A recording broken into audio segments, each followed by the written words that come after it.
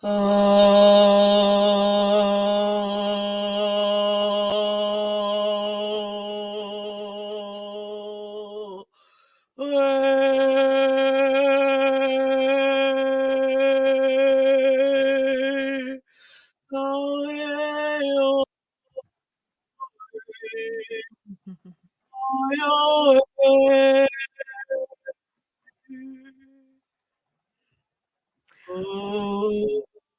we're Welcome, calling in everyone. the goddesses. I get to see my super cool mic here. Welcome to Fire and welcome to the Yellowjackets, Greek mythology, Iceberg, as well as the Eleusinian mysteries. And we are ready for you all if you are ready to go deeper. So thank you all for being here. Welcome back to Fire. It's been a while since we've been here to discuss Yellowjackets, and we're very happy to be back with you all. We have a big conversation to have tonight. It's going to be a wild time, and we are invoking the gods and the goddesses. So I am here with my lovely bacchanal, Mandy. How are you doing tonight, my dear? Hello. So is my echo gone first? I think so, yeah. All right, sounds good. Hello, my Yellow Jackets enthusiasts, my citizen detectives, and Misty lovers. I mean, what Shauna stands. I mean, whoever you want to stand, welcome back. It's been a long summer, and we were enjoying it with the kids, and now we're back for a little bit of Greek mythology 101. And we're going to be hitting you back with a few other things coming up. But today we're talking all about the Olympic goddess and gods and how we see many of the fits in Yellow Jackets with the mythology themes and overall tones. I love it. I'm so excited. We've spent a lot of time on the Monday Morning Murder podcast, which is our weekly live stream that we were doing throughout season 2. And we spent a lot of time talking about all the Greek mythology that's in season 2 of Yellowjackets, as well as just the entire series. And, we're here to discuss all of it in depth, and each of the characters and where all of these myths and legends are reaching from. So we're ready to go into depth over all of it. And as you can see, Mandy is ready for the mysteries. I myself am coming to you live from Demeter's dragon-yoked chariot, aka Shauna's van, aka my van, just so that I can get away from the children and it'll be quiet. But I also thought it would bring the vibe. So we're in my van. Okay. I made it nice for you guys with lights and things, and it's chaotic. So Super duper Shauna vibes. And beyond that, it's like, don't we always have the theory that she holds all of the top secrets in that van? So why don't we make that van Pandora's box today? Like Misty, cut it open, break it open, and let's get in on some mythology and Yellow Jackets Greek mythology 101. So if you are here watching live with us, thank you for spending your Saturday night with us. We are so happy to have you here with us, celebrating the mysteries. Hello, Mrs. Duncan the Tall. It's lovely to see you. And, if you're here with us, drop a hey in the chat. And we are happy to have you here celebrating the wilderness and um or maybe King Arthur Day, whatever floats your boat, right? So Yeah, we were yeah, celebrating the full moon, the harvest full moon, which has been the Aries we full are. moon, and then also the equinox, which is what we are talking about tonight with all of our ancient rituals of going back to the walks and the grain goddess herself. Mm-hmm. Uh, Shauna, I mean, what? Who? Yep. But anyway, we're gonna have a great time talking about it today. Where do you want Yes. to start, Erin? Oh my gosh. Well, I am ready to start at the beginning, or I mean, maybe not the beginning, but maybe the third generation in. So let me go. So Yeah, so I must say we do okay, so in all essence, Greek mythology is extremely long, complicated, and we have lots to talk about. Yes, we are dealing with some primordial energies, but the overall energy is that of transcendence, I feel, and we talk a lot about the psychopomps and all that going in, but we do want to say for disclaimer, we are not professionals. We are just two girls nerding out who just know a lot and get in a lot about it. Mhm. This is up for discussion, not so much a lecture. So please chime in, leave comments, leave whatever you want in the chat, so we can like have a really great discussion about Yellow Jackets and just share the infinite wisdom we're getting from the show, from the storylines, from the studies. And we do want to say that we decided to do the primordial or the Titans or the first Olympic gods in a separate chapter. So we're going to be doing more of the Olympian, or I'm sorry, not Olympic, the first um, mythology gods, Yeah, the which is the primordial Titans. Yes. generation. Like right now we're focused more on like the great divinities, which are like um Zeus and that generation, Zeus and his siblings and sort of that generation of divinities. But Mandy actually has a lot of ideas about the ancient primordial gods, chaos Chaos. and Gaia and all of that going back even further. So and we will share that in another video, but I am excited to hear all the things that she has to say. Or maybe if you want to go off for a while, then you can. I don't know if you Yeah, feel we'll you're touch feeling this.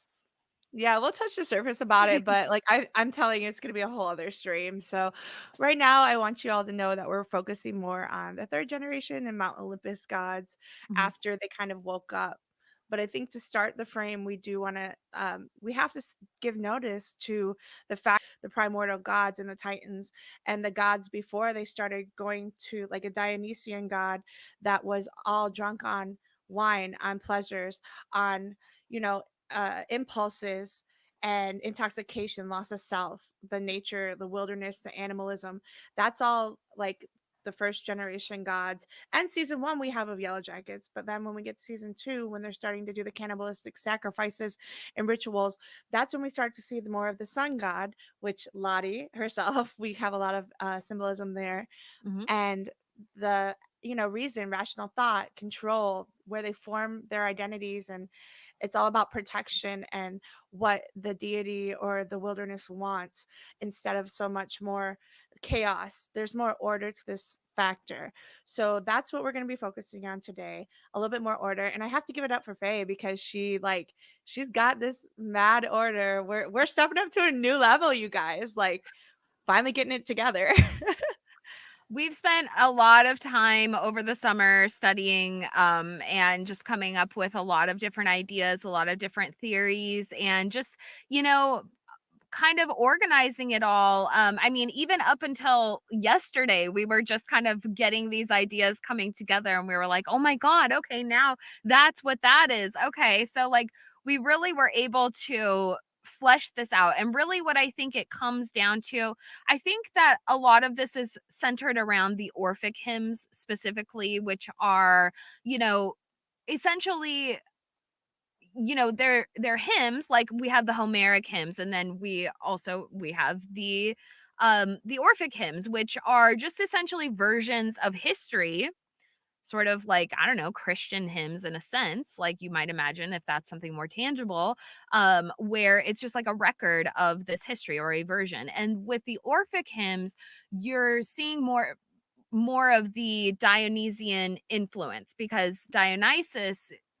was a later god, and he came from Asia and had sort of a different flavor, and so he wasn't as accepted as easily as, say, because Dionysus is one of Zeus's children, but he wasn't accepted as much as, let's say, Apollo or Artemis, or even they weren't accepted because they were, bastards, quote unquote, or just fathered on, human women or whatever. So Hera did not like them. But anyways, we're gonna get into all of that The kind of great stuff. bastards. Yeah, Woo. the great bastards, of course. Coming out of the legs. Yep, yep, exactly.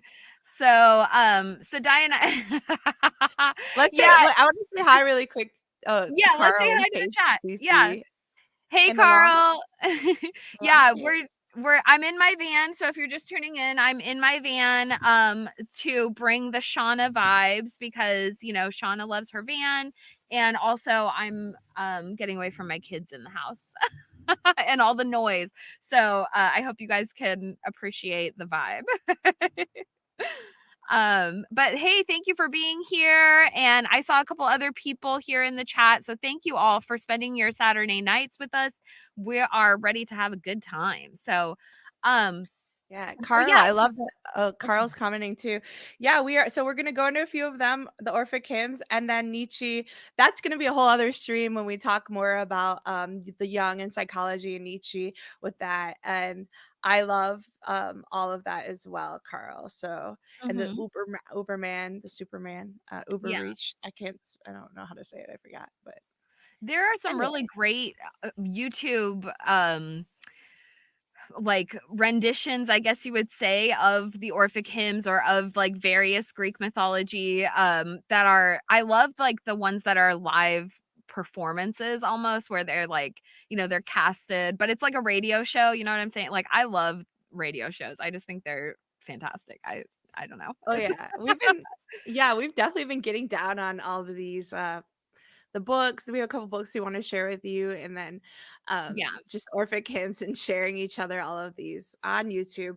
And it's great if you feel like you want to share a couple of those sites. Please feel free because we want to just like learn more, teach more, grow together and get on this together. As Yellowjackets is such a wonderful show that has opened our eyes to so many of the underlying tones of life and psychology and just understanding of human nature, spirit. So we love the show and we're trying to channel our best love and energy forward for we all are one light. We're only as good as you and the law of one in this essence. So let's do this. Yeah.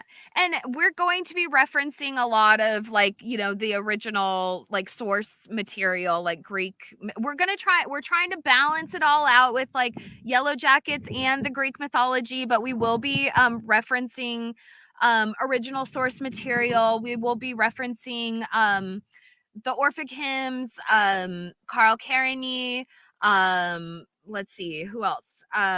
All kinds of stuff. I mean, honestly, we have, and if you're a patron, I posted last week a a book club post. I said, or maybe not last week, a couple weeks ago, and I said, okay, here's a lot of the stuff. If you guys want to read some stuff, if you want to listen to some audiobooks and that kind of thing, and catch up. So if you guys are interested, I have some posts for my patrons over there, and we have a lot of fun over there. So definitely check it out. And yeah, so we have a lot of stuff. I'll try and provide the sources as we go through things, but a lot of it is also, it's mythology, it's legend. So you hear various stories, you sort of like amalgamations of things and what these gods are known for. So yeah, it's going to be a lot of fun. So let me go ahead. Let's pull up some of our slides. I made a lot of slides for you guys. They might be a little bit Tumblr-esque, I don't know. But we have fun here, okay? So so to start with, why are we here? I mean, isn't that the greatest question of all? So we're going to be talking about a lot of topics today, and this is kind of a few of them just so you guys can have a general idea of what we're doing. We're going to be talking about the Eleusinian mysteries, which are centered around Demeter and Persephone and Hades and Persephone and sort of all of that mythology and what goes on there. The Eleusinian mysteries are a mystery cult that is centered around the Demeter and Persephone mystery. And they have two yearly celebrations. They have the greater mysteries and the lesser mysteries. So we're going to get into all of that. But actually today we timed this out. So we are celebrating with the greater mysteries And so, let's channel that energy, all of those people that would come together and do this every year. And it was a celebration for anyone. So the greater mysteries were for anyone to attend. The lesser mysteries were a female only celebration. And so we are really channeling that energy, and we are going to have a lot of fun today. Yes, Carl, we got the PowerPoint going on because I really wanted to stay organized, not only for you guys, but also for myself. But also, Yeah. it's a lot of information we're talking about. So, And that is true. Also, Carl, we just started the equinox, which is part of what we were wanting to do it with, and the whole story of Persephone and Demeter. So yeah. So, and then we're also going to be talking about the Orphic hymns, which we kind of just discussed what that is. So we're going to be sort of intermixing that because really though that is like your major source of what we're discussing, like the Orphic hymns versus the Homeric hymns, which the Homeric hymns are older, but again, like the Orphic hymns are more centered around Dionysus, who is a newer god, and they're also really centered around cannibalism, which is the next thing, which is a descent into the underworld. So pretty much every character that features in the Orphic hymns or in the mythology sort of surrounding the Orphic hymns, they make a descent into the underworld. And so how that affects them, how that changes them, and that's essentially what we're looking at, especially with Yellowjackets, because where a lot of these characters are dying, let's be clear, but that's sort of what this is. It's like the dance with death, right? And so when we look at things like the Eleusinian mysteries or the Dionysian mysteries, those are centered around sort of celebrating like death and rebirth and like the reincarnation cycle in essence. And it's meant to be healing, and it's meant to give you blessings in the afterlife. And so once you descend into the underworld, then if you've gone through the mysteries, then you're sort of already on an upper, you're already in the upper echelon of like the new dead, right?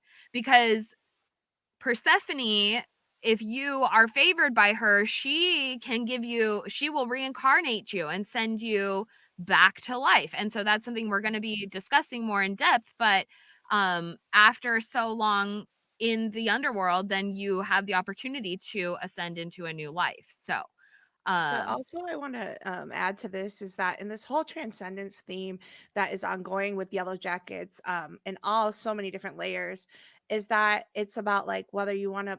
It's the balance of the primordial you, the animalistic nature, and then the Apollo you, or the Dionysus impulsive you, and the balancing of that, and the Apollo you, which is the other realm, the ether, the part of you that is your spirit, and understanding that you need to get rid of that ego, you need to kill part of that understanding so that you can be more primordial, but yet still make these kind of decisions to give this transformative being into yourself, not just but yourself, but also that loss of ego as a team, because we're here with the Yellowjackets and the coach, and everybody has their parts, everyone plays their parts, and they lose that to transcend as a team and as a whole, as one united factor. And a lot of this stuff was about these trance and these beautiful moments where you're using like your right and left side of the brain, you're using the two, opening up this kind of God connection, where they would go on these journeys and sing hymns and sing, drum beats, get into these transcendent forms and trance music and trance trance sacrifices, and all of these rituals to open up that realm of transcendence. So that's like part of what all this is about. So like, let's transcend.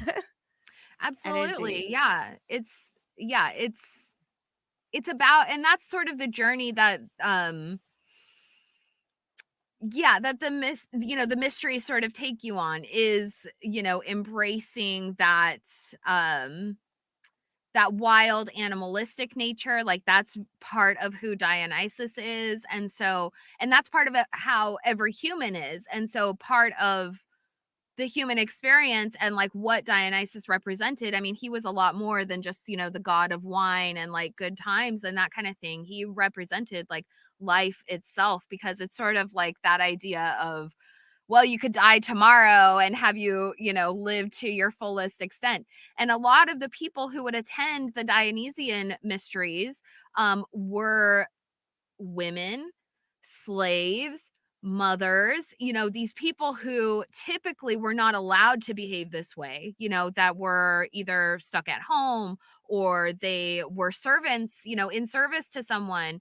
They didn't have that freedom. But you can't, if somebody says, I'm going to this religious festival, there's, even if you are a slave, like, you're in essence, like, your master is not supposed to prevent you from doing that. It's supposed to be something you're embraced. And there are other celebrations in like Roman and Greek culture that also embrace that idea of like, sort of slave empowerment, or like celebrating your slave, or like switching places, like the master and the slave would trade places and that kind of thing. So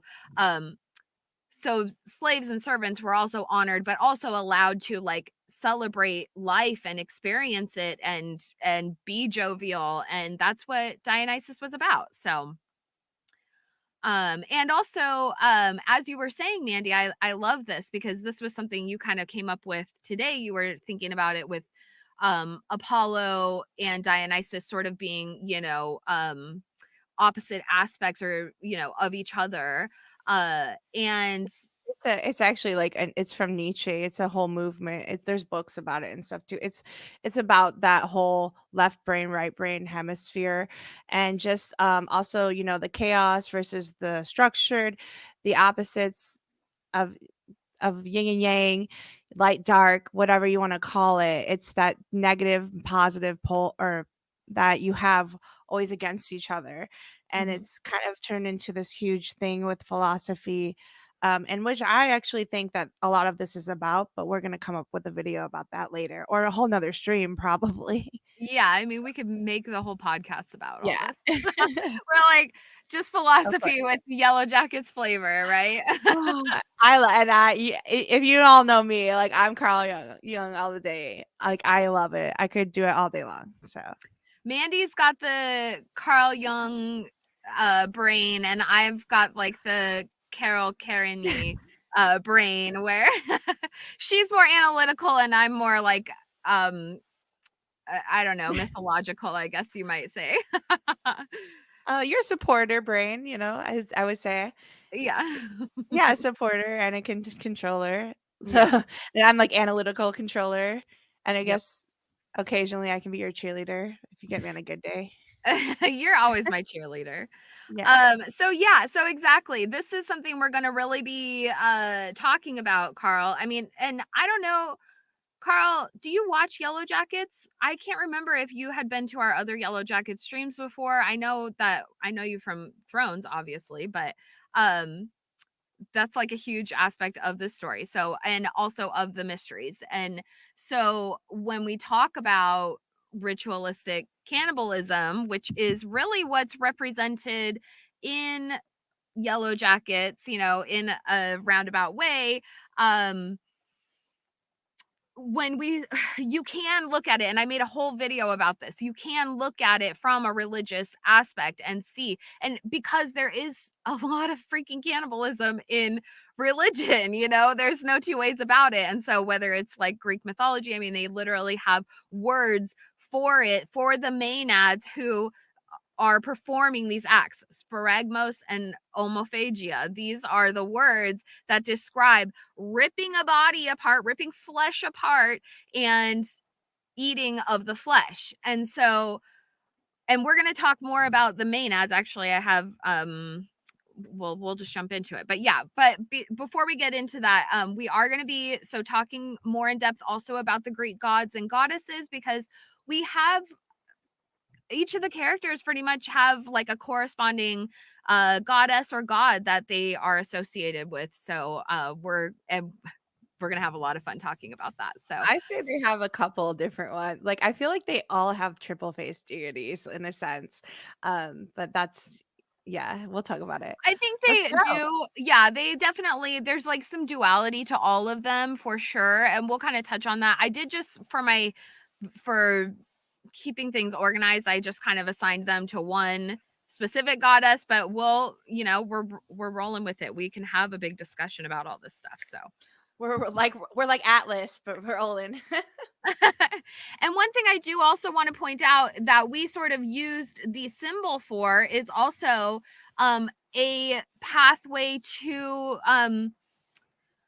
what the mysteries are surrounding. And so the Demeter and Persephone mystery, is surrounding like Persephone is taken to the underworld to marry Hades.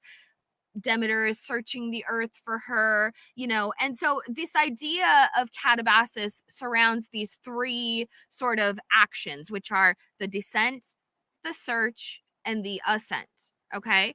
And so we can kind of actually use the symbol as a map for that, because as you can see here, we have the descent, and this is like a descent into the underworld. Then we have the search, and we're searching like all over. And this may even be like the big line is like a big crossing over into, the unknown. And then the ascent is like your return to the light. And we can almost see the sun, the circle as like a sun, right? I don't know. That was kind of what I was sort of thinking surrounding these ideas, because when we look at the sun, it's sort of going behind the mountain in a sense, but it could also be rising above. So it's like depending on where you're at on your journey. Are you descending or are you ascending, sort of thing? So you can be Also, looking at the light in different ways. And if we look at like someone like Orpheus, especially, we can sort of really envision that, because when Orpheus, after he descends into the underworld, he comes back and he really embraces Apollo. And we're going to talk about that mythology much more, because when he descended, he was all about Dionysus and he was favored by Dionysus. But when he ascended toward the sun and the light and Apollo. So anyhow. Also the sickle and the sun. I mean, if you go back to like Demeter, that's one of her kind of symbols, as well as Charon and Hades. They have a bunch of sickle stuff happening around. And it's about like the tearing of the flesh, the destroying the crops, like Carl was saying in the chat. You just have that primitive primordial animalistic where you want to tear it apart in the underground and reaching for that spirit to bring it back to the sun deity, and the pursuit of more than just flesh but spirit, and the next level of thought. And the Aztecs, he says too, were about tearing the living flesh, the Mayan veil. Yeah, that's a whole other topic too for another time, Carl. You have to watch Yellowjackets. You're gonna love it. You're gonna absolutely love it. Misty wants to I know know, Miss where's the T. cookbook. It's coming, Miss T. Trust us. We have a bunch of stuff we've been working on. It's just nothing got done because we have children who ruled our summers. So now that we've sent them back to school, we've got a little bit 101 coming out. Exactly. All right, so let's jump into it. So we're going to talk about the Maenads, and this sort of equates to like sort of that primordial wildness, right? So the Dionysian, your animalistic self. Oh, Mandy, do you have something here? Oh, let's see what's happening. No, don't do it on me. Okay. So just leave it on that one. Okay. There we go. Okay, so we're here to talk about the Maenads. Now, the Maenads are they are attendants. These are a group of women who are in attendance to Dionysus. They are in service to Dionysus. Now, is it by choice or are they sort of mentally persuaded? Well, that's what the Bacchae is all about. So, to begin with this, we kind of have to talk about Dionysus a little bit. So Dionysus was the thrice born. Okay, so he's had some reincarnations, and that's sort of what his his whole deal is. He's about reincarnation, life, death, and rebirth. And so when Dionysus was born, in one version of his myths, his mother Selene, she was the daughter of the king of Thebes. And I'm so sorry. I'm like, I have so much mythology in my mind right now, so I'm going to try and keep this all straight. So Zeus comes, he impregnates her, and she tells her sisters, and her sisters don't really believe her. And then Hera comes because she believes that Zeus has slept with her. And so Hera comes, and she's like, well, I don't believe you, but if it was really Zeus, then have him show you himself in his like godly form, right? Well, a human can't like handle that.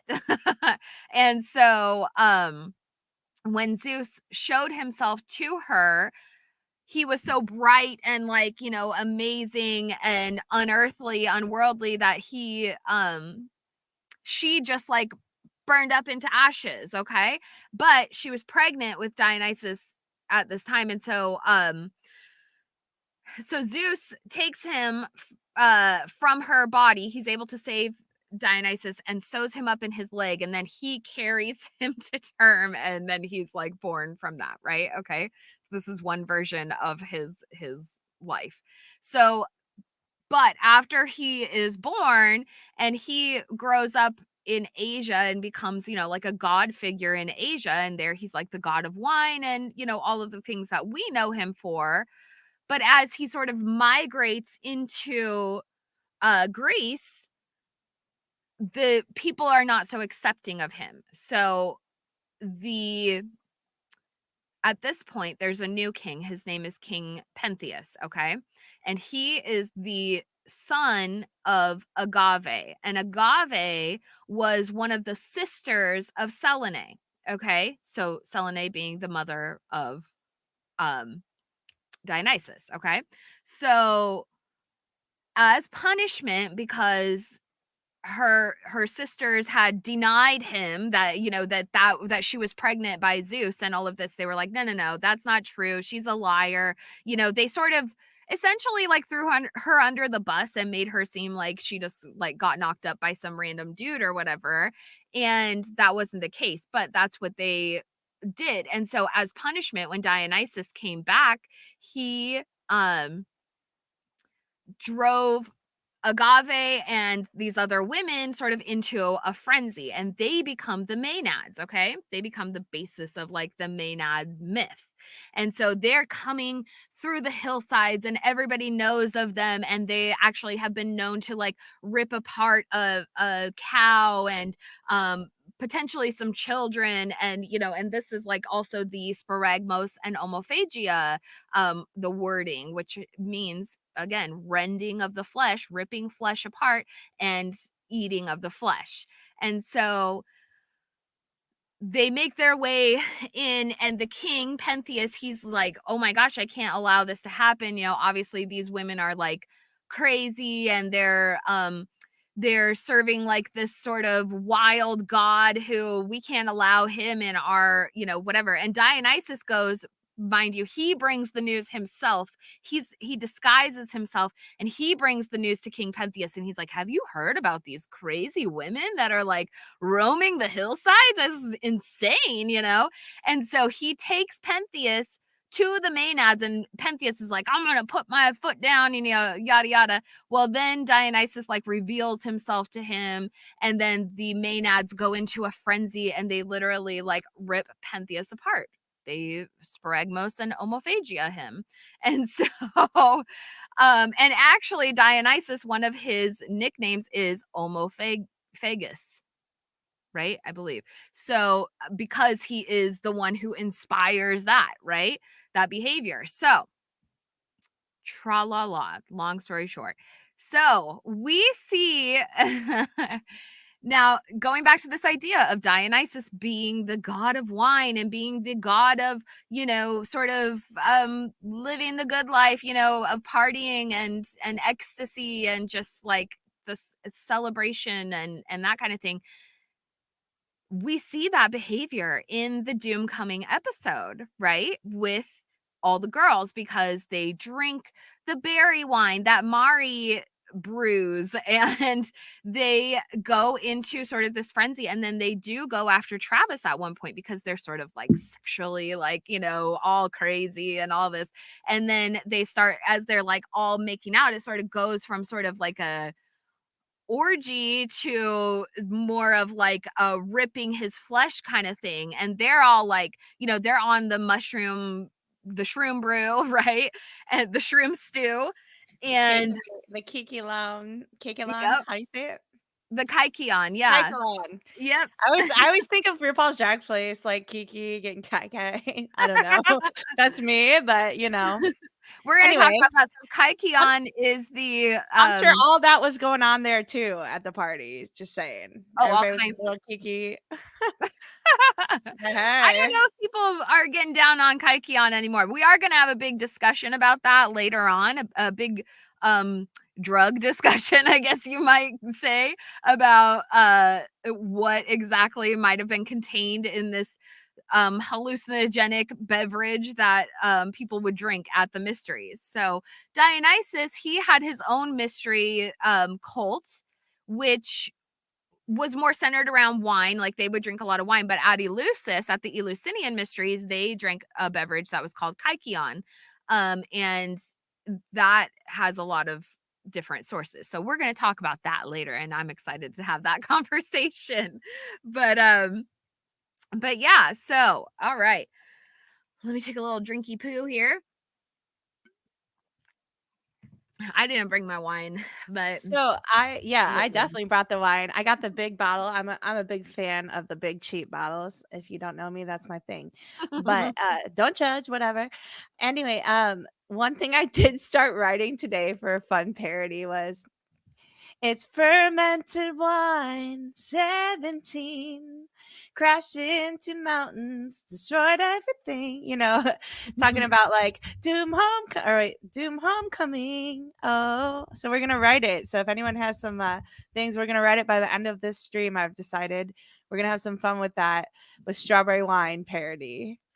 Mandy is the, she's the musical one. I'm the writer. I was like, literally right before I came out here, my husband was watching a YouTube video, and it was like these people like reading something while they had I don't even know, something or another, a speech, something or another. But anyways, and the only person that didn't like fumble over the words was the person who was not a musician. And I was like, well, that's because he's probably a writer. And I was thinking of you, because I was like, our brains are so different. Like I can't do musical things at all. But yeah, anyhow. I mean, it depends on the day, depends on the drinks, depends on the wine. Has it been twice fermented or not? 7 times distilled alcohol? We'll find out. Is it made from berries in the forest? I don't know. Sweet nectar of the gods. This bit of information from Carl here. Thigh is a euphemism for groin or genitals. The Victorians were just a bit prudish. Original Greek terms are 100% more wild. Very true. I like that, though. That's good, because that's a huge part of Zeus and the father sort of imagery of like the I don't know what's the correct wording for this, but like the male lineage of the divinities, the Greek divinities, from the chaos, from Uranus and then into Cronus, and then Zeus sort of ended the cycle. But when you actually think about it from this perspective, if thigh is a euphemism for the groin, that's another sort of play on that idea, with Dionysus being the sun. So anyways, I love that. I love when mythology like comes together like that. It's just like, that's like my favorite thing in the whole world. It just makes me Okay, so the Orpheus myth, also has to do with the Maenads, and we are going to get into that a little bit more later on. We kind of touched on it before, but Orpheus was he was like I think he was not necessarily a god, but he was made a god or something. He was like apotheosized, but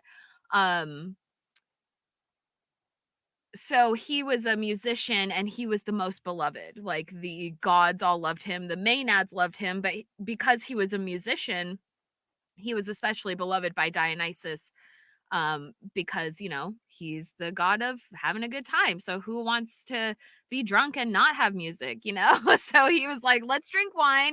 Orpheus will play music, and he played the most beautiful music. He had the most beautiful voice. He was the most beloved. He was beautiful to look upon. He was just awesome. And he goes through his own descent into the underworld because he has a wife. And so anyways, we're going to talk about him later, because he is actually associated with one of the characters that we came up with. So, but just so you know, he does have some association with the Maenads, and unfortunately, so.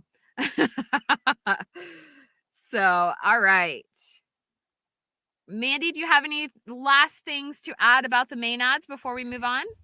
No, we got a lot to cover. So I mean, we'll break it down another time. Yeah, we'll just keep trudging on through. So, and also I did decide, to start with, Mari is fully a Maenad. Like she, a lot of these, like we're going to assign each character to like these Greek divinities. I think Mari fully fits into that Maenadic persona because she's constantly like, she's edgy and she's angry and she's wild and she's ready to fight anyone. She is ready to, even when Coach was like, what would you do if it was me, whatever, and Mari was like, ready to go, she's like, I'd eat you. Like there's no question, she totally has that wild nature. And I just really think that there's a lot to play into that also, like especially like considering when they're first on the plane and she says, oh, want some fruit by the foot, I have like a mile of it. And so knowing the Maenads are the ones that are like traipsing through the land going on these long journeys, but also that's part of like the mystery cult as well. But anyways, whoops, did I just minimize that? Sorry. Okay, so all right, so moving on to the bacchanal scene.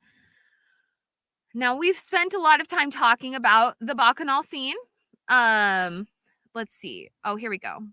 Here's a little more from Carl. Let's see.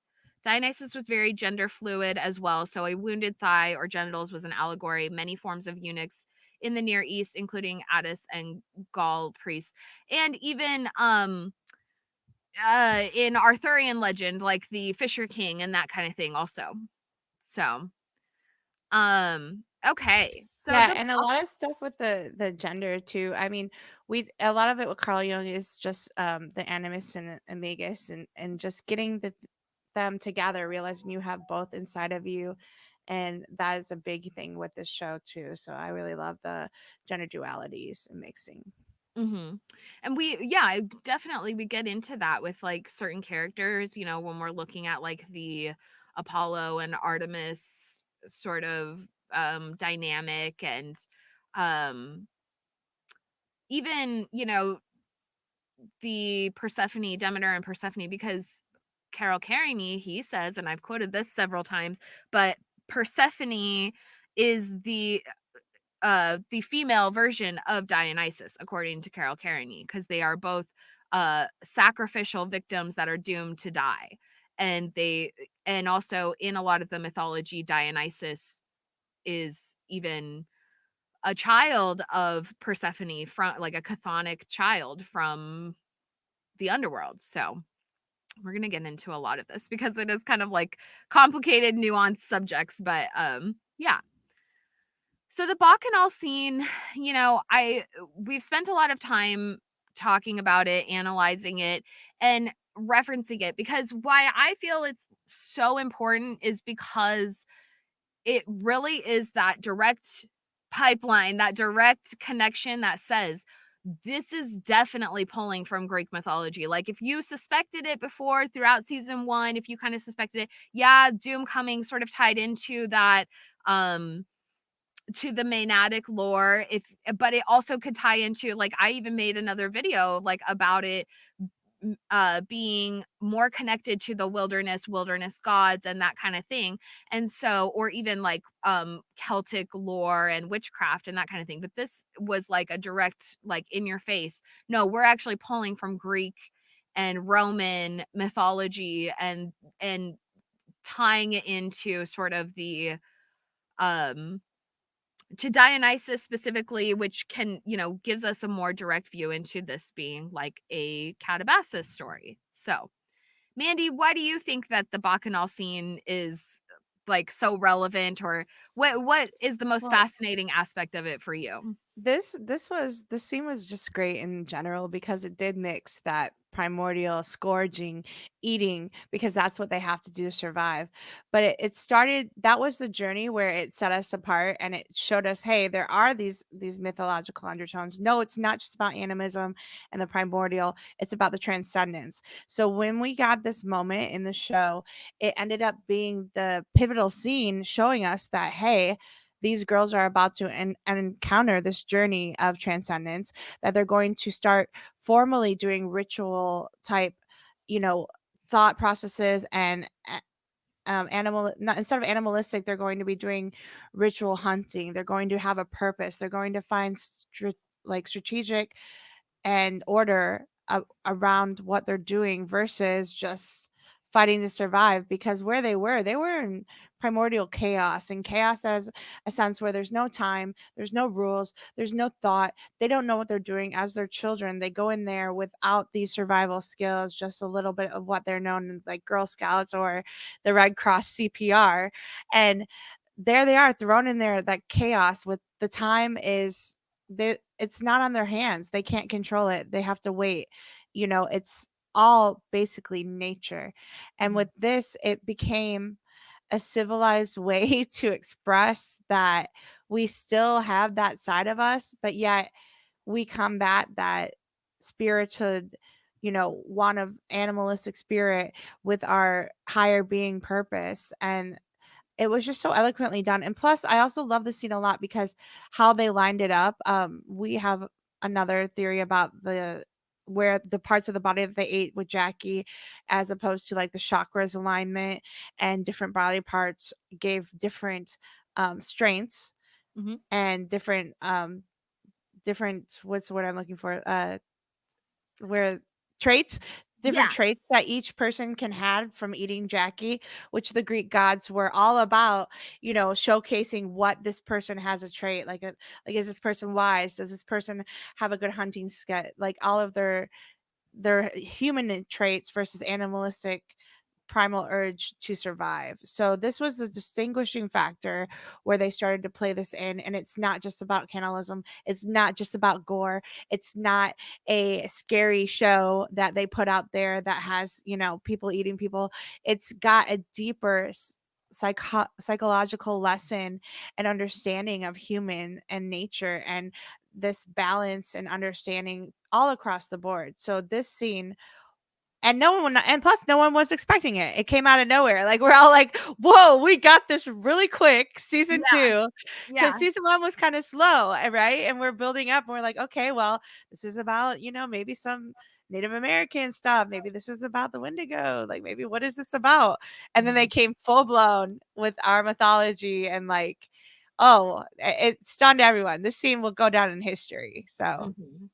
Yeah, what's unique, like, with this scene is, it's definitely like a loss of innocence. Like, they all take it so hard. Like, they have to make this choice and it almost is like this is the descent, I feel like, where they actually are, crossing a line into becoming like they've lost their innocence. They're fully in that wild nature, but also like in this wild out of control moment, they develop a sort of ritualistic, you know um they're not just animals, they're women here. yeah. They're endowing these women, and that's kind of what, a lot of these Eleusinian mysteries and rites of passage were. So it's Mhm. not becoming just I need to eat. It becomes a rite of passage, and Yeah. that there is, yes, they're just scourging out on Jackie, but it becomes more of a Jackie personification and Mhm. understanding her through consumption. Yeah. It's like, you are what you eat. And so this is sort Mhm. of the first, I think, because of like that chakra placement that we've talked about, that's kind of a real nod to the you are what you eat idea, because when they're at those specific points, they are becoming that point, and anyways, yeah, that deserves its own video.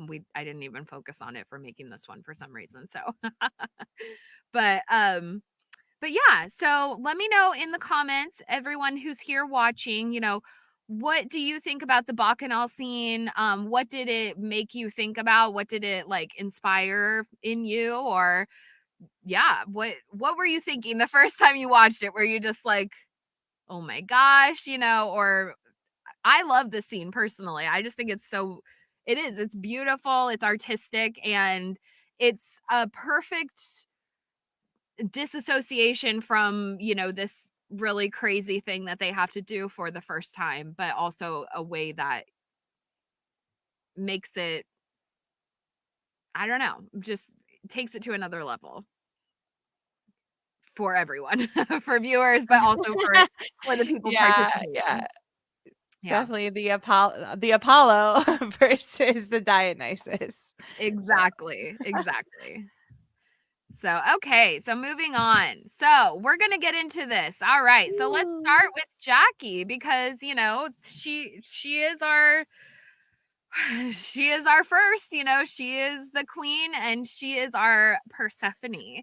Now, I made a video about this, about Shauna and Jackie, and basically about the Eleusinian mysteries and kind of going over sort of what they represent. Um, She looks so tasty there, doesn't she? she does, She really she's a does. beautiful lady. You Mhm. can see why Hades or Cabin Daddy or whoever it was wanted her, and why her mother loves I her. I kind of, and what we don't have here, we have her Persephone, but I kind of had a like Eros, like maybe Kevin Daddy might be Eros kind of vibe where she falling in love with Cupid, and like she kind of has that going for her in a sense because you don't see his face. So Mhm, Kevin Daddy remains unknown. It's mhm. hot. I think he's the closest to Hades that we've got, but, Or I don't know. yeah, Hades Yeah. or Eros, or I actually kind of felt like also he could be a little bit of like that chaos in himself, but um when you talk about chaos, originally chaos is more of a concept of like no time, no will or no rhyme, no reason. It's not an actual being, it's more of like conceptual era of time. That Mhm. is, time is irrelevant, so the only thing that matters is now. Yep. Yeah, Jackie, man, she is just wow. She has that whole Aphrodite too. I mean, that's how I would have put her. A lot of stuff with her, just like genuine love, and she goes and she's able to do this maiden persona and into Persephone. Um, you want to go off with it? Well, no, what you were saying, she definitely has that, like, I agree, like she has that sort of lover, but then she gets into that nihilistic mode sort of at the end where she's just like, no, I used to think I loved, Jeff, and I used to think this and that was important. She's like, I cried over a soccer game, but I do think, she definitely embodies that maiden. So Persephone in her myth, like she basically has three aspects herself. So she starts out as Kore, and that is who she is when she's the maiden, when she's on earth, and she's the daughter of Demeter, and she's like a flower maiden. She is responsible for coloring the flowers in springtime. That is her duty as a goddess. And she's the daughter of Demeter and Zeus, which they are brother and sister, but that's a different story. Because yeah, anyway, so but so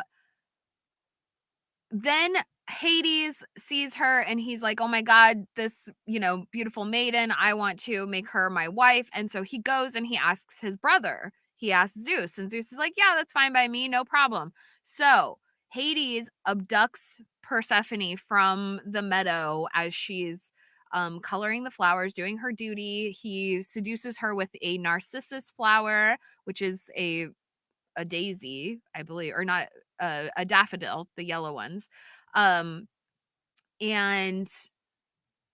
lures her in, and then opens a cave into the underworld where he's on a black chariot pulled by black horses, and he has around him a bunch of pigs. Like, pigs are his like entourage, okay? And so this plays into the mythology, you will come to learn. So in the cave opens up, and Tartarus.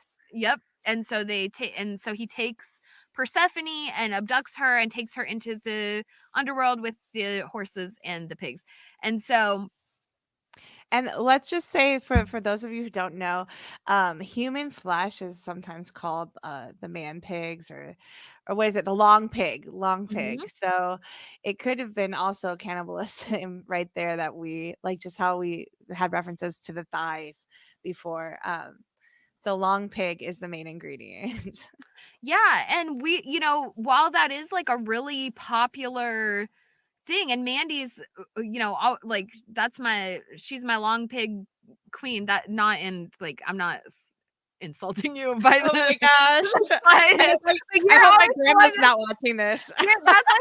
that's your cannibal TM thing that I never thought of, like, before you brought it up. And so I always like think of that because Yeah. the pig imagery plays in to the mythology of all of this so much. And so we see pigs being sacrificial animals, but also like representing life, and they are a huge part of the mysteries themselves, of the Eleusinian mysteries. So Yeah.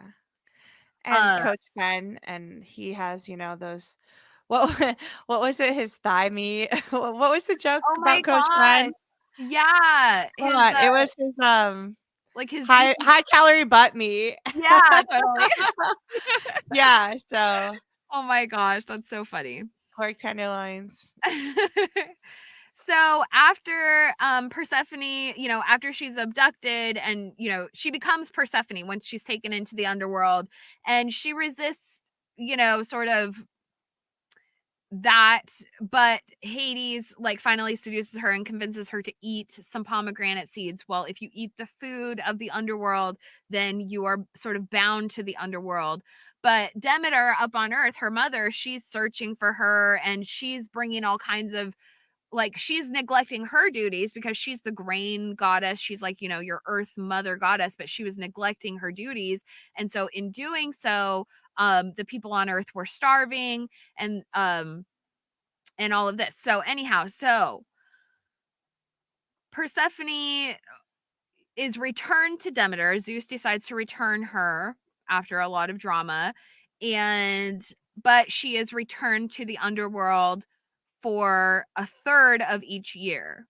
And from there, she is the queen of the dead. And so the Greeks actually viewed her as such.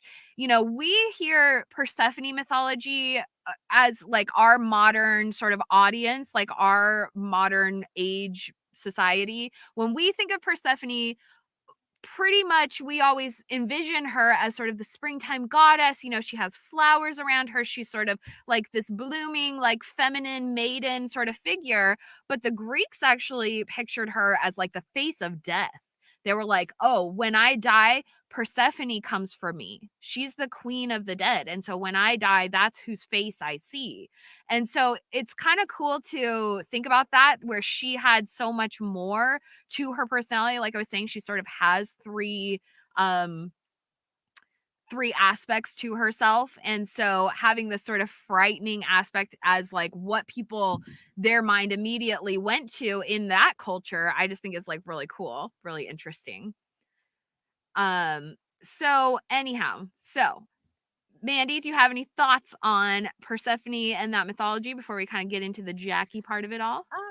No, I like it. I think it's really fun. I actually kind of think also though this could be Callie in the future because in season 3 I'm just kind of thinking we're going to get a lot more of real journeys or a situation where as since they have eaten Jackie and they've been absorbed and Callie's reborn with so much Jackie quality that I think um her dad Jeff might end up giving her back to the underworld or whatever way you want to see it with maybe Lottie or some sort of psychopomp that's going to get Callie back and we're going to see the same kind of scenario play with her as well and that Persephone storyline. So I just Yeah. wanted to add that in there. Well, and But that I know we're talking Jackie, but it's like that. And then the other god I thought I couldn't remember the name. It was Psyche, since Carl Jung and all me, but like Psyche and Eros was the god who was sent by Aphrodite because of jealousy for Psyche to destroy her, to kill her. And Cupid went, or Eros, and he went to go and was stunned by her beauty and Mhm. ended up tripping and cutting himself on his own arrow and falling in love with her. But the whole part of she had everything she wanted, this city on a hill, this castle, and she couldn't look at his face. That was the thing. So it's interesting that Cabin Daddy's face was, it etched Shattered. out. Yeah. And then I kind of thought to myself, like, what if Cabin Daddy's Jeff in the end? Like, I don't know where, but after something came around where I'm like, wait, that's Jeff. And he's going to come back and be like, Jackie, I've been waiting for you. Oh my Probably god. because Callie and Shauna is going to eat him and tear him apart and eat him bone by bone. But, Well, Mandy and I have talked about this a lot too, and I didn't actually make a slide for him, but I also kind of think each character sort of has their own personal Zeus in a sense. But yeah, I I agree. do think that that Jeff is definitely a Zeus in a lot of senses. And actually I was rewatching season 1 the other day and over the past few days, and all throughout season 1, all the music that they play that is, associated with Jeff or like kind of with like the pregnancy or like with Shauna sort of like fooling around with him and that kind of thing is all very like he's flying, or it's sort of like air association, or sort of like that kind of strong man persona that Zeus portrays or whatever. Like even when there when he's going to the hotel and Shauna follows him to the hotel and they're listening to that song that's like flying to Cambodia. The whole thing is about he has to go flying somewhere, and Zeus, mind you, is an air god. He travels by air and he has thunderbolts, and he's also super like horny, and he's like a himbo, right? And so it's just kind of funny. Hey, I stand for Jeff. I love Jeff. Okay, I love him. I love Jeff. He's my ideal husband. He's so loyal. He's there. He's absolutely not what everyone thought he was going to be. So that's why I went on love a his huge character. rant. Actually, I did like a 4 tweet like rant the other day because, a lot of the people on Twitter, like they really love to hate on like the male characters in Yellowjackets and like and I don't I'm get like, on Twitter for that purpose. Like it's yeah, so hurtful for me. I'm like one love. We all are one, like it's antagonistic on there. But if you want to follow us on Twitter, go ahead. But Walt Havoc Shack is the main Twitter.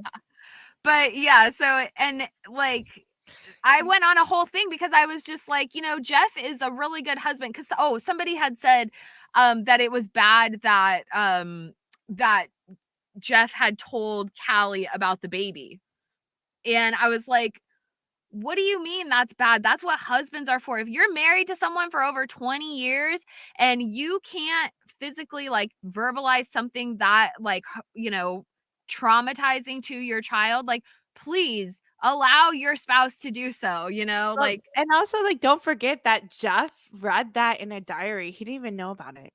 And he was stunned and shocked and still was like, Shauna, I was waiting for you to tell me. I read it, I knew it, but I knew it was for you to tell me, and I've Mhm. been here the whole time." Like, he knew Yep. about it, and he didn't blow up on her, he didn't get mad, he loved her unconditionally and just, like, was there. He's loyal, he's, the everyday man, but, like, in a better sense, you know?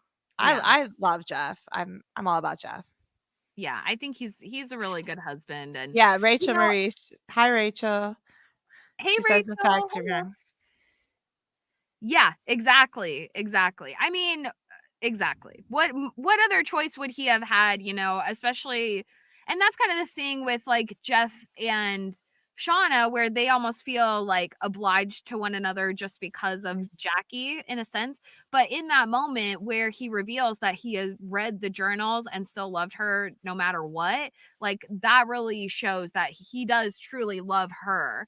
And like Jeff is like a good looking Yeah. dude, but he could be out like slaying chicks and, hooking up with Biancas and that kind of thing. But like he doesn't. He loves Shauna. He loves his family. And that's his thing. He's that much of a himbo where Yeah. he's like, he doesn't think, and that's a good man, where they are so kind of a little bit ditzy that you don't have to worry about them thinking, doing other things, getting in trouble. Although he did do the whole blackmail thing, but that's another story. He got caught But real quick. his intent was not I Yeah. mean, I don't know. That's a catch-22, but that was Yeah. bad, Jeff. That's the point of not acting for solo ego and acting for the team. Carl, so it's okay to read journals. Got it. No. But yeah, I love Jeff. He's a good, even though, I mean, granted, also like when they were younger, like when he was dating Jackie and hooking up with Shauna, like they were kids,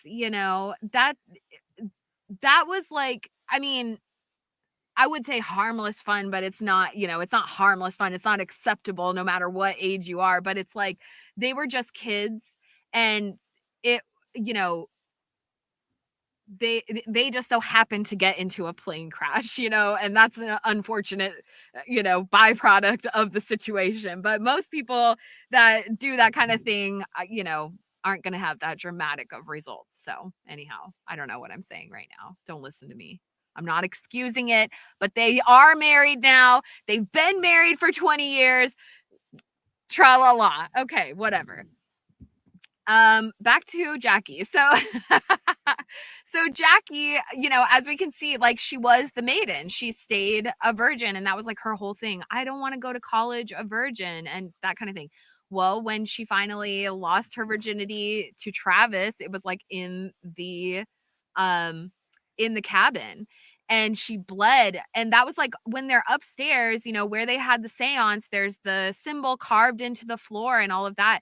Well, I believe that she sort of gave her virginal blood to the symbol, aka like some sort of underworld offering, because obviously like the cabin has some sort of like underworld parallel sort of situation. So yeah, that I think she sort of bound herself. That was almost like a marital thing to the underworld, almost Yeah. like an opposite of eating the pomegranate in essence. Well, that scene also reminds me a lot of the Hecate stuff because like the Trice goddess, and she had like a cabin where they had, if someone fixed it up, she would like watch over that with Hestia too.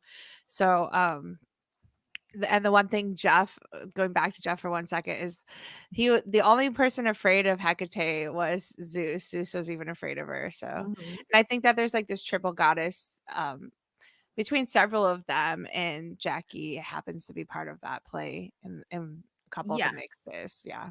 Well, we'll get into that more too, because I think that there is a triple goddess dynamic between um Persephone, Hecate, and Demeter, because they sort of make a pact within themselves when Demeter's on the search, because Hecate Well, heard. and Taissa, because Taissa is a seer, and they get it. Hecate gets that sight prophecy from her Mhm. mother too. So there's like this whole Taissa storyline mixing with Misty. They kind of switch it off and on. And Hecate also had all of these like animals associated with her, which is particularly the wolf that would sit on mantles. So we see that a lot too in Yellowjackets with Taissa, and when Travis puts the wolf up there for Javi. Lots of Hecate love, but we're going to talk about that in the primordial aspect next stream about mythology. No one ever asked for old Heg's blood. Let's not. Sometimes they do. Okay, anyways. But yeah, I agree. I think there's a lot of like the triple goddess, and again going back to like Dionysus being, the wilderness god, like, and he sort of has a triple aspect as well, like a triple god aspect, or like a trinity of, yeah. In his own right. So I think that there is a lot of that grouping going on, and actually we will see more of that as we go through. But yeah, so Jackie, she really represents that maiden figure, the sacrificial maiden who is doomed to die, is essentially the perfect way to describe Jackie as a character and her embodiment as Persephone, and sort of the queen of the dead. And we can truly see like Jackie never acclimated to the wilderness the way that the other girls did. She just, like, even she says to Shauna, she's like, why am I the only one not getting off to this, back to the land bullshit kind of thing. And so like we can see like that was just never her she never acclimated, she never gave herself over, I guess you might say. And it's almost like a Christian, like, do you accept the Lord in your heart? Well, this is more like, do you accept the wilderness into your heart? And Jackie like never really did. And so how I view that, and the same with Laura Lee, it's like, if you don't accept the wilderness into your heart, then the wilderness will claim you, because you're not, part of it. You're not accepting it into your heart. So Yeah, you still have too much ego and too much like thought process to actually just accept that this is this entity, the wilderness or whatever god you want to put it with, is yeah. there. And also with this, I watched coincidentally yesterday, when I should have been studying more of the mythology and getting up to date. I got a suggestion for the movie Alive, so which Yellowjackets is based off of, kind of the rugby team that ends up going to, and it was on Disney, Alive. So I started watching it, and there's so many similarities, and they play Fight of the Bumblebee, which is in that actual movie. But one of the things that had such a characteristic and like I caught right away was that one of the characters doesn't believe the same way Jackie doesn't, and then they have like this little red shoe that they match, end up together. So it kind of made me think about Jackie and her heart necklace, and that kind of is like a symbolic now thing for their new ritual of getting out of there, who's the next queen or whatever. So I think we lost Aaron. Anyway. Oh, there. We can't hear you, babe. I think you're on mute. Sorry. Okay. I was trying to, anyways, whatever. I'm maneuvering around my car, okay? I'm in Shauna's van right now, you guys.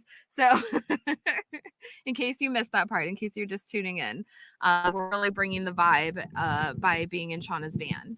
I love it. I think it's so cool.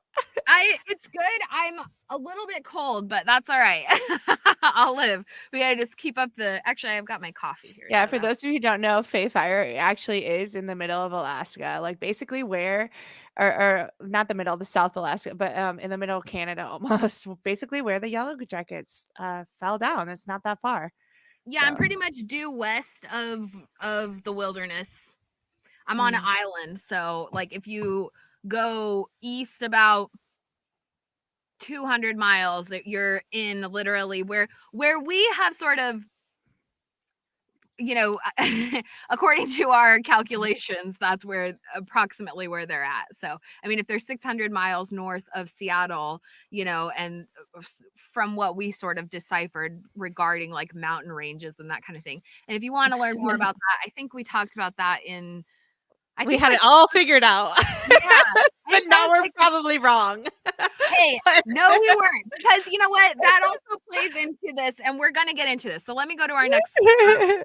But there is, we were on call and calling each other the whole time. We were like, oh no, we figured it out. We got him down to the map point. We have like the grid point and everything and all of the mines and everything, but I've got it figured out. I have drank my own Kaikion about this. Okay. I'm with it. I'm here for it. All right, Shauna. This is your thing. So we're at Shauna the Mama Sadeki Shipman Sadeki. Okay, so Shauna, clearly, she is the hello from New Jersey. Hey, well then, are you celebrating from Hackleburny State Park? We'll say. I don't know.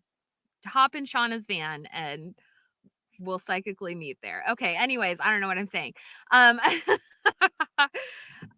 Shauna, clearly, she brings that earth mother energy, and that is who Demeter is. Demeter is our grain goddess, the harvest goddess, and she's also like your mother goddess, right? So the earth mother goddess. And so Demeter, she tends the grain on earth, she tends the plants, and this all also kind of goes into the Eleusinian mysteries because there is a lot of like the agricultural cycle, the cycle of the year, and the plants and the food that comes from that all tie into Demeter and her mythology. And so when we're considering how this sort of parallels to Yellowjackets, it entirely does, because they are starving. They have no food. They're not in tune with the cycles of the year. They're not in tune with the functions of the year, the food, the animals, the plant life, all of those kind of things. These girls are completely unprepared. And so, also they, as soon as they do eat Jackie, like with the doom coming, and how she dies is she freezes to death. So all of that comes on them like winter, and it comes like a thunderbolt in the night to disrupt these girls and create more chaos. Yeah, exactly. And so, the cycles of the year are all affected by, natural weather and patterns and that kind of thing. And that affects your plant life when it freezes and when it gets like right now, literally it's pouring rain. And, just a couple weeks ago, we still had berries on the plants. We had blueberries, we had huckleberries all on the plants. I've been out, picking berries and that kind of thing.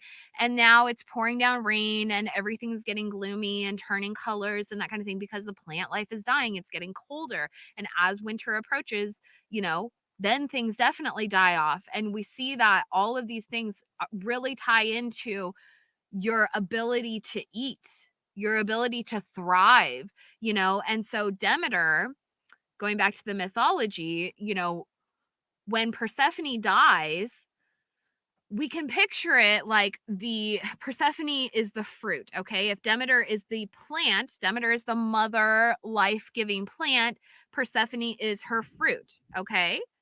And the fruit falls from the plant to the earth. Well, Hades, he is technically an earth god. He is the underworld god, the god of the earth. Poseidon is the god of the oceans. Zeus is the god of the skies. Hades is the god of the earth and the underworld. So when Persephone falls to the underworld, she's essentially the plant is falling to the earth. And so we have to kind of picture this all in agricultural terms as to like how the mythology of the story actually works. So Demeter, she has a lot of aspects throughout the story. Obviously, she's the grain goddess, but when she's searching for her daughter, she neglects her duties. And so like the plants die and the food dies. There's no grain and that kind of thing. She's forcing me to do this anyways. And so, so she searches, and so then the earth also, is lacking life. It's lacking the plant life. It's lacking nutrients. And hold on, I don't like this because it's confusing for me. I need an icon up. Okay. So I was stepping away so that we can get our full on I just Demeter get too stressed and out when I'm like looking Persephone. at my own self. Oh wow, beautiful. thoughts. I love it. So that we're stuck in the underworld with our pomegranate seeds. I love it. We're fully Yeah. going through the catabasis. I love it. I don't But really yeah, like pomegranates. so Demeter, she's searching and the earth is neglected, and so it becomes winter. And so we can kind of see, obviously, no plants are growing. Persephone herself is in the underworld during the winter months. So we can kind of see these things coinciding, right? And we also see it as like the descent and the search, okay, of the three aspects of the underworld journey. So the ascent is when Persephone is returned to Demeter, and then they can grow into a new into spring. That's when spring returns and plant life returns, and they can flourish and become, the plant and the fruit and all the things that nourish the people, right? So is this all making sense for you guys? Let's see what Carl has to say. Also, let's bring the sickle back round circle, because that's one of the symbols that, or it's on the symbol for Yellowjackets. And she has a sickle as one of her signs. Yeah. Yep, the sickle is definitely like a feminine instrument. It resembles the moon, so it's sort of like associated with like the the feminine and fertility and that kind of thing. But also when we look at Demeter, she's a grain goddess, so the sickle is something that's useful in that term. And when we are referencing like grain as specifically, she's also called a corn goddess, and that's part of the mysteries, are like one of the symbols or one of the items used, one of the mystery items in the Eleusinian mysteries is a single stalk or a single ear of corn. And then also, what I love the most about their references is that anger for losing her child, which we see a lot of Shauna.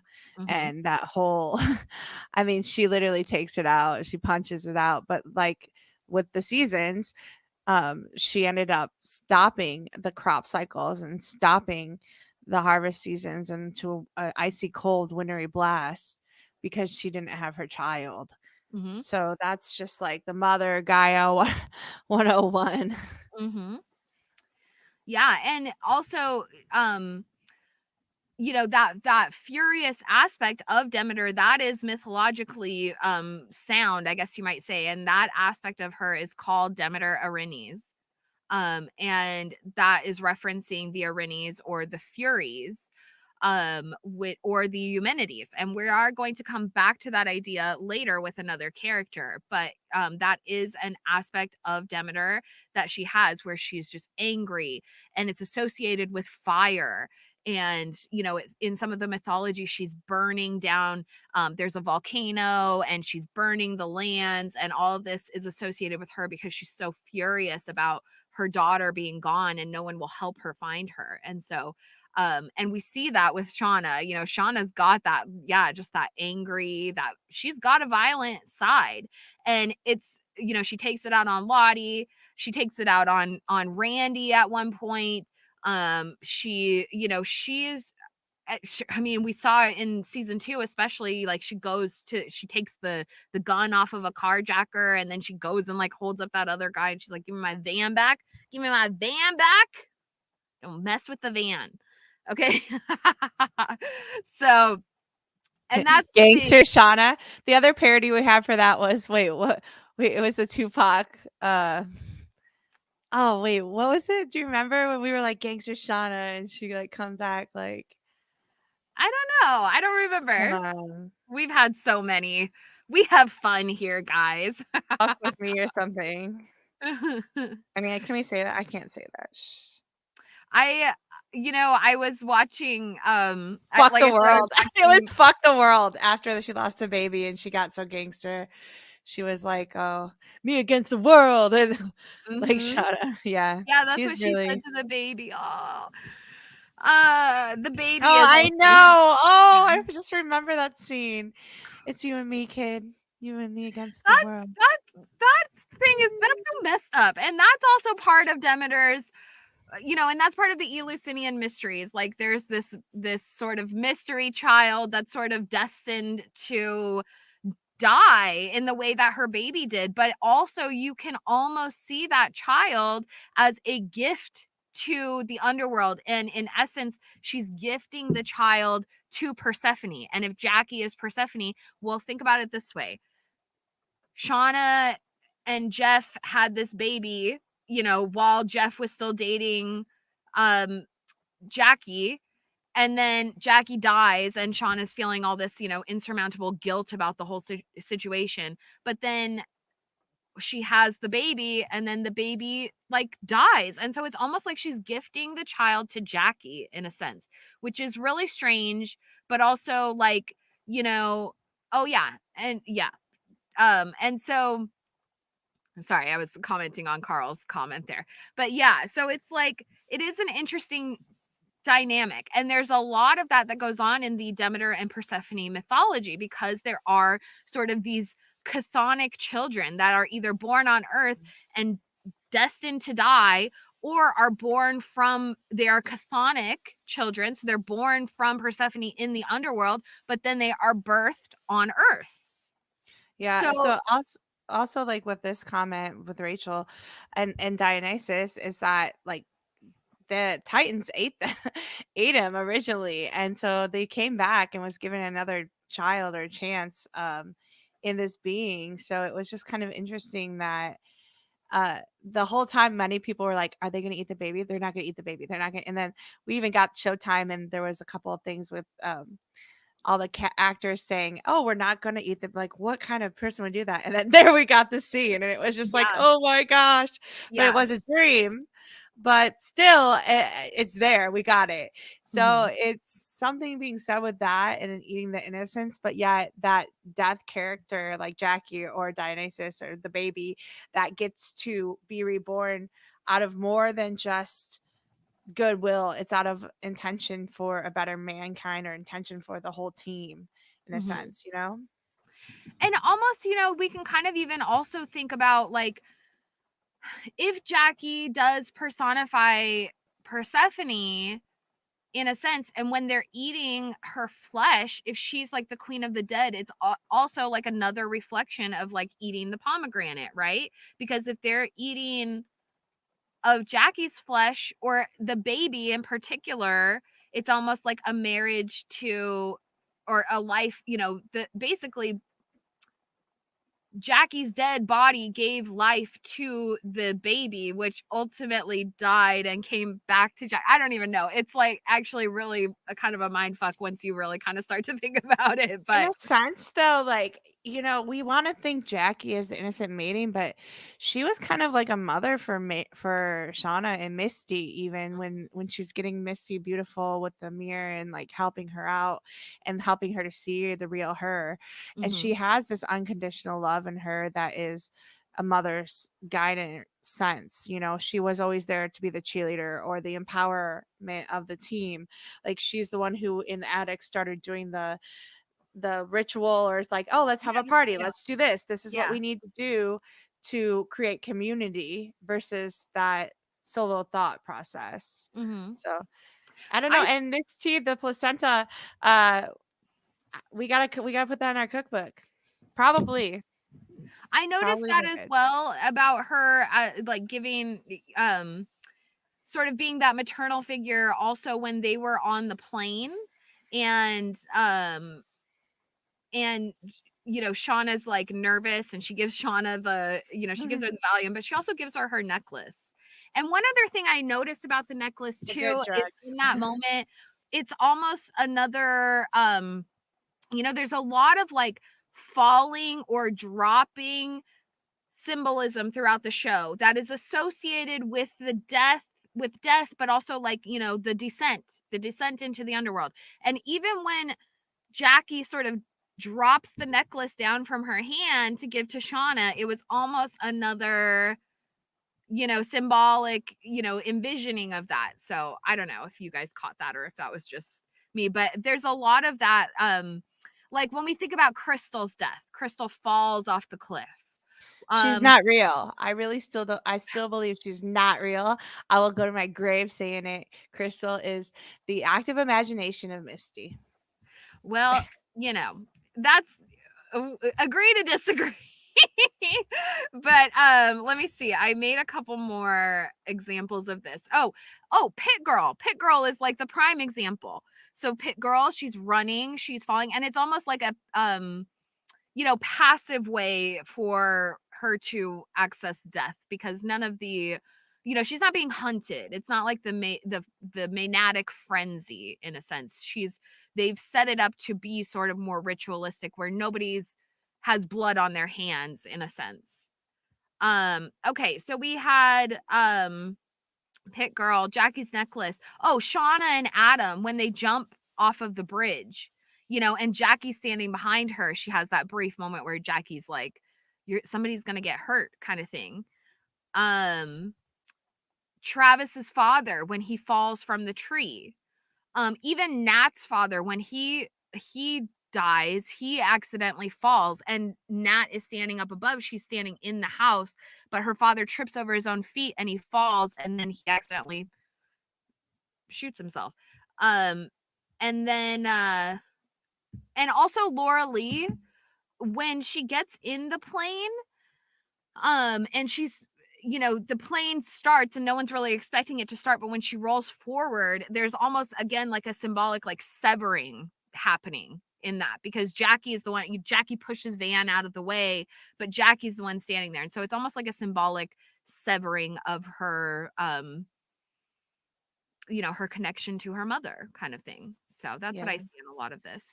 I like Yeah. Mrs. T. I gotta interrupt for a second to say Miss T's the coach got stuck in the tree, because we were talking about Tartarus, right? And then the coach getting stuck, and then we kind of were talking the other day about the myth on our King Arthur stream Erin was doing, about the new show that she's covering, The Winter King, and we love King Arthur up in here. But we were talking about the Minoan mysteries too, and how they had these like caves, these underground where only the men could go, and we Oh, were the seeing the Mythrae. similarities, between that and our cave and tree that only males at this point have found and know the location of for Yellowjackets. So I'm excited to see where they take that in season 3, especially when we go with Coach and the males into this whole I think what's happening with the burnt down house is they're going to end up doing the like Dante's Inferno and the 7 and rise the mountain, scale the mountain, and do the Yeah. different purgatories, or maybe some mix with Hercules stuff. It's going to be really exciting to see where they do it, but I think that this cave is going to, in this trees, the man cave, the man tree, it's wood. That's They got awesome, wood. actually. I I'm never considered I'm that. hardcore the wood. I don't know. Is that inappropriate? Probably. Ah, just block me if you think I'm inappropriate. Or sorry, we don't affiliate, right? We don't affiliate, yeah. No, we're all inappropriate, and I some mean, that's what this show's about. It's like, are we primordial and into our sex, or like inappropriate things, or do you only transcend together as a team? So stop being selfish and self-projecting, everyone. Like, This I mean, teamwork, it's real okay? bad self-projections. Yeah. Teamwork makes the mysteries work. Yeah, but this Um, man cave is gonna be really essential, and especially with the when we go into more of the Orphic hymns, and then like Odysseus and that whole journey through the cave, and then we get into the more, like, I feel like so far season 1 they gave us that primordial first gods and mythology thing, and now we're into that more thinking gods, more reason, ritual, kind of Apollo nature gods. And season 3 we're gonna start getting into like Plato and Pythagoras, and we're gonna get this ancient trigonometry. Girls the got to be into philosophers. it. Yeah. Yeah. And Misty will lead the philosophers. We know she's like, I love A Misty. Neoplatonist. All right. So let's move on. We're gonna get into Nat over here. So our Queen of Hearts, Nat. And Nat, obviously, as the huntress, she has a lot in common with Artemis. And so Artemis is the goddess of the hunt. She is Apollo's twin sister. She is a virgin goddess. And she's associated with deer. She has like sacred deer, but she also has like a sacred bear at certain I think it was Attica is where her temple where she had a sacred bear, which interestingly her so a bear was slain at Slay. her at her temple, and it offended her. It offended the goddess, and this was how and so she brought a disease upon the town. And I found this to be really interesting because when we think about Yellowjackets, when Nat um after Doom coming, and obviously Jackie and Travis hook up at Doom coming, and then they all come back together, and they catch the whole thing with Travis, and they were gonna, sacrifice him. And uh so the next morning, and they're all like coming back together. Well, remember, that's when the bear comes. The bear shows up and Lottie kills the bear. So I think that if we're looking at it from a mythological standpoint, we could find that to be sort of the offending act, because this bear was sort of we can kind of look at the bear as sort of a symbolic gift from perhaps like their bacchanalia like celebrations, or like their, sort of Maenads or whatever, the doom coming celebrations. But then also Travis and Jackie hooking up, and the whole thing was he's not meant for you, like he didn't belong to you, kind of thing. And now, when we kind of look back now, knowing some of the things like that we didn't know before the end of season 2, like if you rewatch now, um there's a big difference in how you see the people interacting with Nat, knowing in your mind that Nat is meant to be sort of, she's the queen. Like when you're watching this without that knowledge, Nat is sort of, we all loved her because she's the badass and she's the outcast, and she, Stuck in the has, dark. she's rough around the edges and this kind of thing. We all loved her for that. But when you kind of watch, um, now knowing that she's actually their queen, you can kind of see a little bit of difference. Like the way that Taissa is always looking out for her, the way Taissa is the one that's paying for her to go to rehab and that kind of thing. The way Nat always knows where she is. And Nat is, I mean, not, excuse me, not Misty always knows where she is, and she's particularly dedicated to her. Almost like she's in service to Nat, and that's always kind of the thing with those two. Up Yeah, until also though, like Nat, so I do need to say that Hecate, which again is this whole energy, is kind of a trickster, scary queen. She was like a queen in her own sense.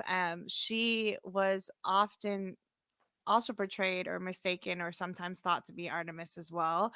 Not so much with like the other girls we see that triple goddess, but like there were a lot of just similarities there they were put together. And there's actually a story with the baby, and you have that deer video that you did, but there's Artemis, it makes one of the kings, I think it's Agamemnon, give up his daughter and trade it for a deer. And so Mhm. it's kind of like the same situation happening in the storyline with Yellowjackets as well, just a little bit more twisted. But Mhm. it was something that it it was like this whole energy between horned gods and horned animals, and that Artemis and both Hecate could communicate with, or kind of psychopomps or symbolic of these goddesses.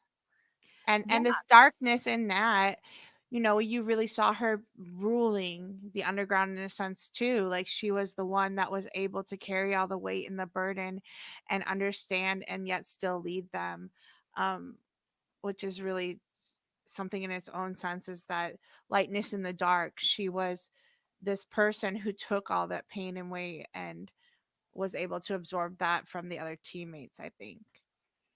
Yeah.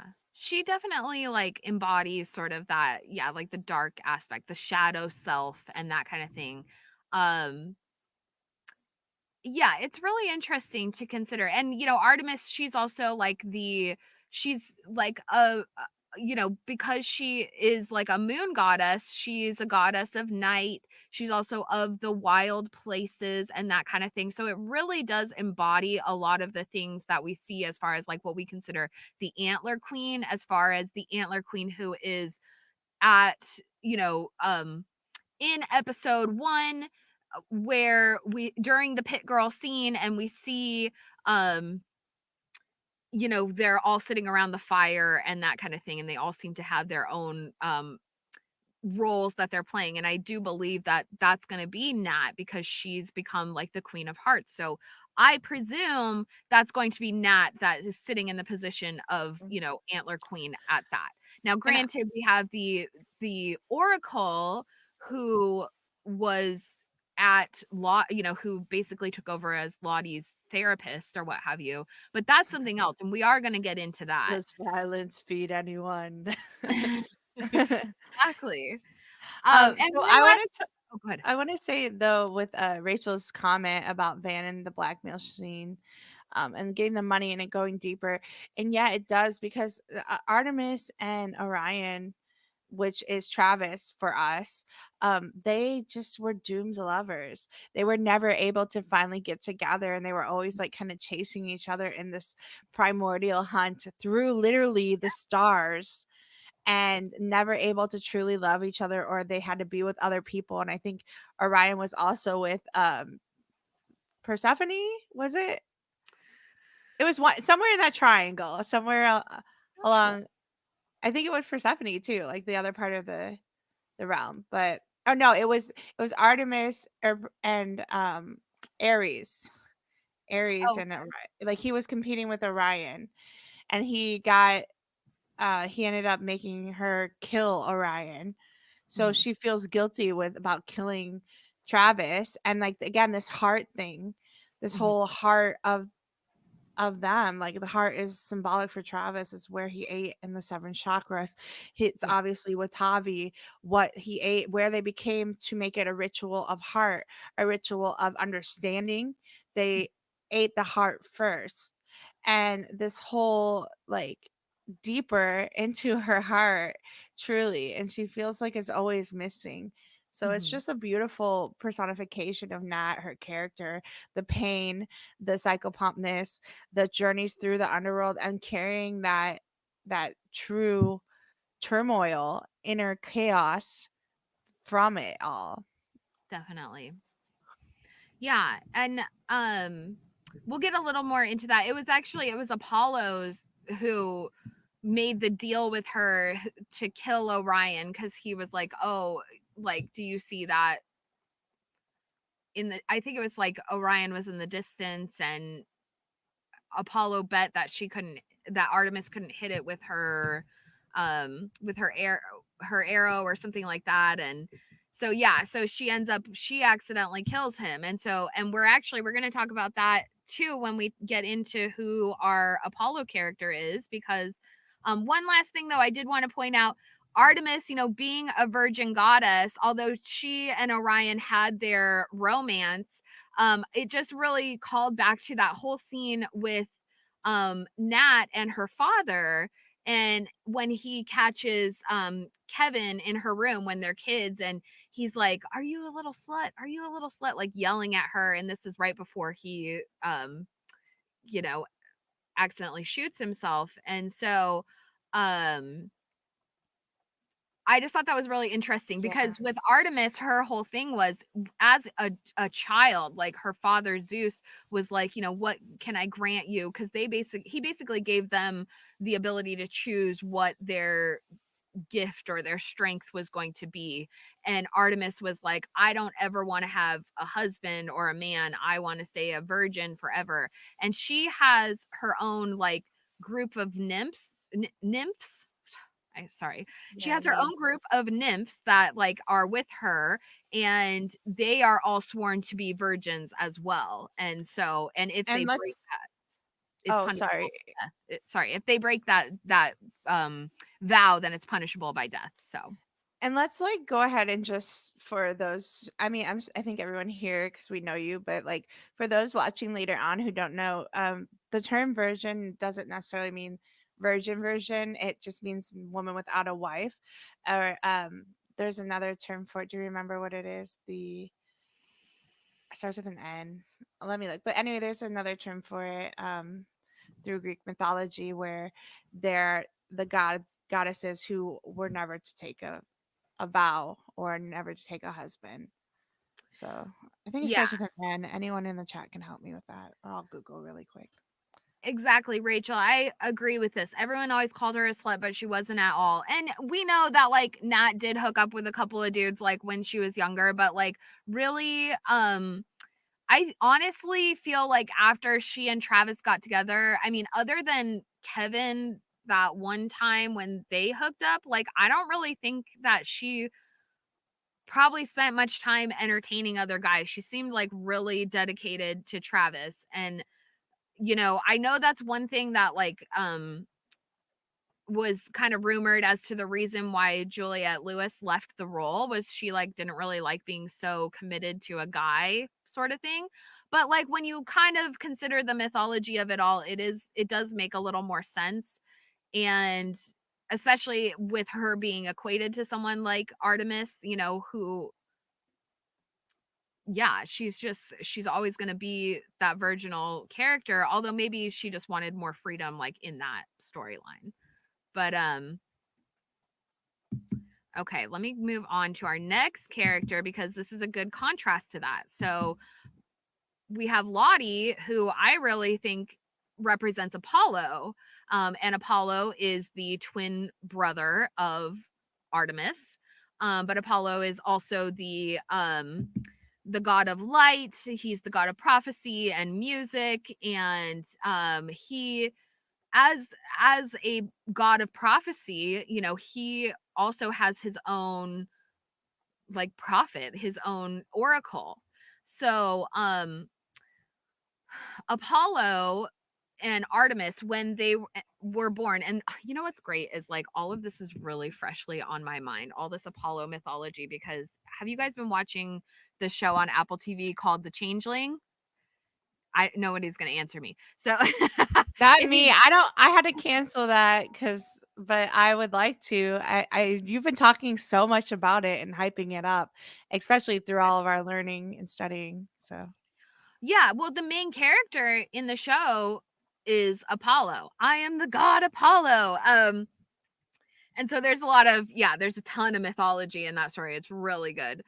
Yeah, Tony Teflon is covering it. Some other people are, and my mistake, I have not been quick enough, and I have seen all the people covering it are like with the quickness getting their videos out. So I'm actually working on shout out I'll to admit this Tony. to you guys right now because I love you guys and we are in a place of vulnerability right now. I absolutely like wrote an essay the other night after episode 6 because I lost my mind. Again, going back to the Apollo mythology and Artemis. Okay. So anyways, I was like, oh, I've got this one. I figured it out. I wrote this whole essay. Well, granted, I wrote the essay at like midnight. I totally messed something up. But the next day I didn't even catch that I had messed up this huge thing, recorded the whole thing, started editing the audio, and I realized my mistake. And so I was like, crap, I have to just cancel this whole thing, all this work I've just done. But anyway, so I'm going to rewrite it. And that's my next project is I'm going to be getting some stuff on the Changeling out for you guys. I just dropped Tony Teflon's YouTube in the chat. He's actually a friend of ours for many, many years. We've known him through the Game of Thrones community. He's such a cool, hype person. I haven't talked to him in a long time, but we used to talk and when Game of Thrones was really relevant back then. And he's just like a great following to follow. So check him out. Yeah, he does a lot of really awesome shows and he's always consistent and he does great coverage and stuff. So yeah, I've been watching his videos. And there's a couple of other really good channels that are covering the changeling as well. It has a lot of similar overtones to Servant, which I covered here.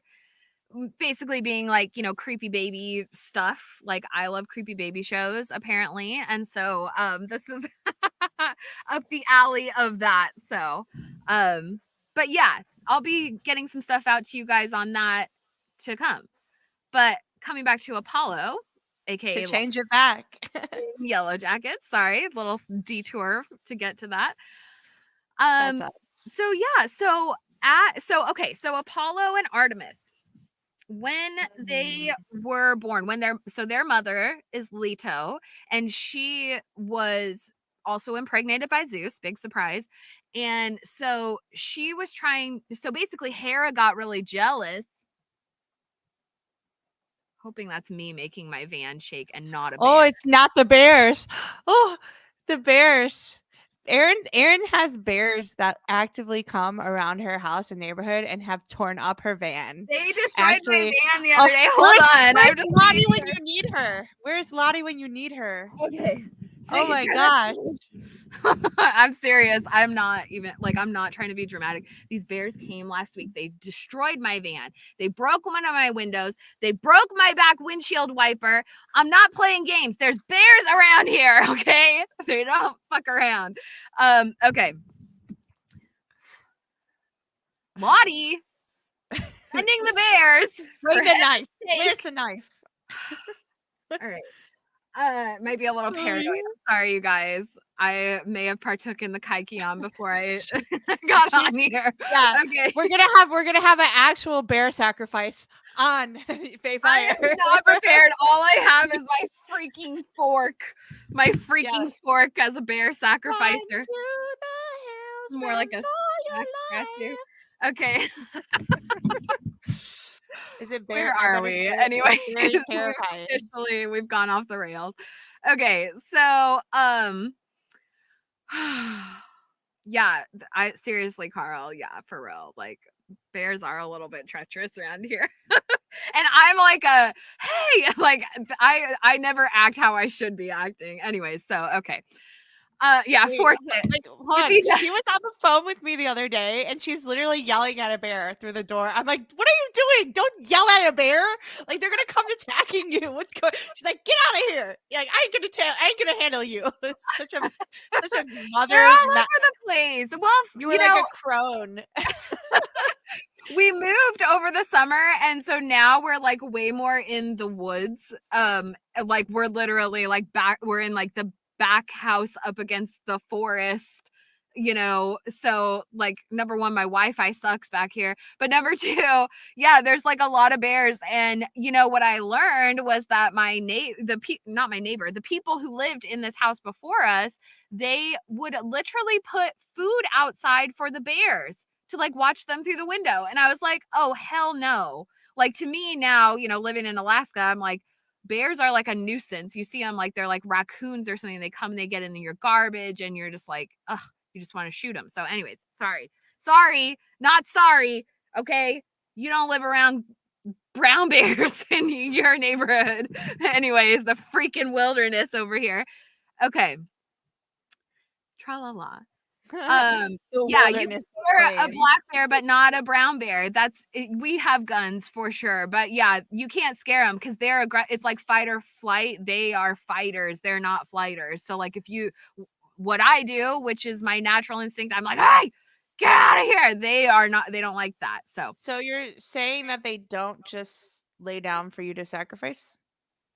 No. And like, I thought that was the case. Thank you very much, Lottie. Everything was true till now. Honestly, the things that Yellowjackets teaches us. Play dead. Yeah, exactly.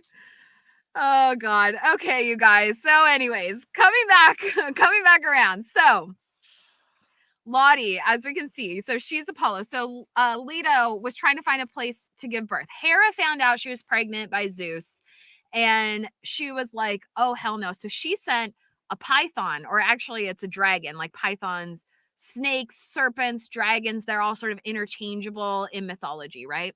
So she sent a python or a dragon after Leto to just hound her relentlessly and to kill her and never allow her to give birth to these children that are Zeus's children.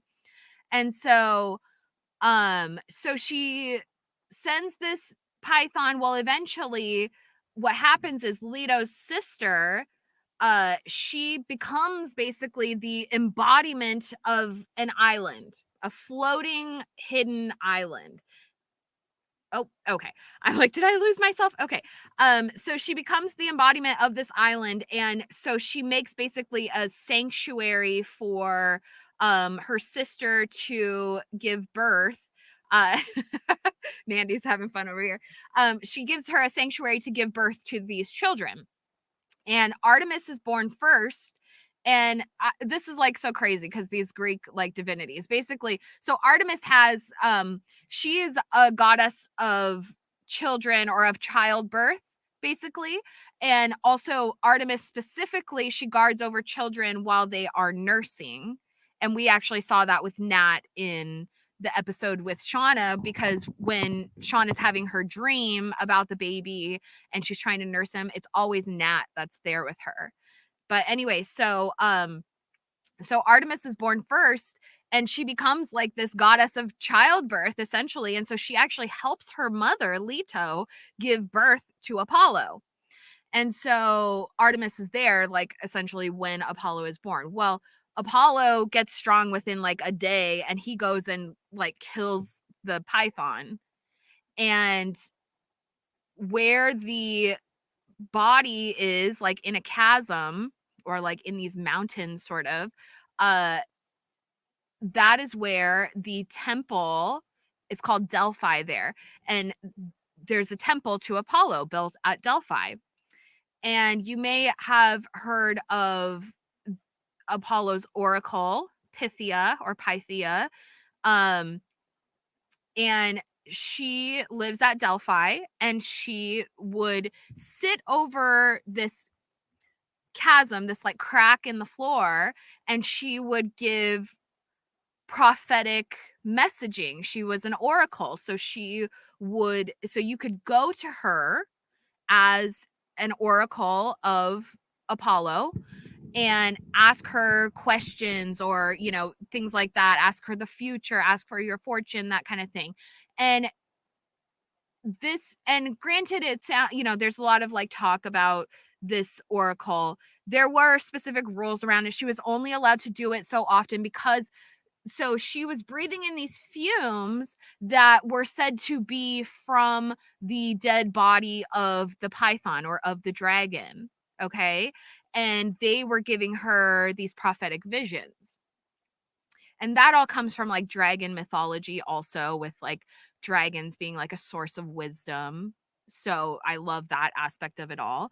But anyhow, also what I found really interesting, like as I was saying, the oracle at Delphi, she couldn't perform this. It wasn't like she was doing this every single day because these fumes, because actually what it was like methane gases coming from the earth, right? That were giving her like hallucinogenic effects.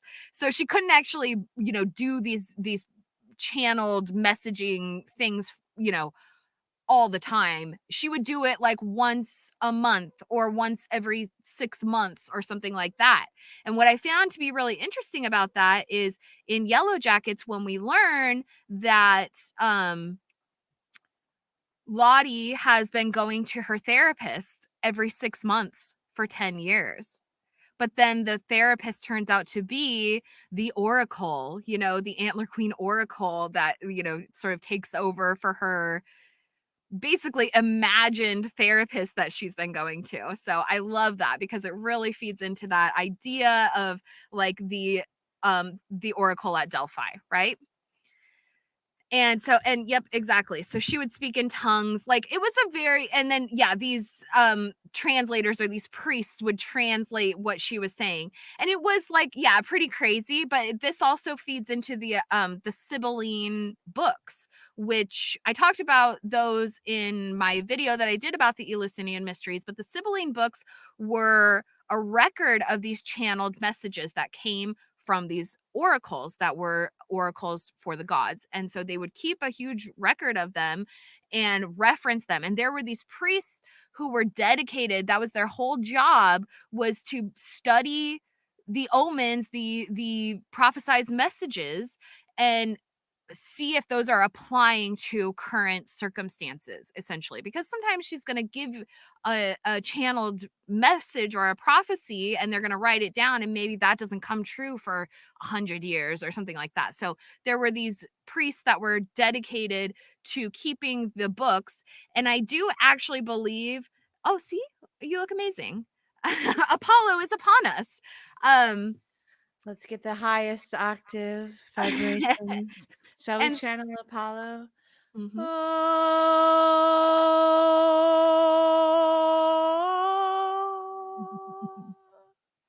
I'll let you do your thing. But yeah, I know. I'm on it tonight, y'all. I love that you brought a change of clothes, because I actually did also, but it's just for my Shauna outfit. Well, you know, I stand Lottie all the time, and like with this Apollo sun god, I even got my little sun pillows. What? Mandy is way fancier than I am. I just own like flannel in various colors. I'm like, well, guys, I'm wearing this flannel today. I'm wearing this flannel tomorrow. Yeah, this was It works though, you know. I'm feeling very a priestess, or that the Delphinian oracle. I love it. Yes. But yeah, so yep, exactly. So we have the Sibels, and so yeah, so they would, you know, so the Sibylline books are reference of that. And I do think that actually Shauna's diaries are a big like nod to that idea. I also think that Van the stuff Van does is a nod to that as well, like Van's shop, her like movie store, but the fact that she's also like managing people's like marriage records and that. But anyways, we're gonna get into that later.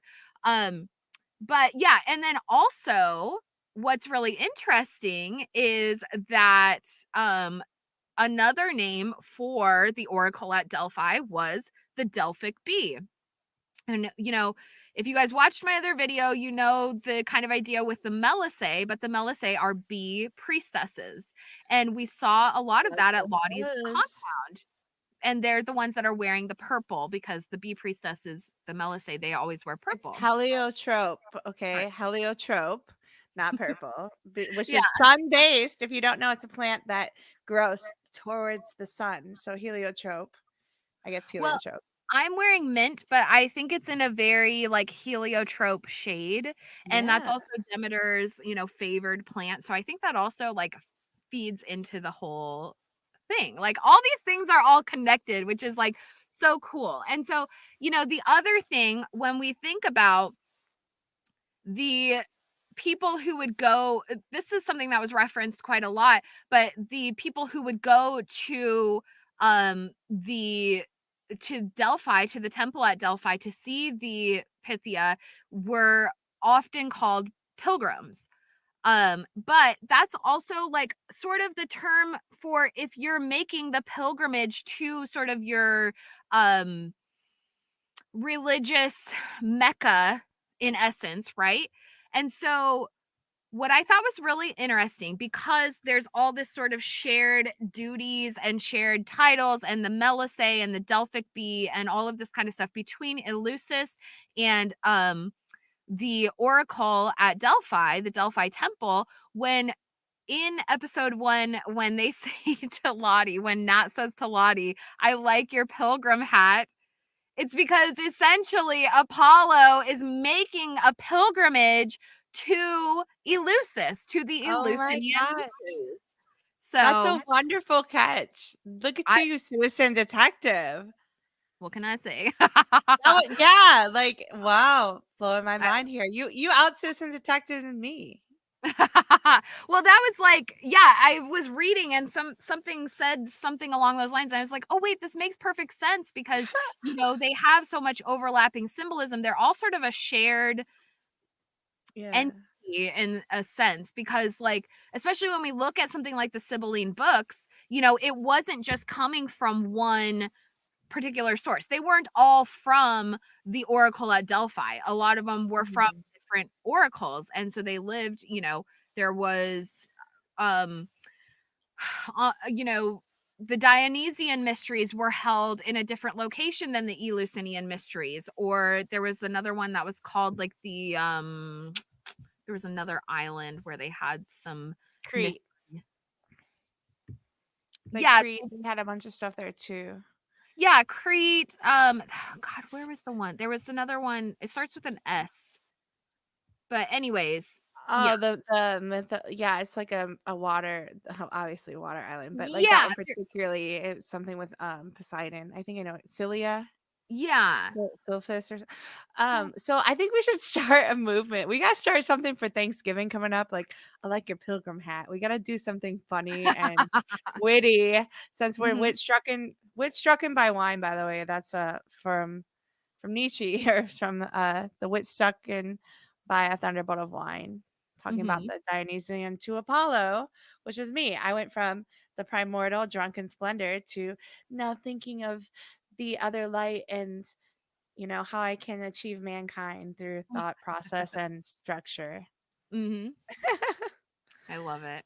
But yeah, I love we gotta so anybody in the chat, like I mean, throw something in there. If you catch us later, if you happen to follow us 2 hours later into the stream, but like let's do something fun with this pilgrim. We have to bring it up. It's the time, the season is now. Mhm. Yep. Don your pilgrim hats and, you know, welcome, make your way to down the long path towards Eleusis.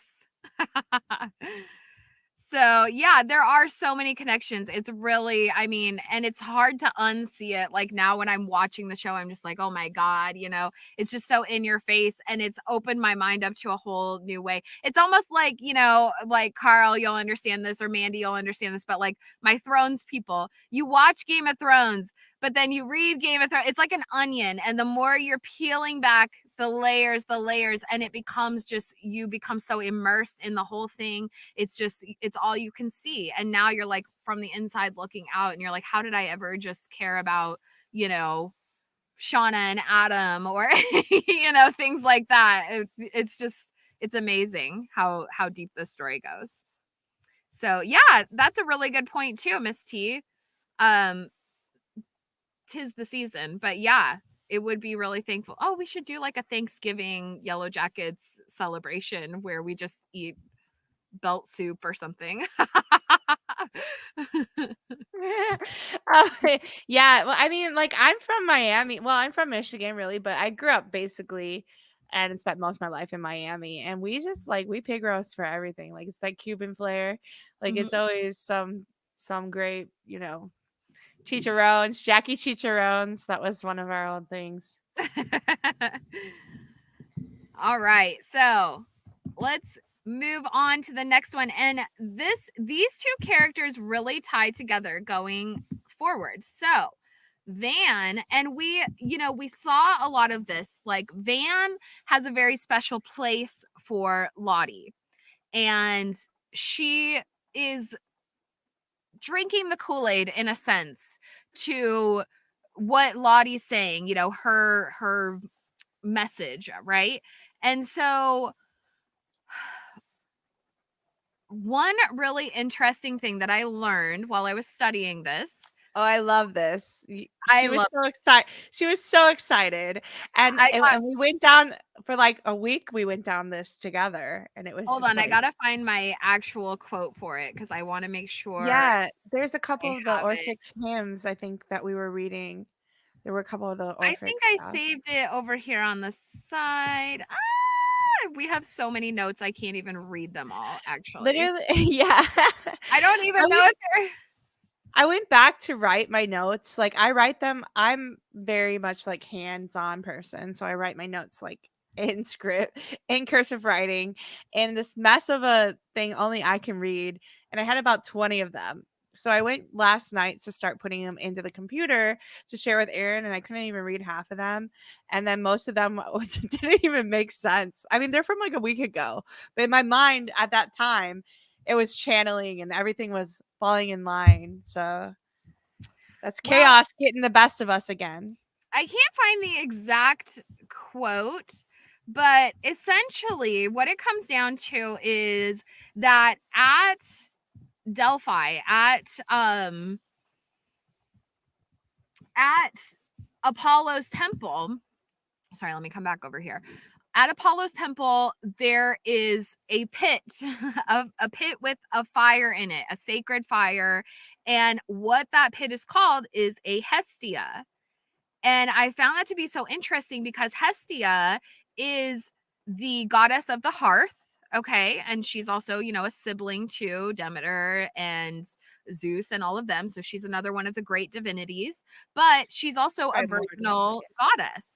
And so she's the goddess of the hearth, meaning she stays home. She protects the home. She tends to the home. She's keeping people fed. She's keeping people comfortable. And she's also keeping the fire. She keeps the fire going. And her Roman equivalent is Vesta. And Vesta is, again, like a goddess of the hearth, but she has a sacred, order of women that are called the Vestal Virgins. You might be familiar with them. Now, the Vestal Virgins are a group of women who, stay chaste, but they're also educated. They have a college. There's a college of these women. They're like they have more rights than pretty much any woman in Roman culture, save for like the Augusta herself, right? So she's educated, but the Vestal Virgins also keep the sacred records. So they are keeping the will of the emperor. They're keeping the Sibylline books and protecting them. But they also keep a sacred flame to Vesta. And the rules around the sacred flame are it has to burn 24/7. So if you're a priestess, a Vestal Virgin, then it is your sacred duty to keep that fire burning, protect that fire at all costs, because that is essentially the fire of Rome. If all other fires went out, if every fire in every house, in the emperor's palace, in all of those places, if every fire went out, you would be able to go to the Temple of Vesta and light your little piece of wood so you can take fire home to your home, because the hearth is a sacred place. You should be able to have fire. It was a gift, from Prometheus and that kind of thing. So I really think that Van embodies this character because she is so fire associated. She's cleansed by fire. She is the cleansing fire, but she's also like, she's there. She's protective of the home. She's the one sitting around telling the stories around the hearth. Van, tell us a story. Tell us Sleepless in Seattle. Tell us, the Princess Bride and all these different stories. And she's the one that keeps all of that. And then going into her adult life, that even though she is on her own, she's, not married. She's living that sort of solid. She gets her needs met. She gets her needs met. Although that is, well, whatever. She's on some apps, but yeah. So, in her shop, even, she's keeping all these old videos. It's like she has to literally rent out VCRs to people, but these old videos are like kind of a record of the time. Fire. Yeah. And then also she also takes people's videos and she'll transfer them to like digital format and that kind of thing. So again, a nod to that, where she's keeping the record of people's marriages and like these important events that are happening in people's lives. And so I really think that, she 100% like matches this character, and I love it. For sure. And then when her and Ty are there and they see and she sees them and they're like on mushrooms, her hair is on fire. She looks like she's glowing. Mhm. Beyond that, when she's about to die and she's being put in the fire, she's like, "Fire, really?" And Yeah. and she is this reborn again and starts becoming into this person who is all about religion and following Lottie and following the sun and believing in whatever she can. And also, I think there was something about Hestia and these little necklaces with the bones and the knuckles that she gave, because there were knuckles left by like some cannibalism in some story I read. But I thought it was interesting because she had the same kind of necklace she gave for protection and Mhm. swore, and she's always there with the fire by Mari or keeping it going, or even after the weather changes and they're outside, she's getting firewood. She Mhm. is that fire within. And I thought, so here's another parody. Van was a vessel virgin. She was light and fire. And I don't know.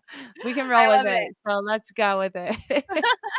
Well, yeah, and then even at the end when the cabin is burning down, Van is like the very last person out. You know, she tells Ty, "Get out. I'm right behind you."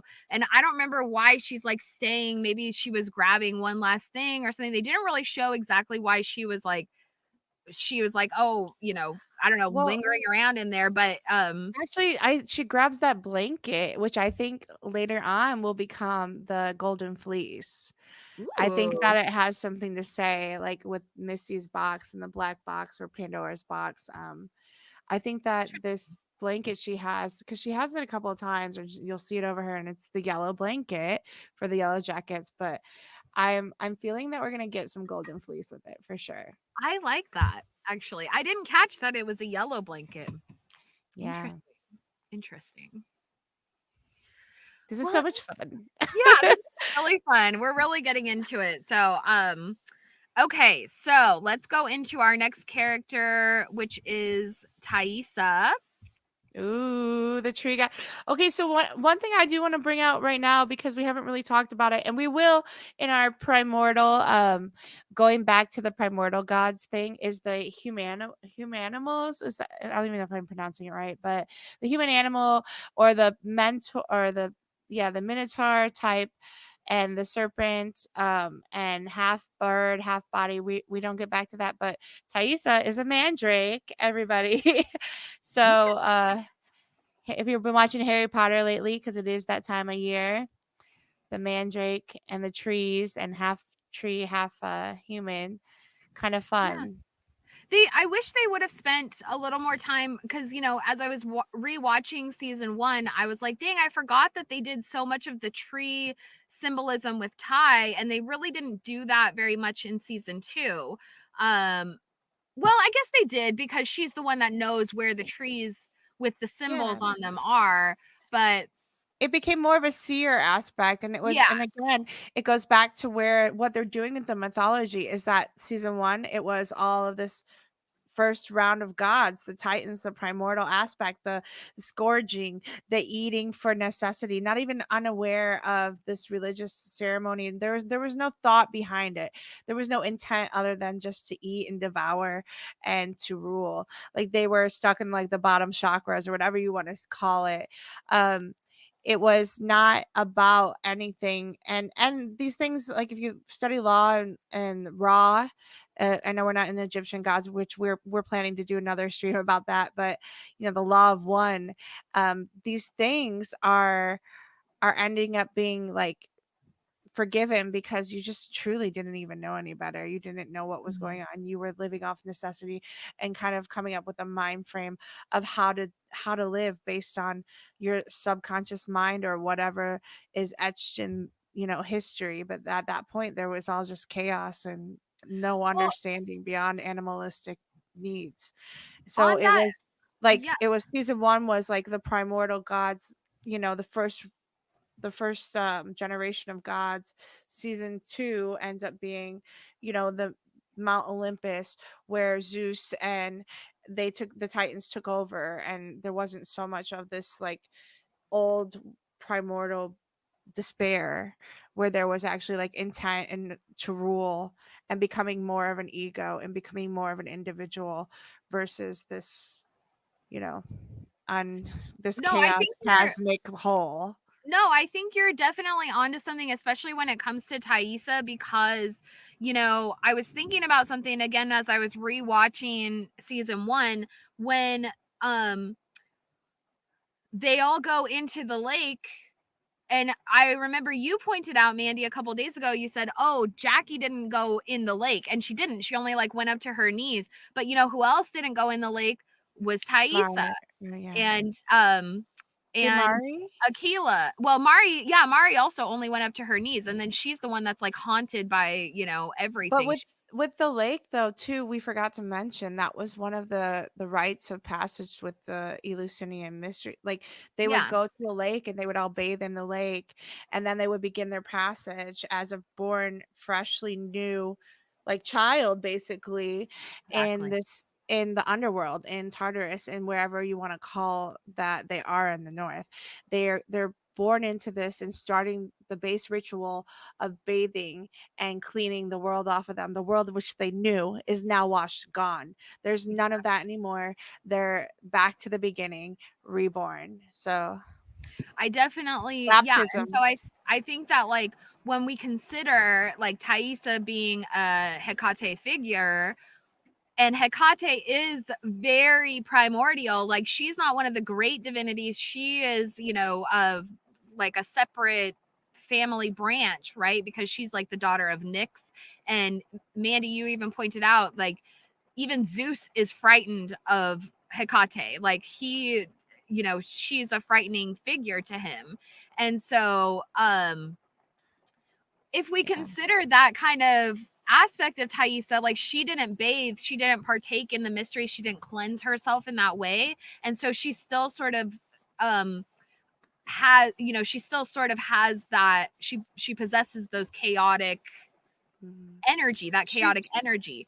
But I would call her very, like, even though she has the seer and she eats the seventh chakra, that's just like born into, like, I would call her very low frequency vibration in a sense, but she has a lot of like Athena vibes to her because she runs the political aspects and makes people work for her. But I do want to point out though, Carl's talking about the first sign of birth is the water, and then this got me thinking right here. So Mari is actually like with an I, but Mare and C, and we talk about it, and we talk about all these ascending and reascending gods, these psychopomps, and a lot of goddesses who had their horse drawn, you know, their carriages drawn by like creatures like Mari. So this is interesting to figure out later and think about. Maybe she is some sort of mare type symbolic god, or I wouldn't say she's god. I feel like she's more of going to be a gorgon or something, some sort of more primal I entity, see her really connected to like that Maenatic energy. Like she doesn't really seem like she's evolving. She's more of declining than accelerating, in my opinion. Yeah, she you won't. guys hear all this rain happening around me? I'm sorry if it's super loud. Oh, it's the Mare. It's Mari. She's bringing Mari's here. The water has broken. Yeah. Cool. So you're in the womb. You're in the Tartarus of your caravan. No, I had like a really crazy Hecate experience a couple weeks ago, but I don't know if I don't know if you guys are ready to be disturbed. So I don't know if I want to tell you. Yeah, Mandy says no, so I probably won't. But let's just say black dogs, okay? Maybe if you join the the private on your, what's it called? Do I have a private? I don't know. No, the Patreon, and I'll tell you. Yeah, Patreon. Maybe I'll join Patreon if you want to hear disturbing Hecate stories from Alaska. Otherwise, we're gonna scare everyone off. Oh, it was pretty messed up. I was pretty traumatized, but no, not OnlyFans. Yeah, there's a bear there. She's dressed up like a bear. Yeah, my OnlyFans is just wild animals, you know, devouring humans. I don't know. I think it's also like rotten.com. Anyways. Okay, so yeah, real lonely in Alaska. Right, the bear and the maiden square. Rotten.com. Okay. Anyhow. Carl, we're PG-13. Plus Hey, it's cannibalism. Saturday night. It's Saturday. We don't do Plus Saturday night cannibalism. streams Wait, too often or what's ever.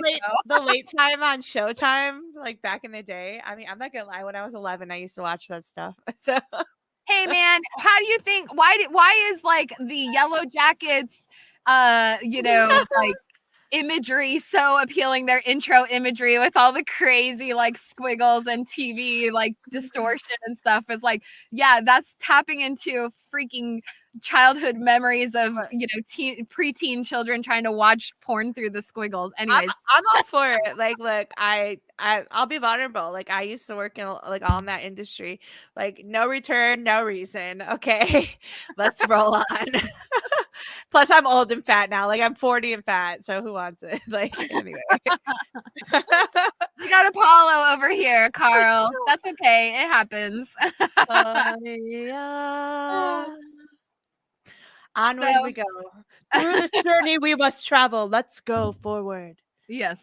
All right. So coming back to Taissa, let's come back to it. So Hecate is the goddess of witchcraft, okay? And she's also the goddess of the crossroads. She's like she's really associated with the night and that sort of thing. Also with black dogs. And well, dogs in general, but black dogs specifically. And she is a triple goddess. And I really think that a lot of this stuff plays into Taissa. Obviously, her association with dogs. And then, Taissa essentially like used Biscuit as like an offering to like win her election. I mean, let's be clear. Like she gained the votes sort of by using that to her. I don't know. She made the sacrifice and then she won. What can we say for that? Yeah. So yeah, I see. Like I get this. She's part of Hecate, but I just feel like that's a primordial basis. Like for her, I was thinking Athena because she really is just like that warfaric. I kind of always felt from the get-go she was an Aries type god of war type figure because she's right away going after what's her name with her leg, and then what is her name again? Oh, Allie. Allie. What was our theory on Allie? There was something we thought of that the other day. Yeah, we just said something about Allie. But yeah, like Aries' rage, violence, her impulsiveness, like she's quick to like she doesn't even know what she's doing in the impulse because like she blames it on Tree Tie taking over. But is that it really, or is it that she's stuck in that ego? She's stuck in that boundary, and the thing about her too is like Athena had, she did like the first jury, like she did judicial form. She had all of this kind of like judgment against her and political, on political, just everything. She was always trying to create balance and create justice. Yeah. And she also kind of ended up being in charge of like people who were willing to just like die or work for her, even though she didn't want to control them. Like they were just giving up to her because they wanted to help her passion and her love and fight that justice. And so she's like civilizing, she's everything that regular Thai is, and Tree Thai is more Hecate and the stuff, I feel. I can agree with that. I think, I definitely think like her. Well, that's one of the things. So as a triple goddess, I feel like she has these, these different aspects of herself. And I do think that it fits into like her personalities, her, alter personalities, right? Because we have main, the main Thai, like conscious Thai, sentient Thai. Then we have her alter, who is sort of non-sentient, or like she's not really accessing that mind frame. And then we also, I really envision the man with no eyes as an aspect of her personality. So if she is a triple goddess, he is definitely a part of that. Is he An justice? aspect of that, because he guides her and justice is blind. Yeah, and he follows her throughout her whole life. I mean, obviously they're like somehow connected intrinsically. So I do see that with like the triple goddess aspect of her. And yeah, and don't worry, Miss T, Steve is coming. You will see Steve momentarily. Uh The she-wolves. Oh my so gosh. Here's another she-wolf. We can get some Shakira and like Tree Tie. oh my god, I love that. She's the she-wolf in the garden. Yeah, that's Taissa. In my head. She's a she-wolf in my head. Literally. Oh Oh my my goodness. god, I love it. Yeah. Yeah, This is so a great stream. This is getting us kicked back into like literally we have so many started essays and videos. It's just it's hard to finish them because there's so many things we're still waiting for. And as soon as we think we have an idea, like literally gets shut down the next week because of something or whatever changing. But we have a lot of stuff coming out soon, and it's gonna come back in full round. It's gonna be so much fun. This is great to start us off though for you our know, new school year, because like now we're what, juniors now? We're juniors. We're hey, not we on the are JV team second anymore. year attendees to the Eleusinian mysteries, okay? Yeah. Because you have to go, there's there's a certain aspect of the mysteries that you're not allowed to access until you're a second year initiate or whatever. Like you We're have trying out. Yeah, we're trying out for varsity team this year. exactly. Didn't make it. So also I do want to point out, like, they just wrapped up the or well, it's finishing up the strike, the WGA strike. And I just saw that the Yellowjackets writers are going back to the writers' room. They're starting on Monday with season 3. So, and personally, And although all these people have said, they're not allowed to write and that kind of thing, BS. I call BS. When you're sitting at home and you don't have work to do, guaranteed Ashley and Bart have season 3 hammered out, and they just need to do the final finessing. Ashley, Bart, Showtime, if y'all are listening, like Aaron and I pretty much have 10 different versions of season 3 already. So my goal, like I'm using the law of attraction. I'm using the law of one. My goal is to write for this show. Let's speak it to existence. It probably will never happen because I'm nobody. Right now it's happening, like exposing these storylines. Like we are partaking in the mysteries, right? Fan fiction right here. This is where it starts. Ashley and Bart, if you are watching this, we love you.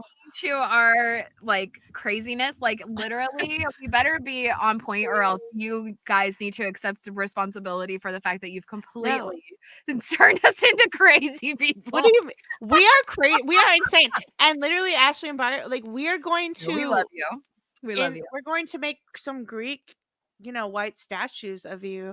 So next time you see us come up, we'll have some like Greek statues in the background. I want a Bart statue. You know what? We can have like the triple face goddess, like with Ashley My Bart. husband just got a 3D logo. I'm gonna make him make me a Bart statue.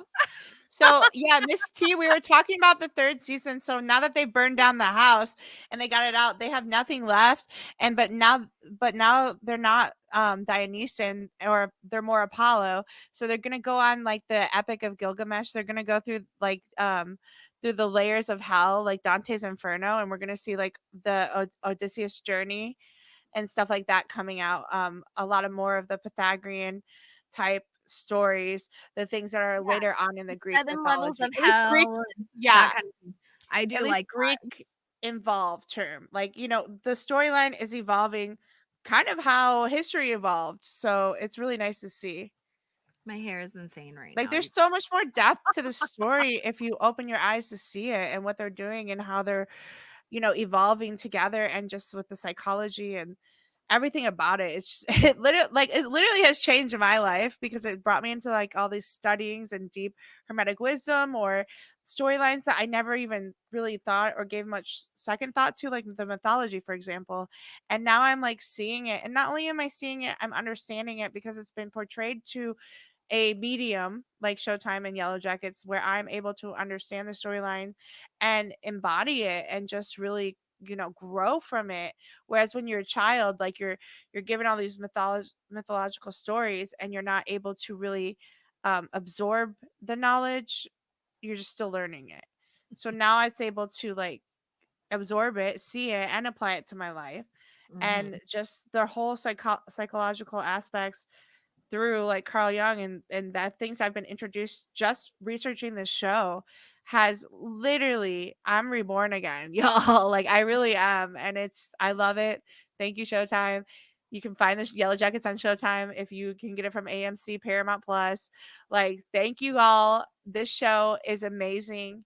And if the world doesn't see it, hopefully they will eventually. But I see it, and I see more every day and every time I look. So as Nat said, we got to find our purpose. And so I really feel like this, has given us a whole new, like, just a new rabbit hole to go down because, Mandy and I we love to do this kind of thing. We spent this much time and energy on other stories and other shows, but this is the first one in a long time that's like really inspired me to do a lot more research and go deeper. I think you can go deeper, Natalie.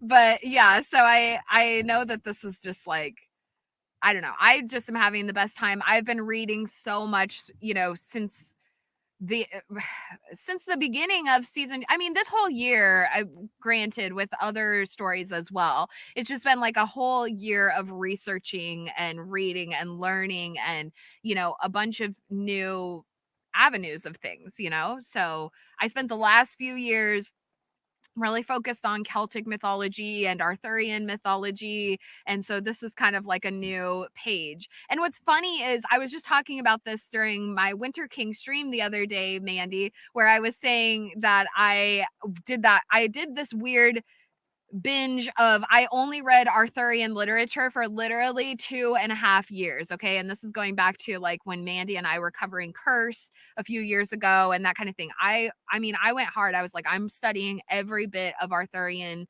mythology that I can find. And I mean, I'm reading like the Mabinogi, I'm reading like, all these really old books. But what's so funny is the very first book that I picked up and read that was not Arthurian was Circe by Madeline Miller. And actually, that goes into our next character, which is fantastic. But before we go into our next character, we do have a word from our sponsor. And hopefully you all will enjoy as we take a little intermission as well. A little word from our sponsor, and we're at the crossroads. Yeah. And I just want to remind you all that smoking is bad, okay? So Mandy and I are going to take a quick intermission. This video is about 1.5 minutes long, so I'm just going to stretch my legs really quick while it plays, and then I'll be right back on.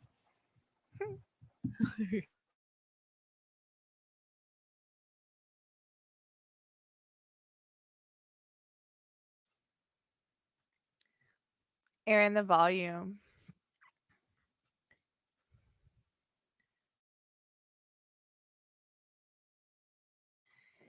We need the volume, my love.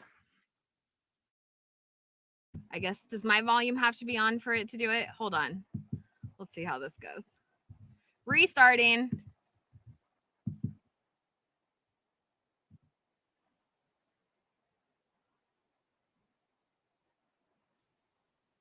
I'm not getting volume, my love. You're not hearing it? Yeah, are you guys hearing it in the chat?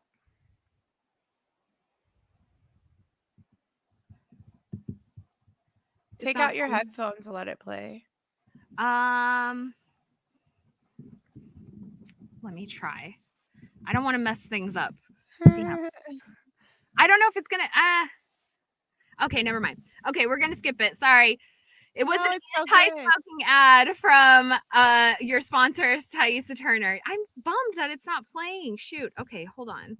Let me see if there's a way. You got this. You guys couldn't hear it in the chat? The audio wasn't playing? I guess if you can't hear it, Mandy, then it wouldn't be. Yeah, I don't think so. Let me see if I can do. forget it. I don't want to fudge around with this a whole bunch. But Circe.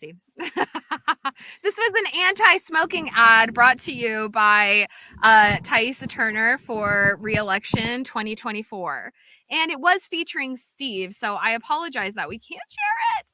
But that's okay. Moving on. Well, let's take a 2-minute break. Why don't you run and take a break really quick, Mandy, and I'll hold it down, and then after you come back, I'll take a little 2-minute break and we'll just switch out. Does that sound good? Sure. Well, does that work okay for you? No, it does not. No. I hope you're joking. Right. I know she can handle it. So, I'll go back actually, so we're not getting too far ahead of ourselves and leaving Mandy out of things. But going back to Taissa, yeah, we can kind of really see her embodying all these things, especially when it comes to the dogs. They really included that aspect for her. And one thing that really spoke to me as far as her being the goddess of witchcraft is when she does actually win the election, she's wearing that red dress.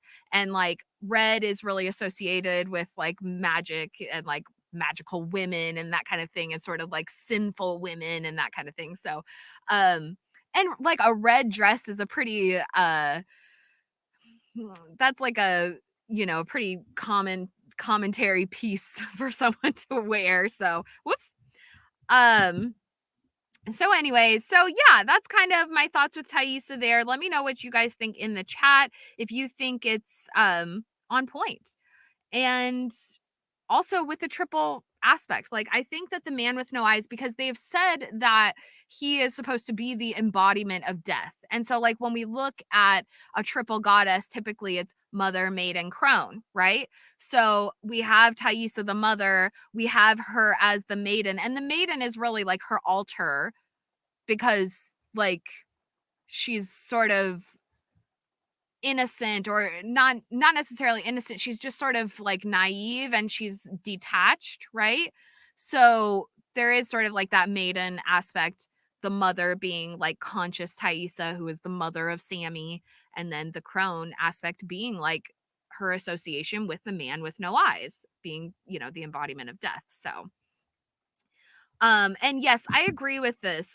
It was, because it wasn't even just Biscuit's head. It was his head, his heart, and then there was also Sammy's doll. There was Sammy's doll down there and a bunch of other stuff. And so it was really set up like an altar. And then even when Taissa discovers it, Simone told her that it was down there. And so when Taissa goes in to find it, there's this momentary shock but then she prays. Did you guys catch that? She prays to the altar. So even though she's shocked by what she discovered, she's still honoring it like it's a, I don't know. Anyhow. Okay. So, Mandy, do you want to talk a little bit about Taissa, or should we move forward to? Let's move forward to Misty. If you're gonna ask me if I want to talk about Taissa or Misty, the answer is always Misty. For those of you who don't know, I am a Misty all day, every day stan. Well, Misty meets Nat is me, so. Yeah, Misty Nat is holds a special place in our hearts. So Misty, I really find to be heavily associated with Circe. And we kind of toyed with this because she also does have some Athena aspects to herself as well. But Circe is a more unique character because she is exiled. So Circe is an exiled god, and she is the goddess of pharmakeia and magic, okay? And so she was exiled because she was messing around.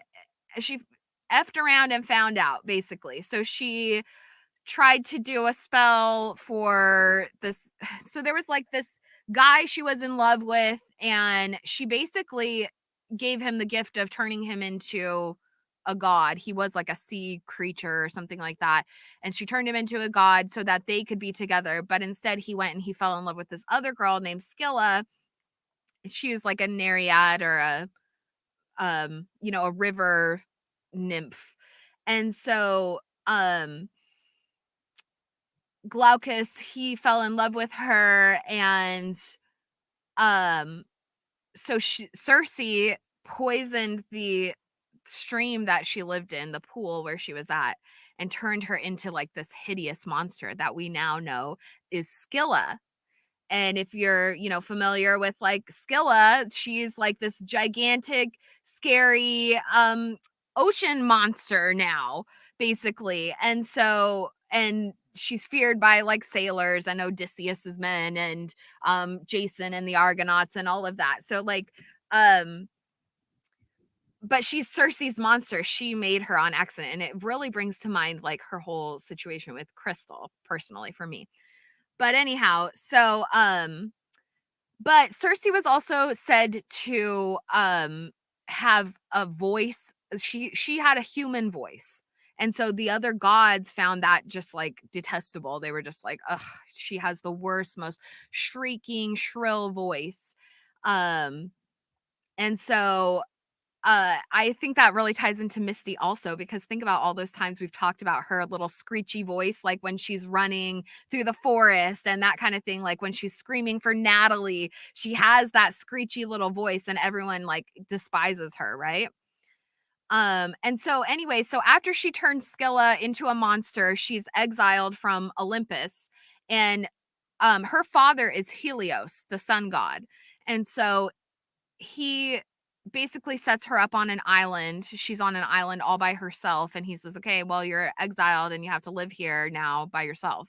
So she's moved out to this island, and so what does she do with her time? She starts to study all the plants on the island, and this is how she develops her skill at pharmakeia. She learns how to use the different plants for medicinal purposes and for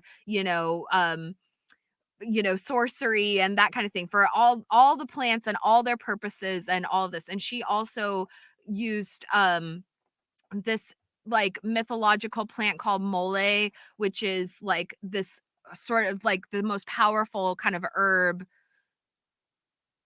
known, but it was like it's sort of a mythological at this point, because it was like I don't know, it's almost too good to be true kind of thing. It's all like a holy grail of herbs or plants or whatever.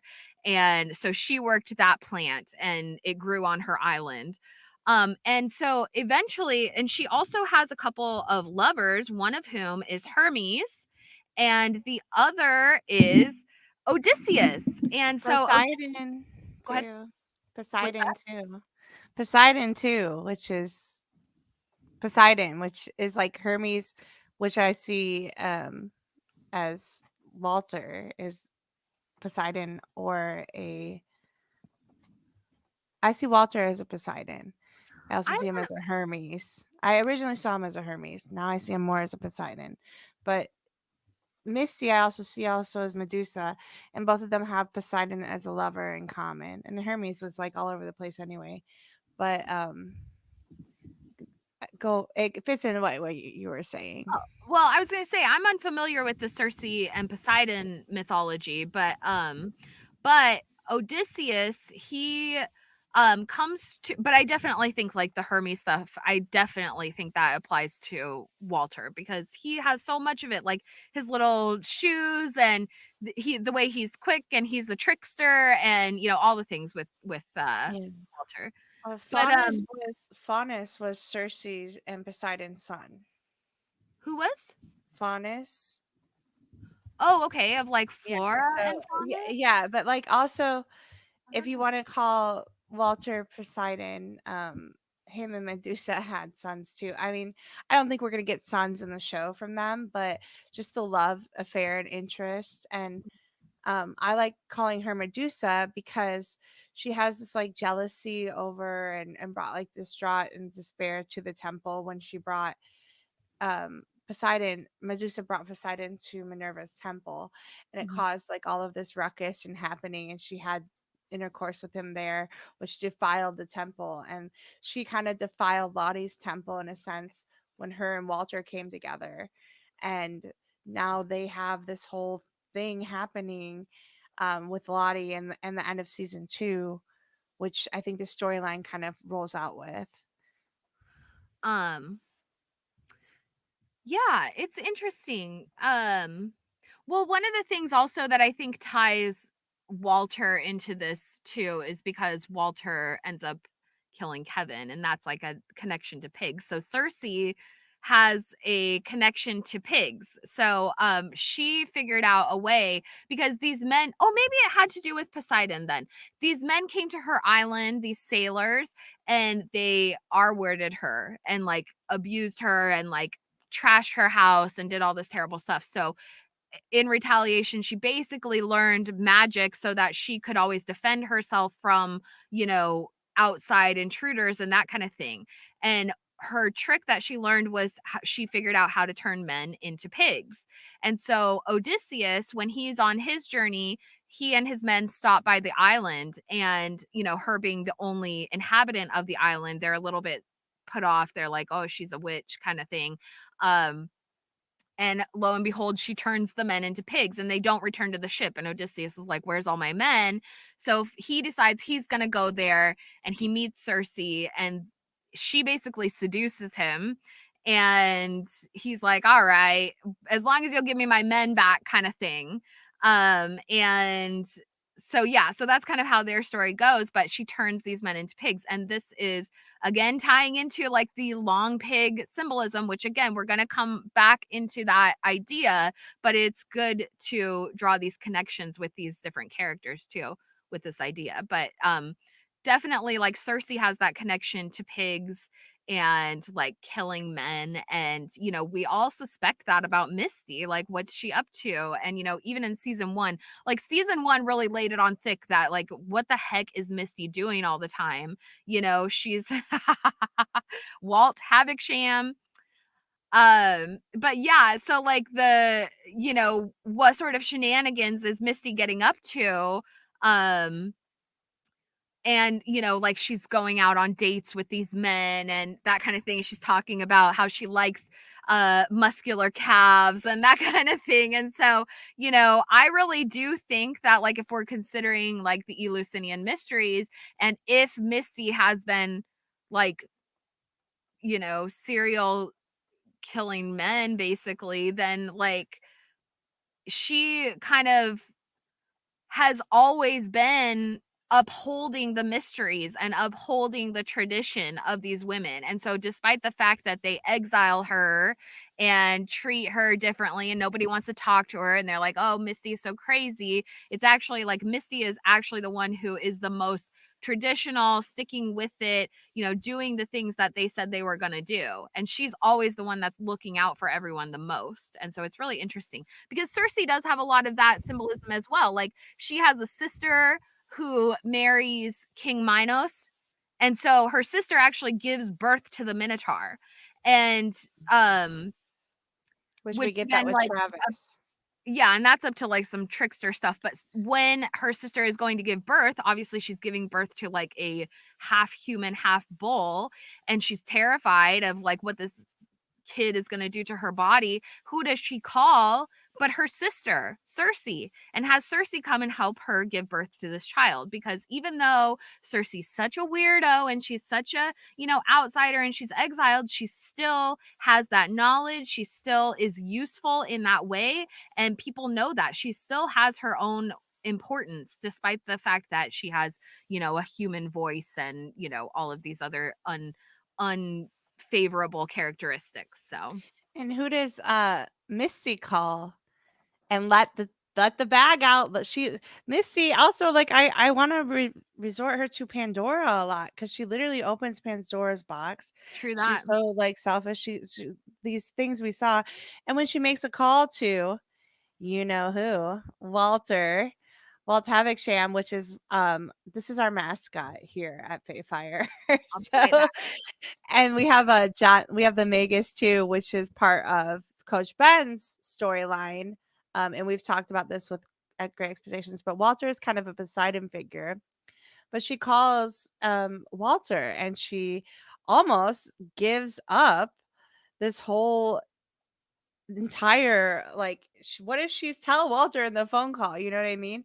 Like she ends up making this whole admission to, like, oh, you were right about this, and he is he her friend or not? Because in the Poseidon and in all of the other mythology that we follow with Misty's character, whether you want to see her as Medusa or Circe or whatever, she ends up getting betrayed by her lover, or she ends up, they love each other, yes, it's real, but Poseidon's true heart never was hers.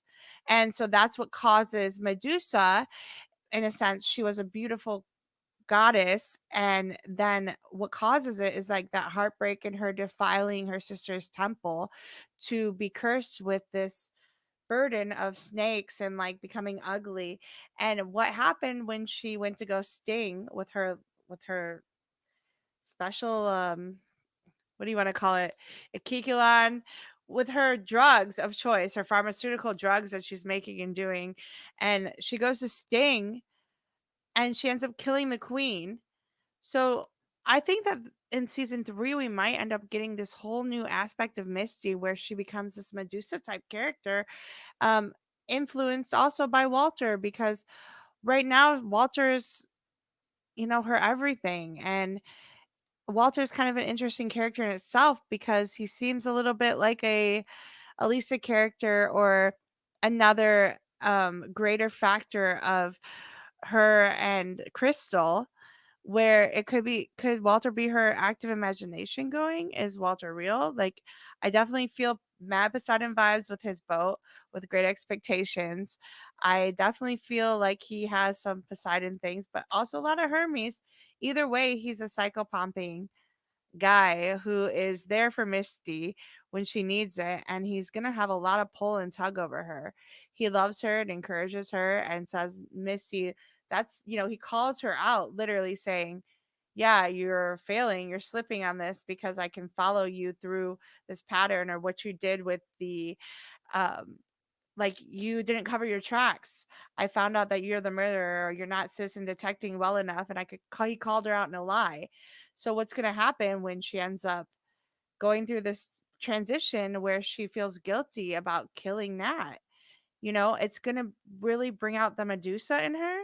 Is it going to bring out this next goddess magical thing that we've seen happen with her, that is kind of I'm sorry, I'm trying to get this back up here.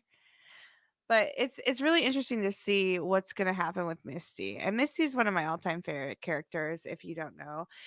Her and Crystal, and her imagination. I also see a lot of stuff with Psyche and her and Eros. She doesn't know the true face of Walter, and Walter could be a Cupid type character in that aspect. Or an Eros, which was Cupid. So yeah, it's been a real thing with Misty. What do you guys think? Oh, she's the fixer. Yes, Rachel says she is the fixer. That is very true. And that whole thing with her and her dreams and her psychic imagination and making the ability to make these calls. What, like with Adam, you're right. She ends up being fixing and taking care of everyone's mess all the time. In a sense, kind of a, I mean, one could call her, with the triple goddess aspect of Hecate, a mother for a second, but she's in between there. Oh, what's happening here? Sorry, bear with me, all. I am just learning how to do these little slide things. Aaron, Aaron gave me like privileges about a year ago, and I finally just accepted them. I can't hear you, Aaron. You gotta unmute. Sorry, I'm having technical difficulties. My light thing is not wanting to work. Hold on. Give me just one more second. And thank you guys for holding it down. Hi, Migratory. Welcome.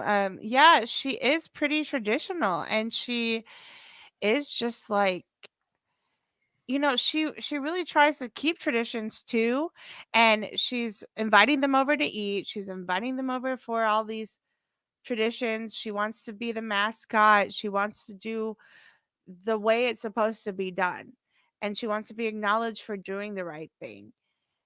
and that's something about her that, like, once she found out what her power was, she broke Pandora's box. She wanted to keep that power and suffice into her ego and make herself feel important. And that's kind of what a little bit of Circe's storylines happen too, when she's talking a lot with the kings of Crete. And if you actually read more of the Orphic hymns, there's a few things in there too that Circe definitely applies that kind of notion and applies that, like, traditionality versus just the impulsive nature of Ty, for example. Like, they don't care, or Shauna, like, they don't care about traditions. They just, and Misty is like, it has to be done this way. Yeah, I agree with that. And I and that's her role too, though. Like, she's this, the seer, not the seer, the remember the script, the original script, it said there was the seer, the carver, the like initiation, the ritual holder or something. What was the name? don't know, but this is fascinating. I like it. There was, so the original script, it had four, when they're carving in the bodies and doing the ritualistic of cannibal. We Yeah. had the seer, Ty. We had the butcher, which is Shauna. We Mhm. had the over. I think it's just called the overseer, or the ceremony seer or Yeah, something. that makes Remember? sense because there's always that person. This is funny because I was actually I'm gonna do a video that's over analyzing the pit girl scene. So this is funny that we're talking about this. Um, so club vibes restored. Yeah, sorry, having whatever. Anyway, so yeah, so um I'm sorry, I just lost my train of thought. Too many things happening. We're But talking about the pit girl scene, and like how Misty's approach was to see, like, not the seer, but she has a role in those four archetypes that we had originally in Mhm. the set, in their, the scene drop that they actually gave to all of us to read. Like, it had the butcher and the other label. Yeah, and then they show Misty at the end where she's basically the only one that removes her mask and exposes herself. And so or not exposes herself, but just her face. Um but that I think it does speak a lot to like her overseer thing because there is that one person. I think it might have been her wearing that like fur mask when they go and Pit Girl's already hanging up there, and it's the one person who's basically directing things, and she also goes and checks the pit, which granted, considering their personality types, when we think of like who's going to go check the pit to make sure the person in there is dead, Misty kind of is the person that fits that personality type, in my opinion. Like, Misty, go check if she's dead over there, kind of thing. And also it kind of matches up with the way that Crystal was lost, so there is some sort of parallels there as well. So anyhow, so what do you guys think? Are you fan? I do think, like, yeah, like Mandy was saying, Misty does have some shared characteristics with other goddess figures, or they all sort of have this sort of triple aspect in a sense if we really look at it. And obviously no character is going to be spot on with like everything, but I do like that they kind of share it, and we can still narrow it down. Even if it is a shared characteristic, we can still say, oh well, Misty is Circe, but she's also Athena, and she's also Medusa, or Yeah. Taissa has like these shared characteristics. So I found it here. I found it on Screener, actually, if you want to look it up. I'll drop it. But they gave it to us from one of the original scripts, and it has the hunter, it has the overseer, the shaman, and the butcher. So the I like it. The overseer. shaman. Yeah, well, that's Lottie. I feel like the shaman is, because we've talked about this before on our episode stream, where Lottie embodies the wounded healer and the shaman energy. And same, obviously it has to represent the sun and moon both. So probably Nat has a lot of those similarities to that archetype of the shaman as well. Mhm. But psychopomp, shaman, similar things. Yeah. So, So all the right. overseer. I like that. So was was Antler And Queen one of them? actually, but the overseer too, that really gets into her dream with, Caligula, and where she's always seeing and watching. She's the standby watcher, and now she becomes the closer. So Mhm. it's going to be nice to see that transmutation in herself with that kind of archetype of guidance, and where we're going to see as she Mhm. becomes the main star of her own show, which is kind of a psychological trend right now. Everyone's like, "Oh, don't be a standby, be the main star of your own show." And Misty is definitely embodying that energy. So, You know what's funny about that is like it's the complete opposite of like what season 1 represented, because even of up to course. Jackie's death, like Jackie was like Shauna says to her like, "Oh, we're just side characters in the story of your life, Jackie." And so it is kind of funny because they are supposed to be like coming together as a team in that sense. So, Well, anyways. but the thing is Misty wasn't like that. They go back and forth, but it's again, when you transcend, you can become this wounded shaman. Like, yeah, you're a shaman, you're guiding people through the light, but when you get stuck in the dark, which I think is what's going to happen to Lottie, she's going to become the woman healer, or this dark shaman Mhm. energy, which is like, again, going dark. And Medusa, her with the storyline with Medusa, she's going to go dark. Misty's been on the light side the whole time. She's been airy. And when you have like that whole scene with Shauna and the baby, and you have like Ty and the dark side next to her on one side, and the characters of the light like Van and her, who Mhm. we really haven't seen go dark yet. And I think that that's what's going to happen, because she's so air, she's not grounded, she never was, and Walter's grounding her. And then this situation where she kills the Antler Queen, where she kills Nat, she's going to end up being like this very dark entity. And I think this is the Medusa side. Interesting. I like Yeah. that. I'm into and it. and she hasn't gotten the chance because she hasn't dropped that ego. She hasn't lost her whole self. She actually gained the ego when she was in the darkness, you know? Yeah, definitely. So she That's a finally good found a point. sense of reason and worth. It was like the cave for her, really. Mhm. Mhm. Yeah. And that's the other thing, is like, I feel like the characters we were given, some of them were always like the earthbound characters, other ones are air characters or Apollo type characters, other ones are like underworld characters.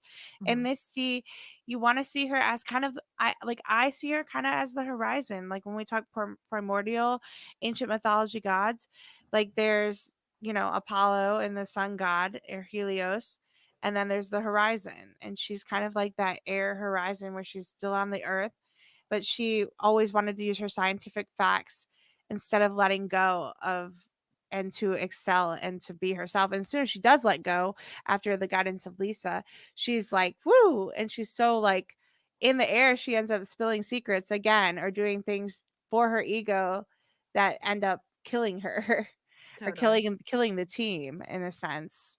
Yeah. All right. So I let's love move on to Misty. our next character, which actually, again, going back to the Circe mythology, we have Coach Ben. All right. So this one's He's a really Gemini. I just gotta throw that out there. I'm in love with Coach Ben. Like I have a mad crush.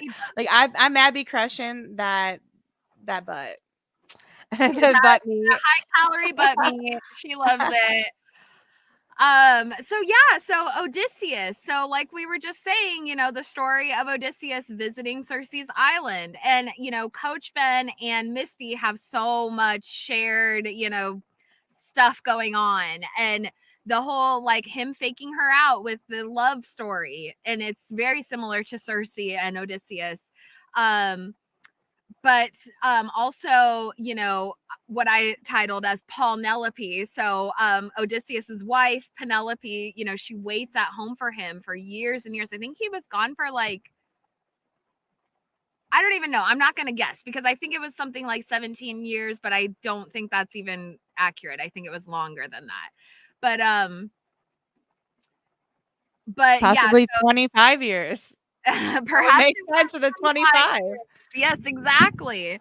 So he's lost on his ship and all of that. And so his wife is like waiting for him, and all these suitors come, and she's like, women, they would weave all the time then. And so she would weave this tapestry, and then these suitors would come, and she says, when I'm done weaving this tapestry, then I will take a new husband. But until then, it's not happening. So every night she would tear out the threads of the thing she was weaving. And so anyways, it's kind of cute because like we think about Paul and like how Coach Ben always thinks about him like in their home, and all the things he did wrong. And that's kind of very reflective of the relationship between Odysseus and his wife. So, but Odysseus also, he makes a descent into the underworld, I believe, to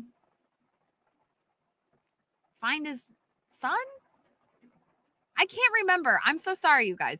But anyway, or maybe to his mother? I can't remember. Someone in the chat, I know you know this.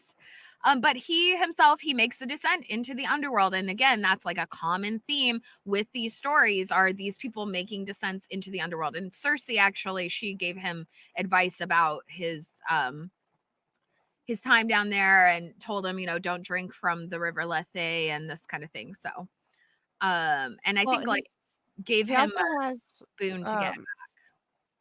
not just Odysseus, he has Orpheus like qualities as well. It's just that whole transition of like becoming more of the man and not getting caught up in the scourging of the primordial meat and cannibalism, and just keeping the balance. And he's always been that character between Odysseus and Orpheus and the Magus, where they are just understanding both sides of the realm. So this is another earthly horizontal person, which is why him and Misty are so connected and intertwined too. Yeah, it's interesting because like even Odysseus in like the Trojan Wars, he was sort of, he did do some like hauntingly terrible things, but he also was a very level-headed individual in comparison to other characters like Agamemnon and like Menelaus, who were doing like, and Achilles, who were doing like these really they were very like, war hungry, whereas Odysseus, he resisted it and he didn't want to partake in it, and sort of the more terrible things that he did, he was sort of coerced into doing. And so his sort of trip is sort of an exile in a sense for, paying for his war crimes in a sense. So hey there, thanks for being here, Wild Marjorie, I'm sorry, excuse me. Welcome to Saturday night Eleusinian mysteries up in here. So, Yeah, all and right. so also the Odyssey, I think, my prediction is that we're gonna go into a lot of these purgatory and realms of hell in the next thing, or the next season, and between all of them. And my prediction though for Coach Ben is gonna be more of like he ends up getting eaten alive by the girls. A lot of people want to say do you guys think he's alive or not? Because I actually think he's gonna end up being torn apart, kind of like an Orpheus style. That's a good question, because if he is more of an Orpheus character, like that would make sense. And especially with like if it was him that burned the cabin down, which pretty clearly it was. And so it's interesting, like, but I do love this idea, because if we compare him to Odysseus, and knowing that Odysseus goes on like this great long journey where he doesn't make his way home for years and years, my mind keeps going back to that line from Shauna in episode 1 when she's with Taissa, and she says, if anyone's digging around about what happened up there, then we're all effed. Fucked. Okay. Yeah. And so I'm like, what could they're doing the cannibalism, they're doing this and that. And even when they sit there, and Jessica Roberts, she's like, well, what about those guys in the Andes? Like nobody's gonna judge you. Clearly there's something more disturbing that they're keeping secret, and it's not just ritualism of like how they were tolerating the cannibalism and that kind of thing. My mind really goes to, did they leave Coach Ben behind? is he still there? And he was like, public Yeah. enemy number one. And when they get rescued, they were like, whatever. And I can just envision this scene of like Coach Ben like hobbling out and they're all leaving like on this plane or whatever, in this rescue like vessel or what have you. And he's just like trying to make his way over there and he can't, and like, what are the girls going to do anyways? Like, even if they were enemies, like, when they get rescued, they should all go out together. They all went in together. They should all go out together despite like whatever. Well, he went the opposite. Like he was like that person actually alive who goes the opposite way and it takes longer to get there. But Yeah. I think, you know, like you said, that it does take 20 years to come back to his home, and it's about that time frame. And maybe he came back and they don't even know it, and it would be an interesting character set and what happens with him. It would be the dynamics would be insane, like Migratory says. But the Magus and the other things that we've affiliated with him so far, they all kind of end with them not making it, right? Like they make it but just in time, or they don't make it completely all the way, or once they make it, like it's done, the story's done, there's nothing else to live for. Well, and then one hint to this idea, like it's not completely out of left park. Now, as I was rewatching this and I was texting Mandy because I was like losing my mind, I was like, wait a second. So in the pit girl scene in episode 1, the pit girl scene at the very, very beginning, when she's running through the forest and they're making the animal noises and stuff, there are symbols on the tree, but they're not the symbol. It is an eye. They're symbols of an eye, like an eyeball.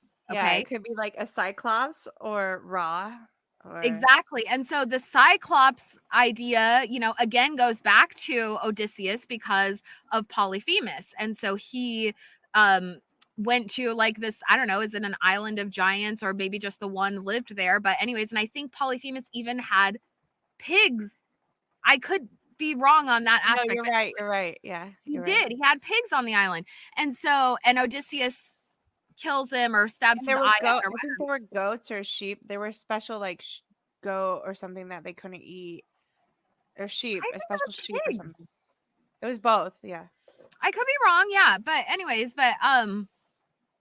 but anyway, so yeah, so I'm like, oh my God, and so I texted Mandy and I was like, wait a second.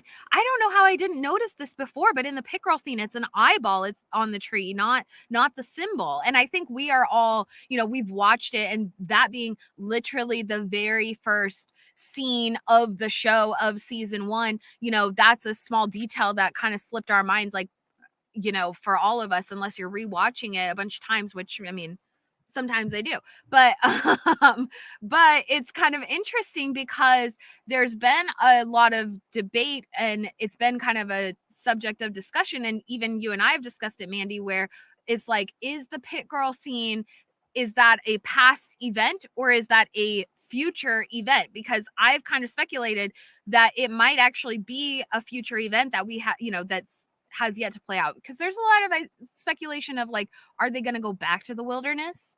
It's sort of like they spent all that time trying to get out of the wilderness. Now, are the adults going to try and go back so they can sort of continue this ritual or what have you? And so there's been some speculation on if the pit girl scene could perchance be a part of the adult storyline, but they're sort of intermixing it to confuse us, Well, we've seen them go back to the wilderness already, but the thing is, like, okay, so if you want to get into the psychology of it with like Nietzsche and all that, he really talks about men becoming sheep because we're all so much following each other that we lose our original thoughts, and that man is turning back into these humanimals, or these part human, part man beings again already, and we are going back because we're trying too much and failing at going to this Apollyon nature. So I do actually think that it's going to go back, and I think that it needs to, which then we're going to see that whole Persephone thing again with the real Persephone, Callie, and it's going to be open. there's just so many world turn round. The cycle keeps going. The snake eats its tail. Mhm. Storylines that we can get out of them going back, and even Exactly. Zeus and between, if you want to call Shauna Hecate or whatever. But I think with Callie being another persona of Jackie, we're gonna go back to the beginning and maybe right the wrongs in a sense. I think that's what they're gonna feel like they're gonna need to do, but Mhm. there's no wrong or right is what they're missing. It Yeah. just is what they had to do to survive, and that primordial nature of animalism and what we're talking about here with all the psychology. And if it is something like the law of one where we keep going back, or we keep all this is deeper than that. And it'll be great. I think that they should go back, and maybe Coach Ben is still there. Maybe Coach Ben is now the new cabin daddy. He built a new cabin. What's the Who first knows? line of a Game of Thrones, of A Song of Ice and Fire? I think we should go back. It's you have to, like, there's something about, nothing is ever the same. Everything is Mhm. always changing, and even when you go back, you just see things completely different, which is that's the Apollyon nature. Like, it's like, if you go back and just see things the same, is that not primordial? Is that not you expanding your consciousness? Mhm. Like, you want to see things again differently, but it's Mhm. still a new version of you going back. It's an alternate timeline, if you want to look at it that way, whatever you want to say, but it's still not the same you ever. Mhm. So there's always something to be learned in looking back. And now it is, do you hold on to that and stay in that past, or do you learn and grow from it and move forward in your transmutation? Migratory. What's narrative therapy? I love that terminology. I think that's how I live my life. I do. It's just narrative therapy. All right. Ah, for real. Mhm. Ah, All right. So jumping into the next character, which is Javi. Harvey, Ha- Harvey, Harvey, baby. Now so he's dead. He's fucking dead. Harvey, Harvey, Harvey, baby. he's Right. our Iacus, right? As we go on our march towards Eleusis, we must shout, Iacus, Iacus. Oh, but no, we sing, Iacus! we're singing, Ave, Iacus! Ave. All right. So, you guys are like, what the hell are you talking about? These Crazy. crazy wenches. Okay. So Javi is clearly, to me, he really stands out as Orpheus. Okay. And Orpheus, we've talked about him throughout this, where he was the most beloved and he made the most beautiful music. He had the most beautiful voice, and he was beloved by Dionysus and beloved by the Maenads because he made such beautiful music. And they are, Dionysus is the god of wine and fertility and good times and that kind of thing. So of course they want music. They're all wine drunk, of course they need some music. So Orpheus, being the most beautiful, making the most beautiful music, he was beloved by Dionysus and sacred to him. But Orpheus had a wife named Eurydice, and she was a nymph, like maybe another river nymph, I'm not really sure. But anyway, she was very beautiful, and someone else fell in love with her. I can't remember who, but they chased her, and then she got bit by a snake, and so she died and she went into the underworld. Well, Orpheus was heartbroken by this, so he couldn't make any music anymore because he was just too heartbroken. And so he made a descent into the underworld to find his wife, and he made a plea to Persephone and to Hades, and was like, I need my wife back, and yada yada. And he played music for Persephone, and she was so moved by it that she was like, all right, let's let him, she like convinced Hades and was like, just let him have a chance. So Hades made a deal with Orpheus, and he said, all right, you can have your wife back, but you have to walk out of the underworld, and she's going to be walking behind you, and you can't turn around, you can't look at her, you just have to trust me that she's back there. And so Orpheus does this and he's walking and he doesn't hear Eurydice behind him, but he has to trust, it's all about trusting the gods, right? And so he didn't hear her walking, he didn't hear her speaking or anything like that. And so he wasn't sure. And so finally they're almost to the mouth of the underworld. And granted, he got permission to go to the underworld. So it's not like it's some easy thing that you can just do anytime. It was like, I think maybe the Maenads helped him or somebody helped him be able to do this. And so as he's approaching the mouth of the underworld about to leave, he just it was just tearing his heart up. He's like, I don't know if she's back there. And what if I leave and she's not behind me? Like, what, I'll never get another chance again. So finally he can't take it and he turns around and she was back there the whole time. But then he sees her just being sucked back into the underworld because he didn't have the trust in Hades and in the gods.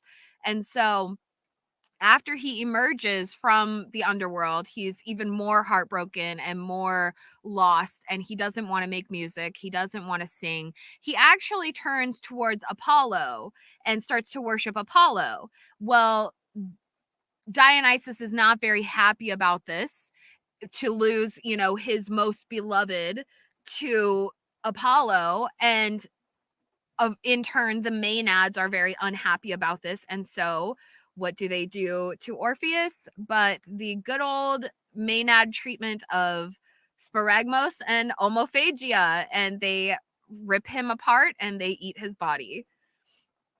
And so, here we see that Dionysus Apollo dichotomy that you were talking about, Mandy, and is really beautiful to examine. We see the Maenads again sort of in their frenzied state, and it's all feeding into this idea of a descent, the descent, the search, and the ascent, right? And the sun is at the top of sort of your pinnacle, right? So yeah, so let me know what you guys think. Do you think that Javi kind of fits into this? Because we see obviously in this photo right here, Javi is trying to lead Nat away from death, essentially, from the underworld. He's like, follow me. I'll take you to a safe place. I have a man cave. And so thank you for that one, Carl. But so he's like, I'll lead you there. And she's supposed to be following. And then finally, when he stops and he turns to look, that's when the bad things happen. That's when the ice breaks and he falls through. And again, it's another one of those symbolic falling, falling to the underworld, falling like Crystal, falling like Jackie, falling like, all these characters. And also, it's clear that he's trying to help and manipulate, period. He's trying to manipulate the under so he gets taken. And as soon as you start to manipulate for yourself, for your own ego, for whatever it is, instead of being that animalistic for the team, like the law of one, is when you get taken. You literally do. The wilderness will choose you because you're being selfish. And in a sense, he was being narcissistic, selfish, trying to save Nat for his own reasons.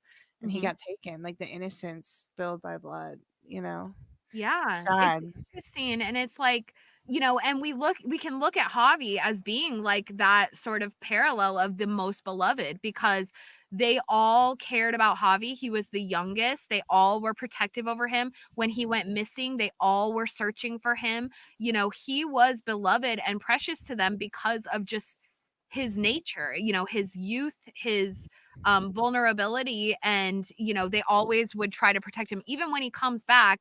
And the whole thing with Shauna and Lottie, when Shauna beats up Lottie, it's take Javi into the other room. Javi doesn't need to see all of these things. He's always protected because he's beloved by these girls. And then also when he comes back, he won't speak. And so it's a direct reflection of Orpheus. He doesn't want to sing anymore. He doesn't want to make this beautiful music that's what he's known for. And so Javi, he won't speak. And so it's a very good reflection of that. So Yeah, there was something I was gonna say, but I totally forgot because I was reading this. His head goes on speaking. So the thing about it too, when they consumed Javi, is when you see all this childlike play behavior. And we talked about this in the episode breakdown. But the girls are like, tell me a story. Oh, I want to hear it. And they're playing princess and they're acting very childish and childlike nature, which is part of, I think, what is going to save them in what they're dealing with to come. Because when you have to go in that psychology route, they're very much Lottie with the sun and thinking all these things, but now they're back at this childlike attitude and childlike reflection in nature that is going to bring them back around to that primordial, what am I doing? I don't need to have all of these structures like the house now that's burned down. So they're going to go with that from there. So it's something interesting in in absorbing this child that he was. Yeah. And, you are what you eat. And that's part of, Javi's mythology now. So, Yeah. All right. So moving on, let's look at Travis, his brother. And Travis, I had I don't think that the girlies are going to like what I have to say about Travis, but honestly, I had a really great time, kind of coming up with this parallel. Because Travis is a very important character. And this kind of goes into what I was saying earlier about like a lot of people on Twitter don't like Travis. They don't like the male figures. They want this to be all about the girls. But the thing about someone like Travis, and we can find this, especially with his character, because as the men are being checked off, ticked off, like getting rid of them all, Travis sticks around and we know he makes it into adulthood. He's one of the survivors. And, he does have a very significant role that he plays. He is like the stag king. He is that primordial male figure. He is he's the heart. Yeah, exactly. He's the hunter. He is humanity in its rawest form, and while we see a lot of the dumb mistakes he makes or says, the dumb guy things he says, it's like it really touches back to what you are talking about a lot, Mandy, where it's that primordial, chaotic nature of, there's no order, there's no structure. And when we see time. Yeah, and when we see Travis saying like really dumb things, it's like, well, yeah, he doesn't have a structure. There's no other men around. He's got Coach Scott, who's gay, and his little brother, who's like a child, and so he is setting the tone of like sort of the masculine paternal energy, I guess you might say, because while Coach is like an overseer, for lack of a better term, he doesn't have that influence over them because, like, I don't know, because he's gay. And like when we see with Travis, like well, I don't want to say because he's gay, like he can't handle it. But I gotta stop you. Travis has something to offer that the other girls want, and it's called his dick. All right, and so when they're looking, but like, okay, so Coach Scott doesn't have that to offer, okay? Misty wants him, but Misty's twisted in her head. And I'm not insulting like or saying that gay men are less powerful at all, because trust and believe, I think they're more powerful and I have more respect for gay men than straight men any day of the week. But I think identify as a gay drag man. So that's how I identify. Like that's how I am. So yeah.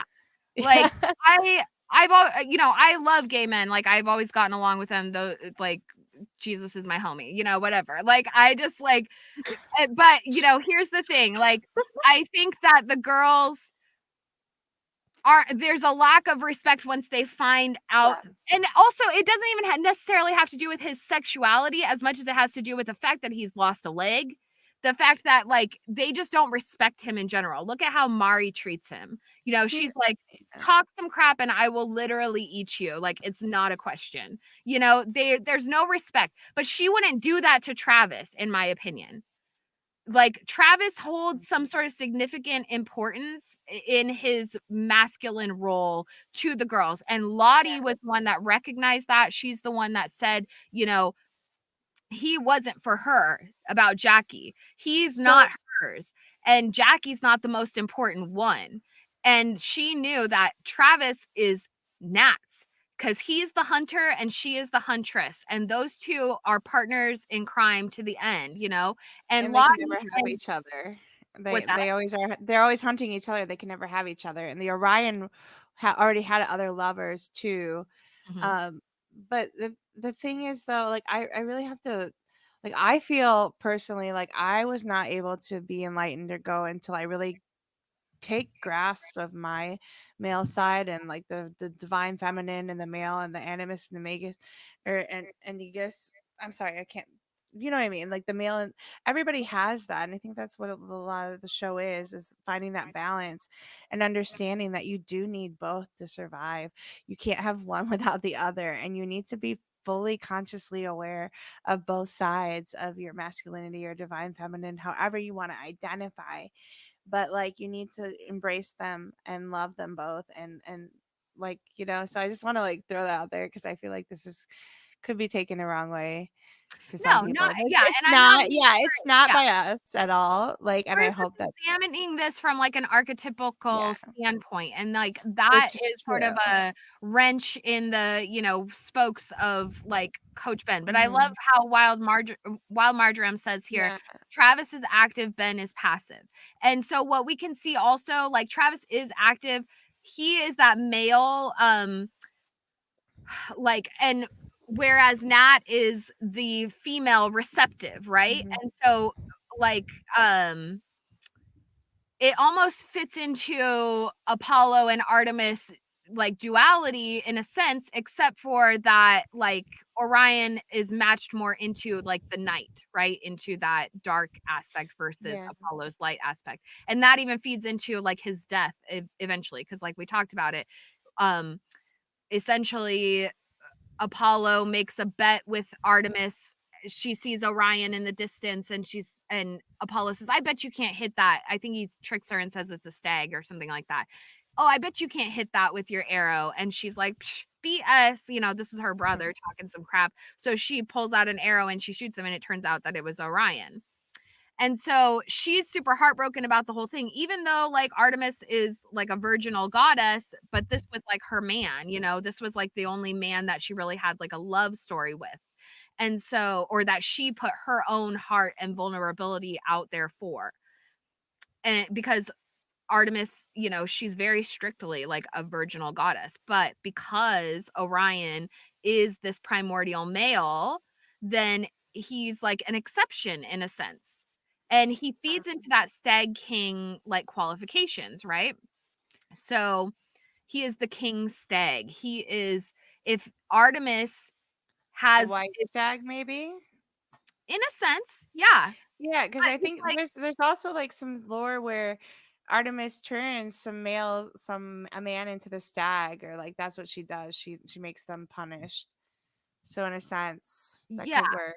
I mean, the deer are sacred to her, and so, like, you know, they are hers in a sense, and so, like, if we can consider Travis fitting into, like, the Stag King, um, role, which is more of, like, a Celtic lore type positioning versus the Greek, but, I've always assigned it with him because of during Doom Coming where they, like, start to kind of rip him apart, and then he runs off and Lottie says, "Oh, we have to catch the stag," you know?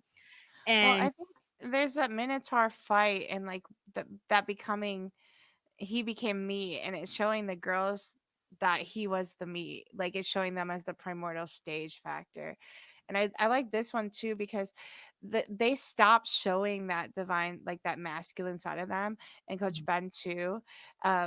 And he did check out, and so they lost respect, and it kind of goes both ways either way you look at it. But it's interesting to say and realize, and it does hold a key factor into how they are perceived and what they're going to get. And like with Coach Ben, for example, when he wasn't able to follow through what he taught in class, and he's teaching these girls, and he wasn't, it made him feel worthless. And I think Travis went through that too with Nat and the hunter, with her hitting all the targets, or he was supposed to be this, oh, I go squirrel shooting and I have all this with my dad, and I go hunting all the time. But Nat came up and she was like the boss G. mhm. So it was it's interesting to see that dynamic flip. and them lose that ego or be taken away from them their sense of pride.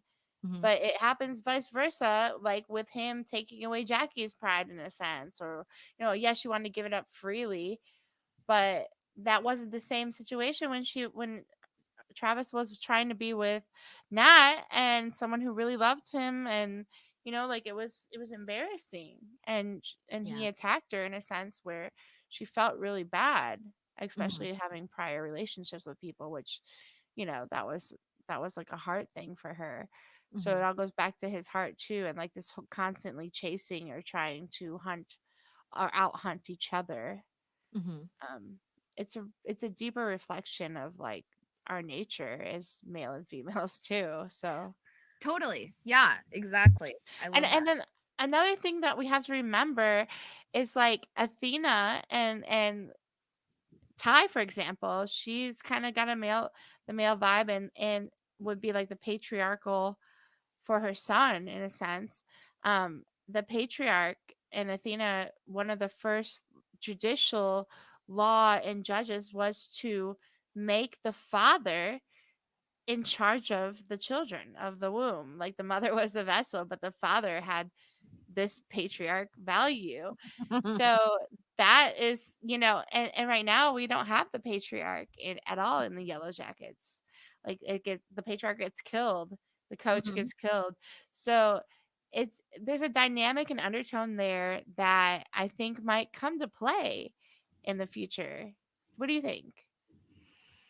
It's interesting because, so many of these goddesses are associated with childbirth and like watching over children and that kind of thing. So yeah, there's something to be said as far as like killing the patriarchy in that sense, because um particularly in Roman society, I don't know about Greek society, but if you were to get divorced from your husband, which that was a lot, like that was legal, that was a legal right, but if you were to get divorced, your children go to your husband, so you don't get to raise your own children, and that's part of like a sort of um to dissuade women from getting divorced, because they want to keep their children. So it's kind of a weird, I don't know, it's interesting. That's a good point. Unless you're domina, then like it's not a bad thing. You make it to your advantage. Yeah, unless you're Caesar Augusta or whatever. Yeah. But so okay, and then the one last thing I did want to point out about Travis is, so after Orion, after he's killed, he's placed amongst the stars, and we all know his constellation, the constellation of Orion, his belt, and all of that. Well, what's really interesting is in the scene where Travis is, when he dies, when he is hung in a sense, uh because of the whole thing with Lottie, and you and I have talked about that at length, so we're not even going to get into all of like what he was actually up to. But one thing I did notice is as he's hanging and he's reaching up, because he's unintentionally committing S word, and so he's reaching up, he's trying to grab the thing, and he's reaching out for the whatever button thing that Lottie was holding, and so he does this sort of pose like Orion in those moments of his death, and I thought that was really fascinating to Which consider. Apollo and Lottie in that situation. But there's also like I think another one where I was seeing somehow I think Walt might have to come back into this picture and that death scene, because the story of Poseidon and Medusa, like he was in love with the leader Minerva, which I think in this situation might be actually Lottie. I think that Walter was on Lottie's campground, or was it camp? Sorry, what's the name of the camp? I can't think of it right Camp now. Green Pine. Yes, Mhm. Crab Green Pine. I think that Walter was there before. I mean, what do you guys think in chat? Like, was he not? Like, he knows it. He knows where everything is. I'm He's pretty wearing sure he's been there. purple. I mean, he showed up. He has purple, like a purple outfit. Yeah, I definitely think he'd been there and before. his clothes for sure. And I And I also think, think Adam had been there too. I mean, yeah. I will die on that hill. Like I have a lot Well, of yeah. Anyways. It makes sense that Adam was with his logicking and his whole philosophy towards life. But with this whole Medusa thing, which I'm calling out for Misty, I really am, is that she's, the fact when Lottie finds out that she knows Walter and she brought Walter there and she's going to blame it. She's going to blame Misty for that. She's going to blame Misty for all of the upheaval. And it's going to be interesting because there's another storyline where I think Poseidon tricks Orion or something, and then we'll fit that. You know what I mean? We're going to fit that storyline. Yeah, totally. All right, let's move on to the next one. All right, yay. Yay. So the Melissae. All right, we're going to talk about these girls. So the Melissae are the bee priestesses that serve at Eleusis. They serve at Delphi, and they also essentially raised Zeus after his birth, and he was hiding in the cave. Well, it was the bee priestesses who nursed him with milk and honey and grew him up to be the biggest boy. So they serve at Eleusis as like the priestesses to the goddess, right? So they are reenacting the Eleusinian mysteries and portraying the role of the goddess and that kind of thing. And they also partake in a fermented honey drink that induces visions. They're also healers. They have a lot of they have a lot of duties that they partake in. And I found this to be so, on point, because obviously Yellowjackets are bees, but also Lottie has her compound, which has she has all the people in heliotrope, which is the color that the bee priestesses would wear. And what's interesting about the purple, wearing the purple, is it was not allowed. You could not wear purple in ancient Roman society per se, because that was a color reserved for the emperor.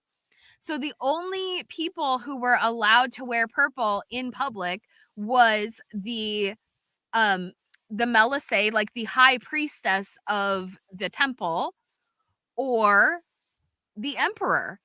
And there were even times where they were in the same place at the same time, but she's wearing the same color as the emperor. So that's a really powerful statement in society for a woman to be making, and it kind of ties in with the Vestal Virgins and the power that these women possess, right? Which is unheard of at their time.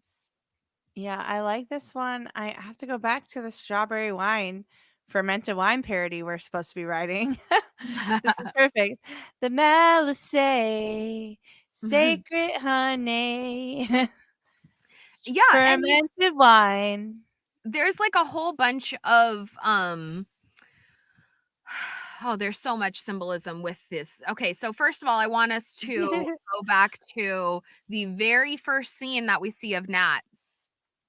What's she wearing? She's in rehab and she's meditating, and she's thinking about she's meditating on the scenes that were of Pit Girl, or that flashback to Pit Girl. When it goes to Nat and she's meditating, she's wearing a purple sweater. She's wearing a purple robe. So this is one of the things, when we go back and we rewatch, and considering the idea that Nat is the Queen of Hearts, or potentially the quote unquote antler queen, there's a lot of symbolism that's kind of tying into that. And she says, in that scene, I lost my purpose. So, I mean, but now I know how to get it back. So, and considering what she's thinking about, what she's meditating upon, kind of interesting. I still am with that. Javi is Lisa. We had we love that theory. before they threw it at us and Javi's dead. Javi's dead. But we were like, oh wait, Lisa's just a grown up Javi, but he's he's had a transgender switch, which Yes. I was all for it. Like I thought that was awesome. Like, Well, but now and we'll also, see. yeah, I don't and think. Do you think Lisa is actually true? Because she did disappear right away. I feel like she could also be the active imagination of Nat. Like she could be the ego or the super ego Nat wanted to be, and the active imagination, which is the same as Crystal being the active imagination for Misty, and then possibly even Shauna's daughter being an active imagination for her. Because like I love the whole idea. Sometimes I think, is she even real? well, I had, Migrant Theory's like, whoa. I know. I I put it know, on isn't that a mind-blowing theory, right? But It is the right well, age. what's interesting is these priestesses, the Melissae, they did accept and even almost required to have transgender priests or priestesses, which I thought was really interesting. And they served their own special like role in the mysteries. So I think that's like fantastic. They also had here, let me just read to you guys. I have this noted. Well, I'm going to read to you a couple things. Okay, so firstly, let's read about the Melissae. So, and this is from. But what about Melissa? Like, do we think that she's also possibly a Melissae? That's what I think. So I think that there's the potential that she could still be alive and she's one of the survivors, because it's like, why would you introduce, I mean, I guess there's like the chance that they could have just introduced her to sort of like introduce the idea to get us to doing the research and that kind of thing. But I do like that idea. Okay, so the Melissae were virginal priestesses because of the pureness of the honey. They drank a toxic honey made from psychedelic plants to enable themselves to experience visions. Transgender priests in the temple of Artemis were often called Essenes or drones and were there to help the Melissae. Bees were also often called veil-winged and represented the veil you had to cross to reach the goddess in the inner temple. As part of the initiation, and also a symbolic woman's hymen, which of course veiled her body from sexuality until she was initiated into womanhood. The Melissae were often consulted in matters of marriage. Bees dance, and so did the Melissae. Accordingly, this is part of the reason that Apollo, who learned the art of prophecy from the Melissae, was also the god of light and music. Sacred music and dance played an important role in the lives of the Melissae.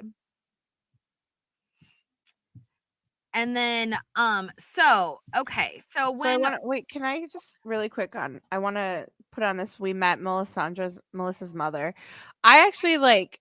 I really do think that all of this and possibly her, she might be gone with Nat because that was Nat's like inner child, or that was Nat's kind of ego or something in that sense. That was even her mother being caged, and she felt that with herself, and she saw that similarity, which is why she stood up for her.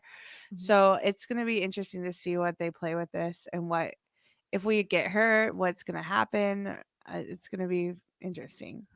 well, and going back to like one of our streams, I remember I was like going over the names of the children. So I was like Callie, Lisa, Sammy, and I was like, maybe it's associated with Lilith and like the Lilitu, because they have that sort of that enunciation to their name or whatever. But then I started thinking about it while I was doing this research, and I was like, oh my God, Lisa, Melissae, like her name's in there.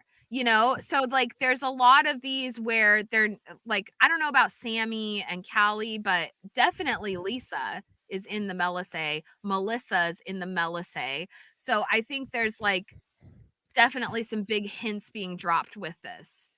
And I think also like they gave us their full names. We know them now by their full names. There's something more to the names, and we've been kind of doing a little bit of research on that. I'm not going to give away what, because I want to make it into a video, but there is a lot in a name and what it means. And even like if you want to look at the numbers of it and you want to do sacred geometry with your names, there's a lot to it. So we'll figure it out. It's kind of winding back the formulas. Yeah. So, okay, I want to just read through. Oh, and look, speaking of names, Melissa's goldfish, the 14th Gilly, right? Was that it? I'm just pulling Was. out of my butt, but I'm not on my butt. I'm thinking off the top of my head. But it was the 14th Gilly, right? Yeah. Yeah. So Interesting. what's in a name 14 times? There's some numerology there, probably.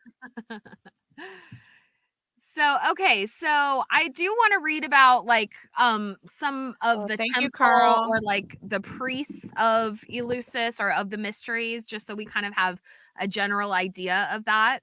And just so you can kind of know, because there was a really interesting role I wanted to share with you guys. So we have there are 6 categories of priests officiated in the Eleusinian mysteries. There were the Hierophants, which are the high priests. Typically they were male. We also had the high priestess of Demeter, or priestess of Demeter and Kore, which was again just the high priestess. We have the Didalkos, which are men serving as torchbearers and are the second highest male role next to the Hierophants. We have a Didalkusa priestess, who is a female priestess who assisted the Didalkos. And then we have the Hierophantades, which are 2 married priestesses, one serving Demeter and the other serving Persephone. 2 married priestesses, okay? And then we have the Panagus or the Melissae, and Panagus means the holy, or Melissae meaning bees. So a group of priestesses who lived a life secluded from men. So that was part of, being in the Melissae was you were a chaste, priestess, away from men. And one other aspect there was, they are associated again with the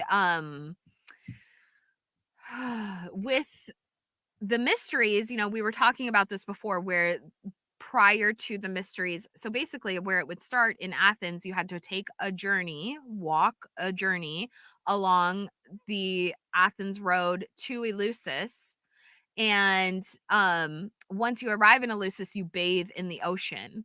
And so they did actually connect the Nereids, which are like water nymphs, to the Melissae as well. And I thought that was really interesting because they partake in the water ritual. They are like your priestesses in the water aspect, or when they're bathing and that kind of thing. And they also would do like the pig, some sacrifices of pigs at the water as well.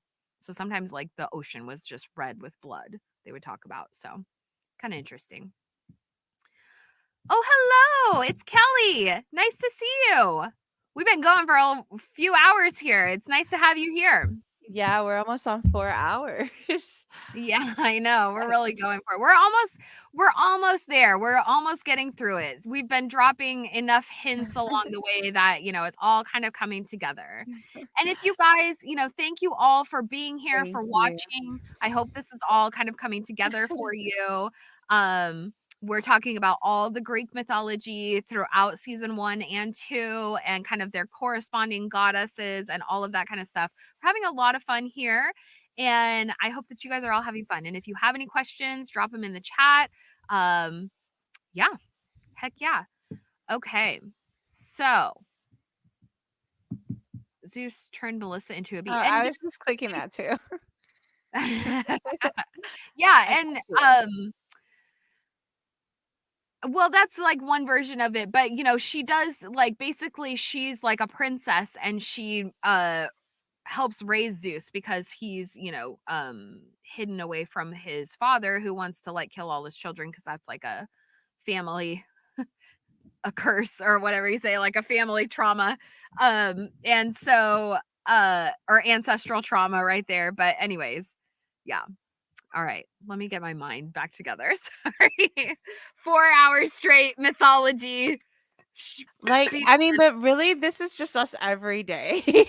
Like, I thought it was just hilarious trying to get all my notes from mine and Aaron's conversations, which, mind you, we have like 4 different conversations on 4 different platforms. And then I'm trying to like copy and paste some of our notes and conversations, but it goes back months. So it was impossible. I just gave up. I was like, nope, we're rebirthing this. Yeah, and you know what's funny is like I did my Jackie and Shauna video where I have like, those two, and I literally have like the essay written, to make the videos for Nat and for Lottie and Taissa and like all, their characters, their Greek characters and sort of the characterization. And I just was like, you know what? This is just so much information that I feel like it just needs to all be done. Like I want to do it all at once. So it's all together. There's one conducive like source. And then, if we decide to break it down further from here, kind of depending on like the response we get, what you guys are thinking about all of this, I was a little bit nervous. I was like, I don't know if this is such a broad topic that we're just like way off, like we haven't even rabbit hole of craziness that we do. So but we haven't even talked about the first two generations of Greek gods. So I mean, literally, yeah. There's so much. There really is. There really is. So I thank you all for being here. Kelly, Miss T, Wild Marjoram, Migratory, Carl, if you're still in here. I know Mrs. Duncan Tall was here, and anyone else who's here watching, drop a hello in the chat. We're happy to have you, and thank you for spending your Saturday nights with us and all of our awesome mythology thoughts. Well, this isn't a normal thing. We wanted to do this with the equinox and kind of like tap it up and play, and especially in tune with the changing of seasons with Demeter and Persephone at the Eleusinian ritual passage, which is typically around this time of year. So this was specific for this particular day. We probably will get back to Monday mornings, which is like we love our Monday Morning Murder podcast. So yeah, and Mandy and I do plan on covering season 1 and like doing like a rewatch series, hopefully before season 3 comes out. Actually, we should definitely get focused on doing that in the next couple weeks and just kind of get that going. Because we did learn, the WGA strike is wrapping up. It's all, I think they've come to their agreements, and so they're going to hire us. Understand the Yellowjackets writing staff, they're getting back to work on Monday. And so I can't imagine they don't already have like a lot of this already like hashed out in their minds and can hopefully get it down on paper pretty quickly. But if not, we're always here to like really just go out on a limb. We're law of attractioning and imagining them hiring us to be their like corner cheerleader co-writers. We're here. Just let me know. I live in I'm available. I can work remotely. It's fine. I'm more than available for you. I'm in the wilderness, but you know where to find me. So I will go from Apollo back to Dionysus for you. Really quick. You will go to Athena real quick. All right. We do Mondays around 11 o'clock my time, Central Time, which is like noon, and 9 o'clock in the morning. We'd like to do Monday Morning Murder podcast, which is like one of the shows from Misty. She has a little sticker, and it's a big thing for her, so we copied the show. Podcast. Yeah, it's just a fun thing. But we're gonna put out a couple videos, and I'm working on a parody, so it's gonna be fun. And apparently I am going to release the Misty Quigley, the Taissa Turner for re-election 2024 anti-smoking ad. I guess I'm just gonna have to release that as its own little video for you guys. It's gonna be great, I'm sure. But like, it's salary, like I don't even care. This is for fame and fortune and everything that goes with it. Exactly. Wild Marjoram, probably not next Monday, but we will be bringing it back in the next couple weeks. We'll start covering, we want to do a rewatch of season 1 and just kind of, like we did season 2 where we covered each episode, and so we want to do season 1 as well and get caught up with that before season 3 starts, because we're good at numbers. So all right. Well, let's move on to our next one. We've got Miss Callie. So, and this actually feeds into a lot of what you were saying earlier, where she's the reincarnation. And so when we look at Callie Callie really connects to the Eumenides, which are also called the Erinyes or the Furies, okay?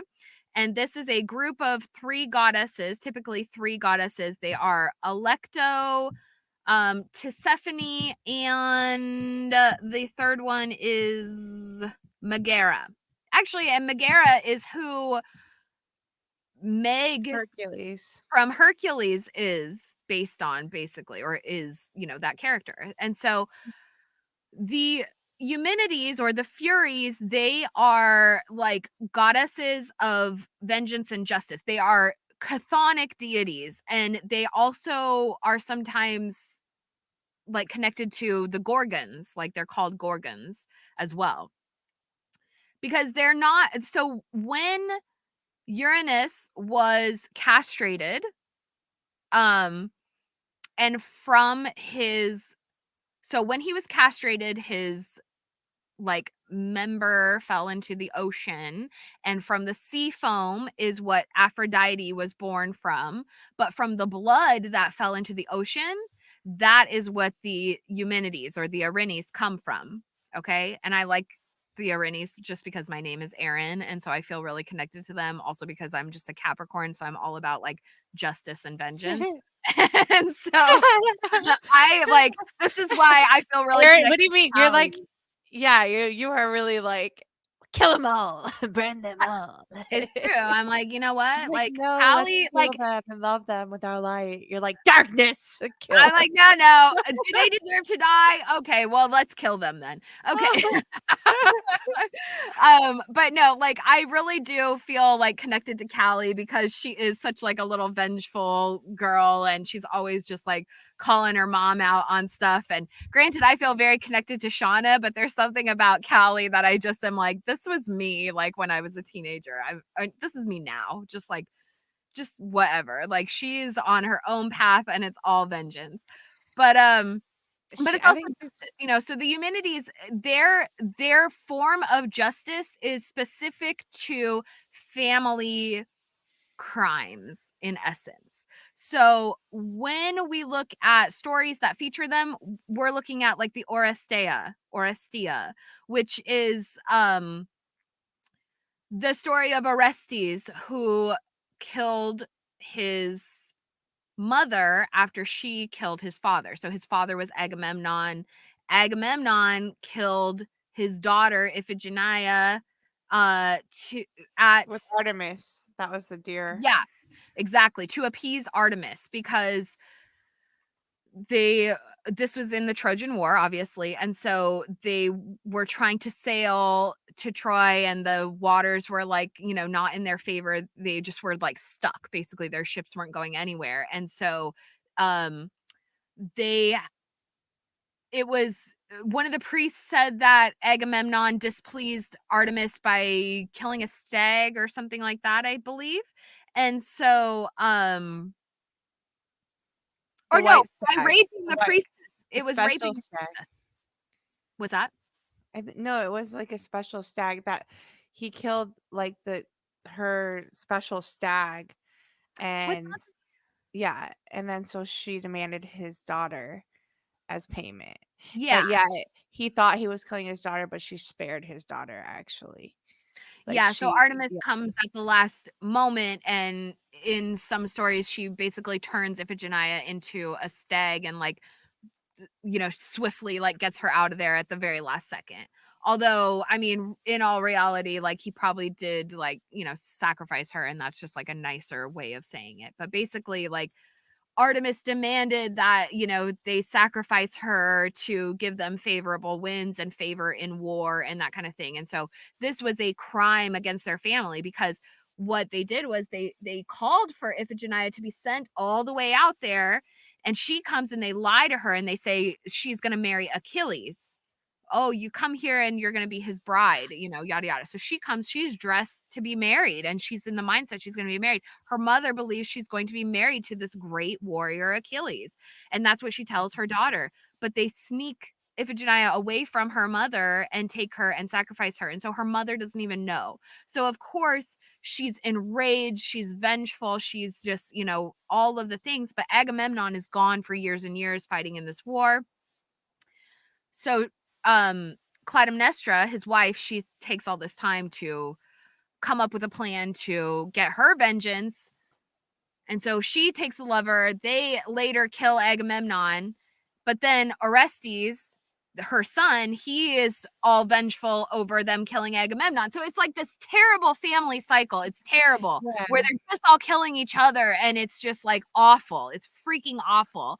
And so the Erinyes, the Furies, they get involved after Orestes kills his mother because his mother, she seeks vengeance from them for being murdered. So it's like, I don't know, it's a whole crazy thing. So Yeah. they start hunting down Orestes and they won't let him rest. And basically I think Apollo makes a deal. He says, you need to get to Athena's temple in Athens and just she'll protect you, but you have to get to her statue and like hold on to her, hug her, and they won't be able to get you from there. And then we'll get you a trial. And so that's essentially what the whole story is about, is like them getting the trial and, sort of seeking justice for all of that. And the Erinyes, the Furies, they are just so like, obviously they're fueled by vengeance. And this is like a prime example of what their branch of justice is, right? Yeah, but And they're fueled by vengeance, but it's also the same storyline of they were taken from the primordial and with Athena, and when they imposed the law and the stories and the actual justice, they now became more Apollo and more Mhm, sun with these laws and rules, where it wasn't just let me kill you, it was let me like teach you the long way. And so mhm, it's really kind of also with psychology and everything that's popping up into the realms now about like generational curses and what mhm, we have in our DNA installed by our parents. And Callie like super extraordinary with this, because even in the storyline she talks with Jeff like, am I going to be like mom, mhm, what's wrong with mom? And they're really truly understanding this whole dynamic of like what has put inside it, what has been through the mother womb, because when she was pregnant in the first part and all of that trauma that she was afraid to be pregnant again. She's feeling all of that through Callie, which and in the personification of Jackie is actually in Callie, because she absorbed and ate Jackie. Like, and then not only that, she has all the trauma that she experienced in her first baby, losing all that mhm. in her second pregnancy. So all of that is showing through Callie's power and spirit and in her eyes, and all of these family crimes, bringing it to justice. Let's Mhm. see where the storyline goes with that. Like, can you stop these generational traumas and curses? Are we aware of them? It's I love how you're fitting this with that, because it Mhm. just flows effortlessly. Yeah, I mean, with everything that, because that's truly like the crux of Callie's story in Yellowjackets, is she is just so affected by the acts of her parents and the information that's coming from them and the examples that they're setting. Is like, she is like, you guys are really messed up and you're doing terrible things. And obviously I'm the only one that's, going to be able to like sort of handle the situation with the care that it needs. Or she basically is like, she's very aware of like the outcome of situations, and But that's what she's trying to like protect her family from, in a sense. here's the thing, is like she thinks that she knows better, but she really doesn't know anything because she's been sheltered the whole time.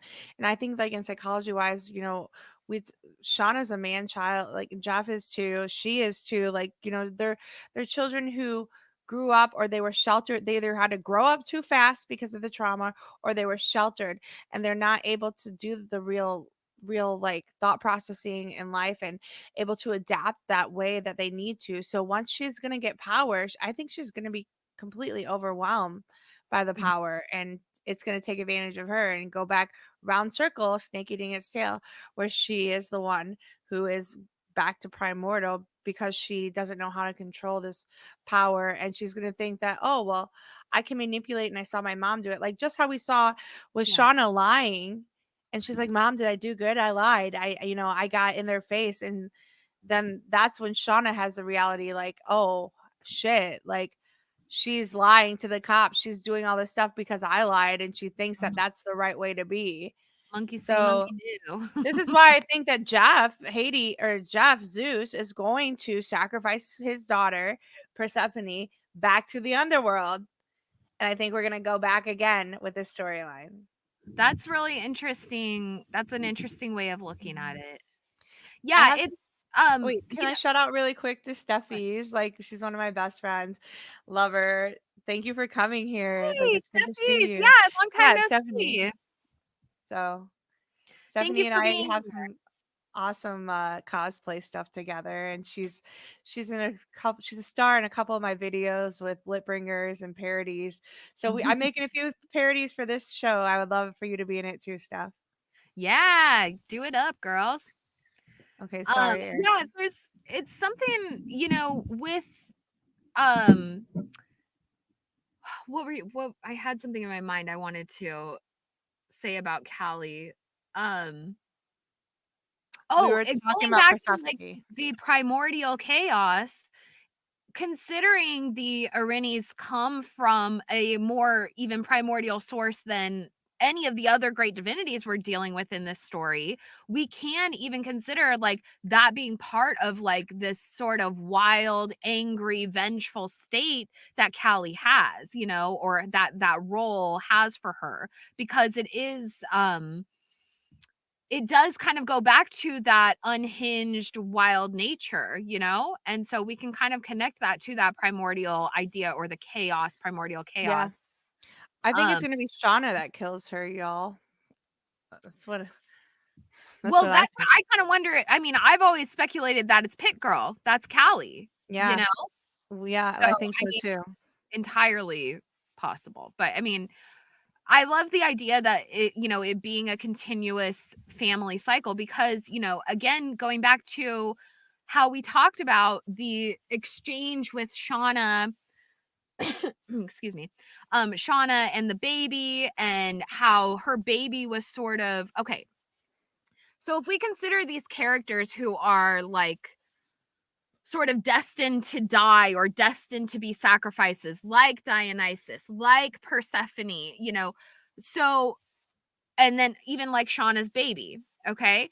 And so when we look at these characters who are destined to die, but there's sort of this like interchange with the underworld of like life giving from the underworld, but then giving life to the underworld, like there's an exchange happening here. And so when we look at Callie, like if we think about the timeline, Jackie died, her body fed Shauna's baby, nourished Shauna's baby, and gave him life, but then he died in childbirth, and so she gave the baby back to the underworld. So essentially she's giving this offering to Persephone. Well, then later in life, Shauna has another daughter. And we've all been saying this since season 1. There's so many shared characteristics between Callie and Jackie. And knowing that like all of this is kind of tied into like reincarnation cycles and that kind of thing, or chthonic children coming back and forth, or even the reincarnation of Persephone coming out of the underworld, for her ascent into the light and into springtime and that kind of thing. Like we can really look at Callie as perhaps a reincarnation of Jackie. And Shauna says all the time how much she doesn't like Callie, and that like they're always defying each other. And she's turned into this whole other person that Shauna just can't control, doesn't like. It wasn't what she wanted. And coming back Jackie full circle. And beyond that, like I think that she is gonna kill her, because like what's gonna happen is now Callie is gonna get to be queen versus Shauna, who should have been queen because she pulled the card, but the whole thing was interrupted by Callie, who has the power. So I think Shauna's gonna get envious and mad, and then realize she created a monster, and then she's gonna try to eat her like Zeus, like Kronos, the chaos. Shauna is literally chaos embodied. Like I love Kronos, that. That's really eating his kids. Yeah. Shauna's gonna eat her. That's and really to get that power back and claim her spot on the throne. Yeah. Where she I think, always wanted and should have been. to answer your question, Migratory, I think it's like, again, going back to like the pit girl scene, like if that is if that's tying into like the adult timeline and if they go back to the wild or something of that nature, I think like the pit is sort of a passive way to death. So nobody has like blood on their hands. Like in that scene where Shauna was going to cut Nat's throat, but that's really like a heavy burden to place on one person from the group of like, they each have their roles and Shauna already is the butcher, but to be like the murderer and the butcher, like that's a lot to take on. You know what I'm saying? So and there's also the pit is kind of a sense of a labyrinth in it, like same energy. You know what I mean? Like getting caught in the labyrinth, getting caught in that pit, getting caught in the cave. Same energy applied, Sorry. definitely. So yeah, so that's kind of my thoughts on Callie there. I think, she really embodies that like furious. Oh, and one last thing, we talked about with Shauna, or we talked about with Demeter. Demeter has that furious aspect, and what is it called? Demeter Erinyes. Okay, so the Eumenides being another version of the Erinyes, and actually the Eumenides are kind of like, they're chthonic deities. And so like I think that when we look at the Erinyes, they're sort of a older version, I guess the more primordial version, and the Eumenides are maybe the newer version. So like if we're looking maybe Homeric hymns versus Orphic hymns, don't hold me to that. I don't think it's like that exact math, but like the Eumenides were a more modern conception, I guess. And so we can kind of see that reflective of like the family lineage of Demeter, right? Because even Dionysus is in that family lineage. So we have Demeter the mother, Persephone the daughter, then Dionysus as the grandchild, or even the Eumenides as the grandchildren, these chthonic grandchildren that come. And what's interesting about Dionysus, when we look at it in that sense, Demeter being the plant, the fruiting mother, Persephone being the actual fruit that falls to the ground, and then Dionysus being the god of wine, being a product of the fermentation of said fruit that has fallen from the plant. So like we can see that it all kind of flows into the agricultural process, the yearly cycle, right? So Dionysus is another step to that, like another, aspect of that, because he is the fermented fruit. Yeah. Which is kind of interesting considering his like position as a, a reincarnating god, like life, death, and rebirth, and he's like fermented. And so anyways, it's kind of cool. I love it. Yeah, I think it's definitely gonna play. And then but back to like the whole pit thing, like okay, so Tartarus, or that like the primordial god, that's like a pit in Greek mythology, that it's like the opposite of the sky. It's like the underworld. It's literally the underworld. So here we go back, and Callie being Persephone and getting caught and stuck there and dying, and then that whole from the womb of the mother and the earth back to the womb, or like this avoid shape of this pit again, killing death in the womb again. It's gonna be like, that would be killer. That would be literally killer, but stellar. Like, do you guys get my flow? It's it's really something. Yeah, Starting out with the egg mother of the womb, and then going back to the chaos pit, or Tartaros, or Tartarus, I guess. the cave. Yeah. Same Totally. energy. Yeah. There's so It's much. just this is the death energy versus the like enlightenment. It's like a Greek tragedy, like a Greek familial tragedy. So, all right. So let's get into it. Now we're here. We have arrived. We have made the long journey from Athens to Eleusis. So, and we've kind of talked about a lot of this stuff like throughout the, this entire stream, but basically, we have the Eleusinian mysteries. There is the cult of Demeter at Eleusis. And so after Demeter's long search for her daughter, her daughter's been taken to the underworld, and Demeter searches the earth and she's neglecting her duties. She searches and searches. She arrives at this well and she sits at the well and she's just mourning. And it's in the town of Eleusis. And she's covered, she's wearing, and it's very symbolic of like what Shauna is wearing actually in the title photo up here, where she has her head covered and her hair is covered and she's in mourning and she's unrecognizable like as a goddess.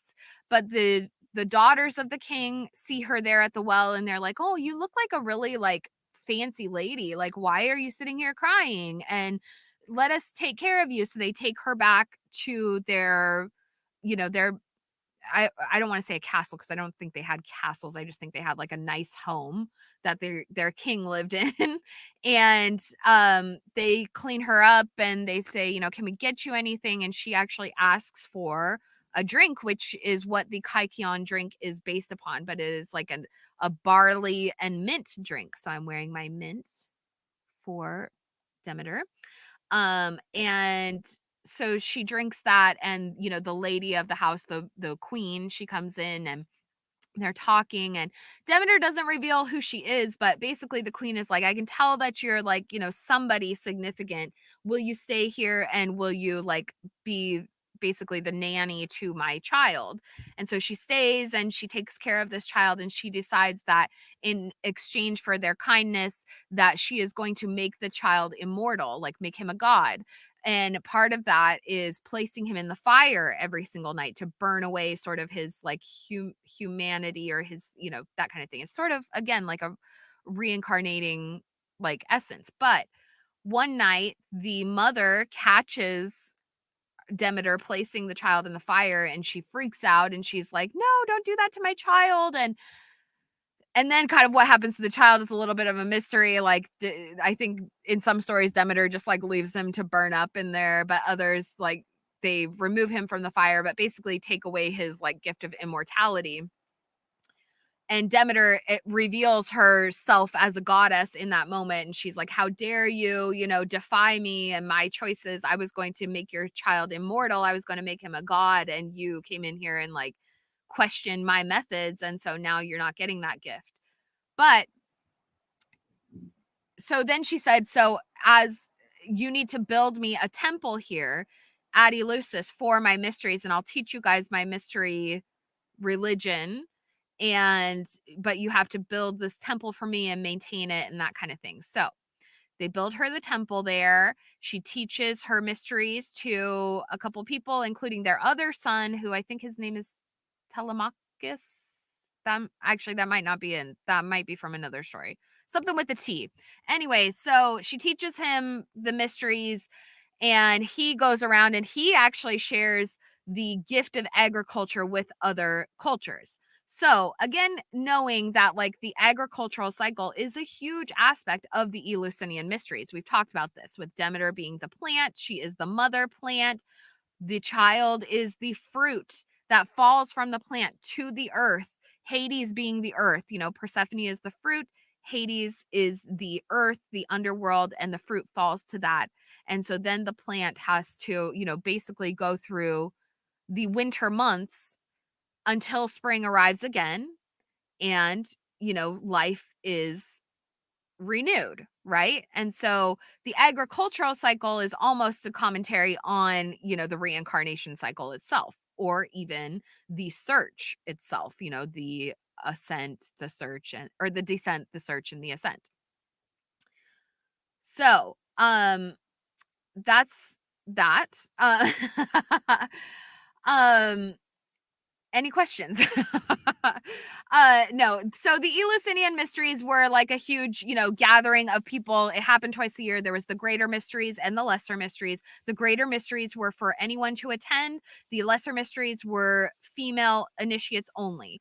And what it was about was essentially embracing death in a sense.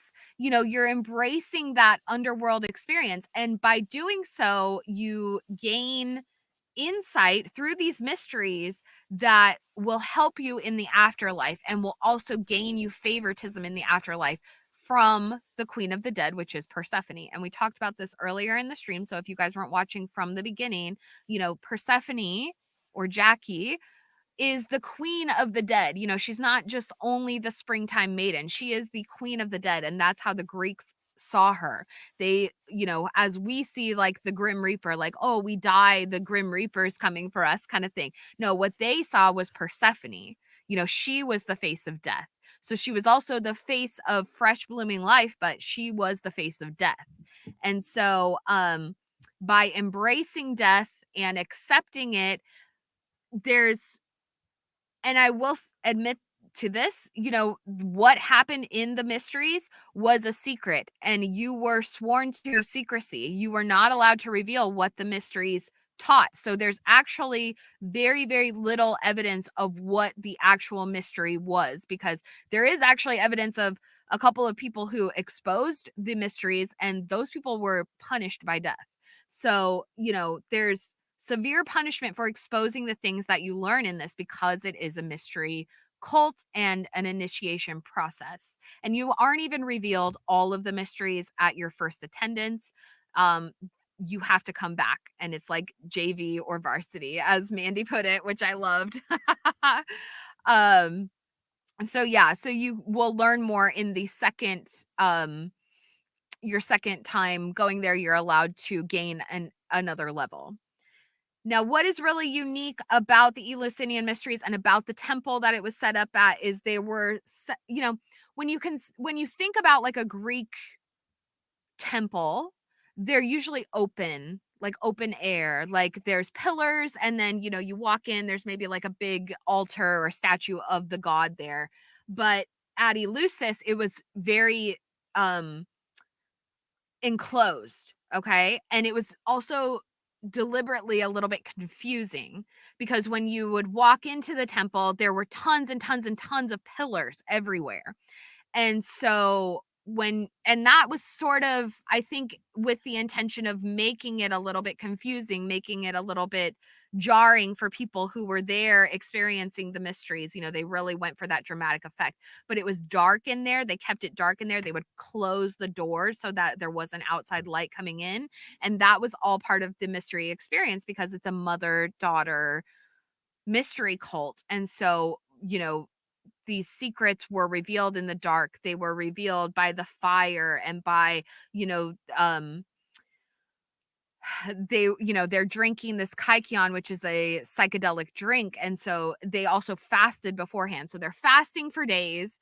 They're out exposed in the sun and all of this kind of stuff. They're exhausted, and they come back and they give them a psychedelic drink to ingest. So these people are pretty like, intoxicated, right? And in the zone and impressionable. They don't have TV, they don't have radios, they don't have, a lot of books that they're reading. These are completely new experiences for most of these people. So the mystery celebration itself really put on a show. Like, they weren't messing around.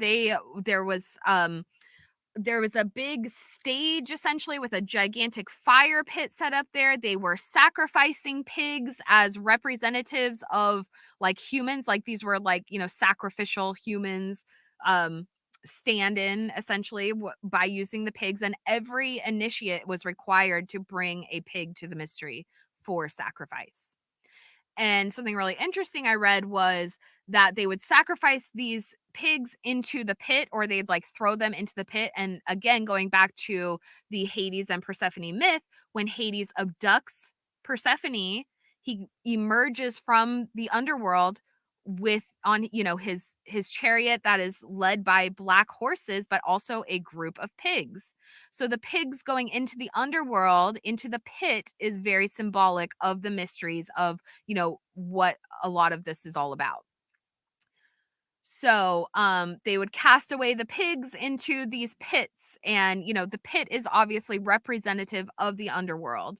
And one of the things that I learned was at the lesser mysteries, which are the female only ones, was part of their duties in that there was usually one person selected, and this was like part of their sacred duties. And they actually were even more they gained even more like accolades by doing this, but one of the duties was to clean up the pigs from the pit.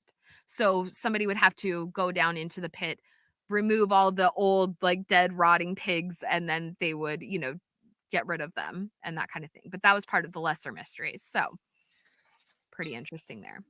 I had to go back because we were going back to the underworld and to Oh, that's Bacchus, fine. to primordial gods. So it was Bacchus, it was Dionysus, then Apollo. Now we're back. Now we're back.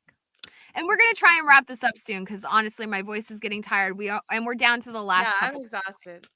Yeah, I'm exhausted too. I'm like, and my voice is just, I'm losing it here. But thank you all for being here. Thank you, Migratory. Nice to oh, which yellow jacket is Balbo? Very good question. Who would be a good Balbo? Who talks the most crap? Oh, probably Jen. I don't know. That's a good question. I would say Van, but we already decided Van is Hestia. Balbo is a woman who makes Demeter laugh after she's been in mourning. So she's a servant of the king of Eleusis, and she's like an old woman, and she makes jokes and makes Demeter laugh after she's been in mourning all this time. So she became sacred to Demeter. And actually on the walk from Athens to Eleusis, they're supposed to, part of the journey, a section of the journey is meant to you're meant to like channel Balbo or reenact Balbo, and part of that is exposing your vulva. And just being lewd and cussing and just being the most unsatiable kind of woman that you could be. But it was fun, right? Well, I'll tell you, I just did some work where I channeled my inner parasite versus my best friend, which would be like me as my higher self, or the inner parasite, which would be, I guess, equivalent to this primordial work. And it was literally life changing. And I did it for a conscious leadership class, but it was something another level, that when you get into that inner nastiness in yourself, or inner like I don't know, vulva is like, it's not that bad, but you know what I mean? Like when you get into that inner dirtiness, you really have an awakening. Well, and maybe that's part of it, part of the mystery. We'll stage that vulva. Yeah. My hair's so wild tonight, you guys. I'm sorry. I'm not sorry. Accept it. I am a Maenad tonight. Okay. Yeah. I made this today, so y'all know. It's like, these are like little they're sewn. They're fabric, actually. I and then love I have, it. of course, my acorns. And my other acorn thing fell apart, but Mandy's always so prepared with the costumes. I literally grabbed some mint out of my garden and some fir branches from outside and was just like, well, here we go. But you discredit yourself because you have real mint growing in your garden. Like, I don't even have, all of my shit's fake. Okay. Like, I tried to grow real mint and it's dead. Maybe I am. I had a conversation with my mint because I wasn't expecting it to be flowering. And so I talked to it, it started flowering a couple weeks ago. And I was like, please stay flowering for the Misty. Come on. And I went out there to pick it. And it was all definitely down its last, legs. But it saved me a couple of flowers. I was like, thank you, mint plant. Thank you, goddess. Well, we're saging this mint. We're saging the vulvas. Let's do it. I'm here. All right. So, yeah, sage that vulva. I know, right? So one thing with a pilgrim hat. I wanted to draw attention. Now I'm gonna enlarge this. Oh, maybe I can. But okay, so this is called the Ninian tablet, and this is one of the few replications of the Eleusinian mysteries that, is believed to kind of embody like what the actual mysteries included. And in this tablet, there's Demeter and Persephone. There is the Hierophants. There is a Melissae, and then there are attendants to the mysteries that are learning things. But there's a lot of really interesting little details in it, and I'm sorry that I can't zoom in on it much. Maybe I can, actually. Let me try something. I don't know if I'm going to be able to find all the little details because it is pretty complicated. But the one thing that I definitely wanted to draw attention to is this top border. And you can't make it out entirely, but it's a bunch of the moon phases. Okay, so very like kind of witchy like. But when I counted them, guess how many there are? 19. Just like the number of months that the Yellowjackets were out in the wilderness. So when I look at this kind of the Ninian tablet, it sort of almost looks to me like the cabin, Yeah. Oh. Yeah. And so it's kind of Getting excited. interesting to like contemplate all the little details of that. But the 19 moons, And they have all their swords and like their things to kill each other with up in there. Mm-hmm. Yeah. There's like their wands and their, the Thyrsus and, all kinds of stuff in there. So I thought that was really interesting.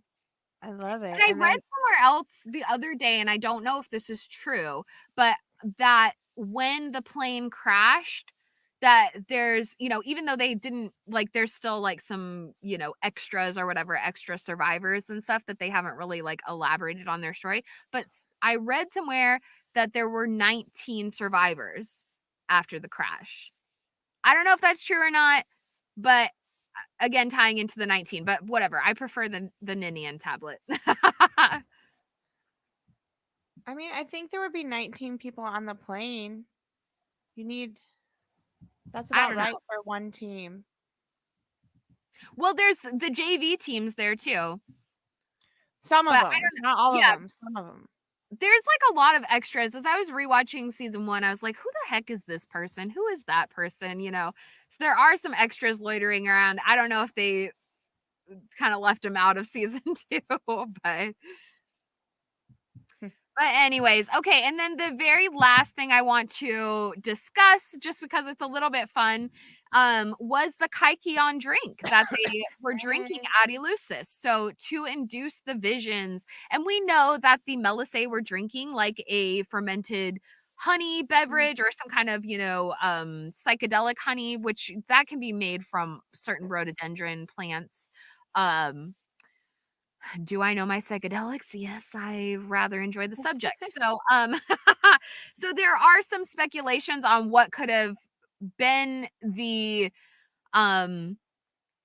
psychedelic, inducing agent in the Kykeon, and there's been a lot of debate about it because they don't actually have like what the recipe was. Again, a lot of the details of what happened at the Eleusinian mysteries were either so, heavily guarded, kept secrets that that they weren't allowed to expose those secrets, or the evidence of things that happened there was destroyed when Christianity took over. And so I think also one of the things there was water, barley, honey, wine, cheese. And I think that's important to say too, because that's also like that twice remade, reborn, that it has the same embodiment of like what you were talking about, and that rebirth to a new metamorphosis. Yeah. And then specifically goat cheese. We're talking about like the horn gods and like these other gods with goats and horns and things like that, or the Hecate. It's quite interesting. I love it. Yeah, they found like a vessel, like a drinking vessel there at Eleusis that I think they got like a sample from it, and it had ergot in it. So ergot comes from like mold that grows on grain. So that would be an interesting thing because Demeter is the grain goddess. So a lot of people do support that theory of it being ergot, although ergot is a little bit difficult to like it has a lot of side effects and it can kill you, so it's kind of difficult to know if that was actually the substance they were using. It's also suspected it could have just been something alcoholic. It could have been mushrooms, because there are psilocybin mushrooms that grow on the roads between Athens and Eleusis, in the, the meadows and that kind of thing. Well, I love that it was always the end of September, and here we are when September ends. Very Let's do true. And this. this is the time of year that like mushrooms grow. To be honest, like when it's this fall time, this is That mushroom. fungus. What's Yeah, that?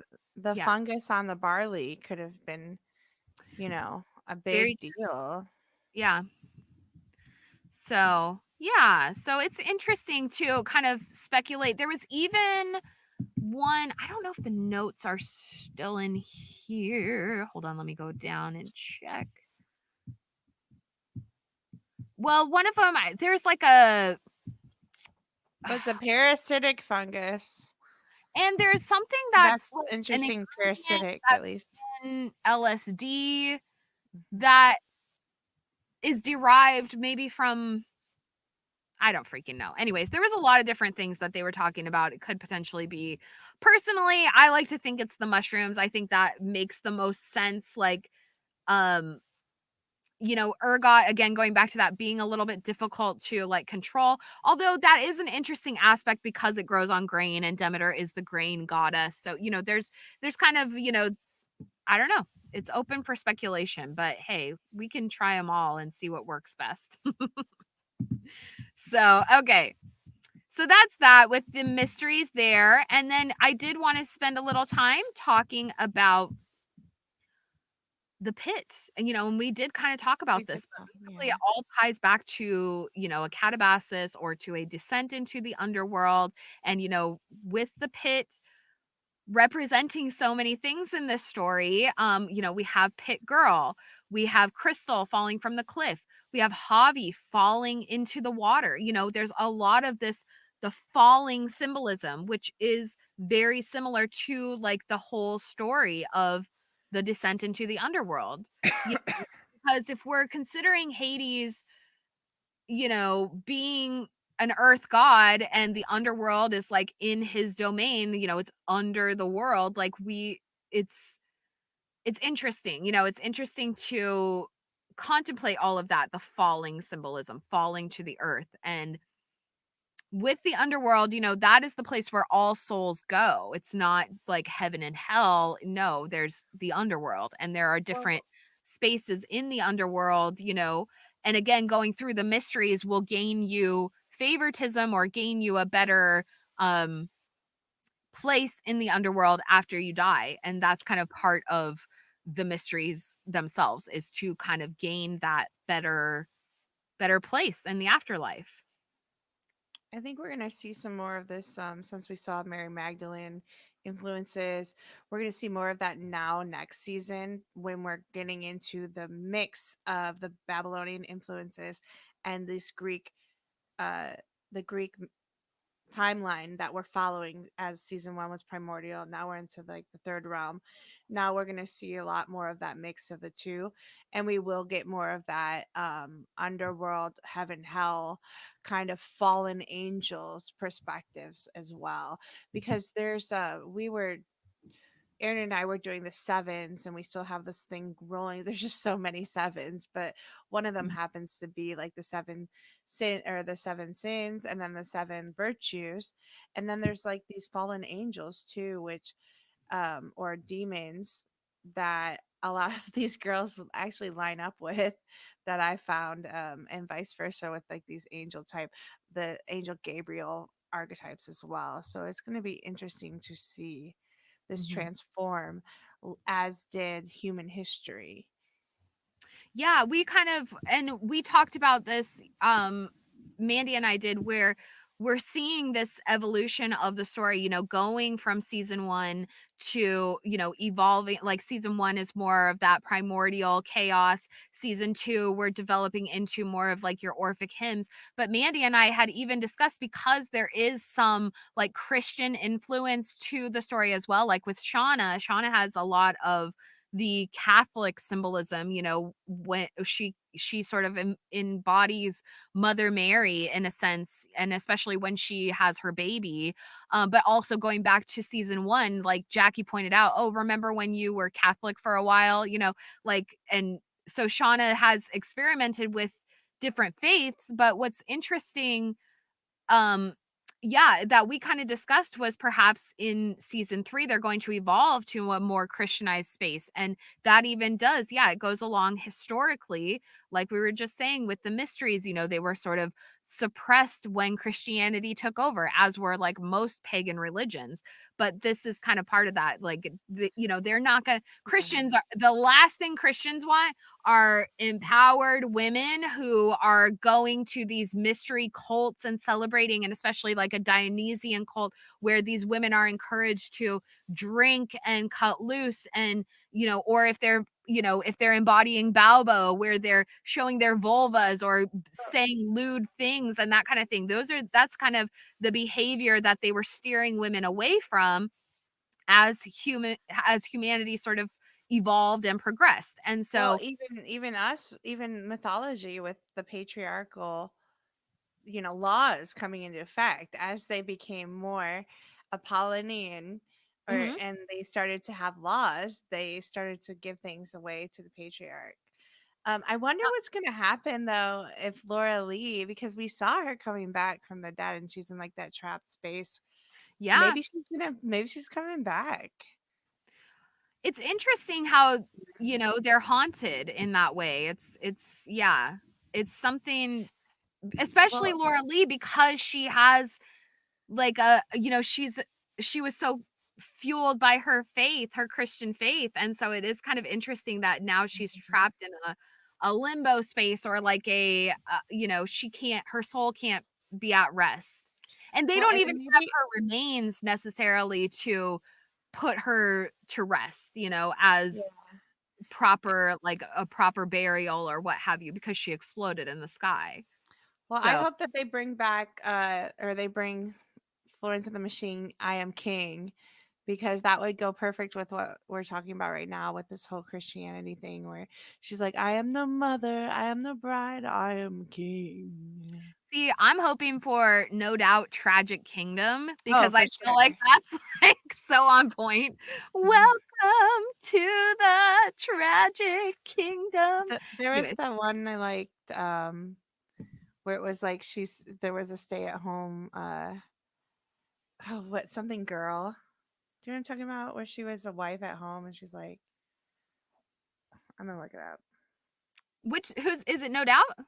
Yeah. Uh is it Just a Girl or no? No, no, there's another one. For a long time I was in love. That one? Mm. Not only in love, I was obsessed. Sorry, I'm losing it. It's late for me. I've been talking for a long time. All right. But that kind of, you know, wraps up that idea. So like the ending of it all is it kind of comes around to the underworld symbolism, to the catabasis, to descending into the underworld and ascending back out, and, you know, doing this ritualistic Oh my um gosh. It was procession. And then, you know, these women are being called to it again. And, you know, oh, one thing I did forget to point out about Van, when it comes to Van connected to like the Vestals, you know, the Vestals would serve for a period of their life, and it was 30 years. So like they were virgins when they, you know, they're the Vestal virgins, and they were required to remain pure and chaste as, you know, they served. But after their period of serving of 30 years, they were allowed to marry and take husbands and have children and that kind of thing. And so I thought it was really interesting. You know, we are still obviously all trying to figure out the whole 25-year thing. Is that significant, or is it just like sort of this reason that they've all come back together, and maybe that's just stirring up these emotions and feelings? Or, you know, is there something significant to the 30 years or what have you? So it's kind of interesting. Here, let me So put up our the final. song was Trapped in a Box. Trapped in a box of tremendous size. Distorts my vision and my eyes. And she kind of like speaks like, so trapped in a box, the life's paradox, and we're all trapped in a box. So actually, that would be a perfect song for them to come back. It's one of the first songs. I mean, Gwen Stefani, she looks so young. I think it's one of the first ones they did. I don't know that It says, one. it's like trapped in a box, I'm not alone. I know of others with the box as their home. A light only enters from a crack or a hole. Oh, this is not enough for a human to go trapped in a box. It may make sense with everything with Yellowjackets. I think it's perfect. Yeah, I Talking about drop a the lot of void. songs like on Twitter. I'm like, oh, here's a Yellowjackets song suggestion. I just do them randomly. Yeah, it was like a very ska type song. Trapped in a box. And like Yeah. she was very cool. Yeah. But All yeah, right. so I think, oh, and Sechal, am I saying your name right? Sechal? I used to have a friend named Senchal, and that was like a really unique name. So anyways, if there's a mine underground, methane emissions where all the hot air is puffing out through the series would also be likely and cause hallucinations. Yes, I do agree with that, and that's really interesting actually too, considering that Lottie is the one who has that vision or like the dream of descending into the underground area, and we've connected Lottie to being like the Apollo, and with the oracle at his temple at Delphi, she was the Pythia, she was breathing those methane fumes from underground. And so it's kind of an interesting parallel actually that I didn't think of until right now, but that's really Awesome. great that, and it may just be a hint. I mean, that's definitely something that many of us have suspected and speculated on what's with the underground, tunnels or what have you. And yeah, if that could be, because I don't think that's connected to the man cave, quote unquote, because that has a hot spring underneath it. And so we can see that's where like the heat is coming from for the man cave. But there's other spots where there's heat emitting from the ground, and we can't presume those are all hot springs. I mean, maybe, but I don't know. I like this idea that that might be the source. Well, there's a lot of conclusions we can get today. And just in general and moving forward, I'm really excited to see where it's going to go. We're now about 5 hours deep, so Yeah, let's call it we're a gonna wrap roll. this up. This is like the longest I've ever streamed before. My brain's a little broken, but I am so pleased with how everything went. I really feel like we got a lot of information out for you guys, and I really hope that you all enjoyed it and you took something from it. And if nothing else, hopefully we entertained you for a while. Hopefully my van was, a beautiful Hestia hearth. exactly. That was, what, the van stuff, like that really, once that like clicked in my mind, I was like, oh my God, I'm obsessed with this idea. I couldn't stop thinking about it for days. I was like, Van is Hestia. She has this connection to Apollo. I can't find the quote that I saved, but the quote is something along the lines of, wait, oh no, I know where it is. I think you Actually, I'm sent gonna it read to it to you because I me. don't want to miss it. I don't want to mess it up because it's a Yeah. really good quote. Okay, the temple of Apollo at Delphi, which always had its inner Hestia. And the quote was something along the lines of like the temple couldn't function without the Hestia. So if that flame wasn't burning and if it wasn't tended to, like the temple didn't function. And I love that idea. And we have to wonder, was like the flame at Delphi, was that maybe fed by the gases that were emitted through the floor? Who knows?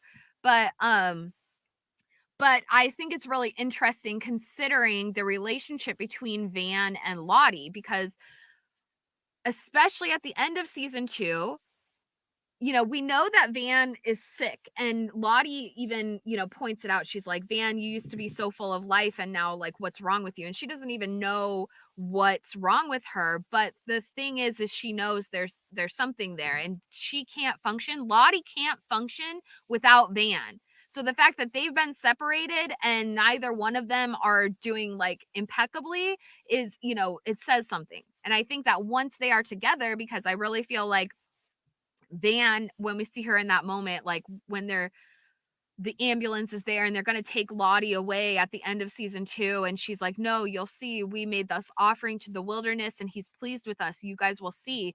And Van looks at her like she knows, she believes her. And I think that's part of it. Like those two are intrinsically linked. And even going back to season 1, when Van is like telling Ty, like, if you have a problem with me believing in Lottie and the things that she's saying, then we have a problem. And Ty is like, no, everything's fine between us. But that's the thing, like, you can't come between Lottie and Van. Like they are linked and they power each other. Well, and that's the thing also too, is realizing that we're all part of the team. We all are one, same as you, same as you. Mm-hmm. Like, we all are one, and that's where this whole thing's going. That's what all of these religions, all of these psychology, all of this, everything equaling one great show, Yellowjackets. Thank you, Ashley Bart. Thank you, Showtime. Thank you, all of this great um, set design, costumes, understanding, mapping, all of it. This has been a life-changing show. So, Yeah. And we're here to share the love. yeah, exactly. We're so happy that we're able to, share these ideas with you all and just discuss this amazing show and all the ideas it's presenting. And hopefully, we can open your guys, your eyes to some different ideas about what this story is sharing. And just like having a lot of fun with it. Mandy and I love Yellowjackets on its, on the surface level. We love it on the deeper level. We just love it. It's such a great story, particularly for women, especially in our age group. And, it's great. So I'm so happy that we can all have this amazing conversation. Yeah. I love that we watch a completely different show than half the people out there. That's what I love about it too. Yeah. Because it's just but like once you open your eyes to these things, and that's what the Citizen Detective is about.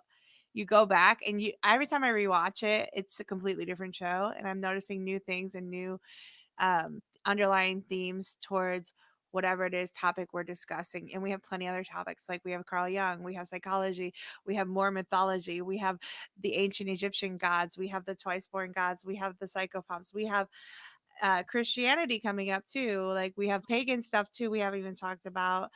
There's so many underlying tones, and that's what it is. And essentially we all are one greater consciousness, one greater being, one greater energy. Same as you. Same as you. Yeah, like when I'm up at 4 a.m. after a bottle of wine, all my wine glasses have water in them, and I'm like boom, boom, boom, boom, boom, boom, boom. Yeah.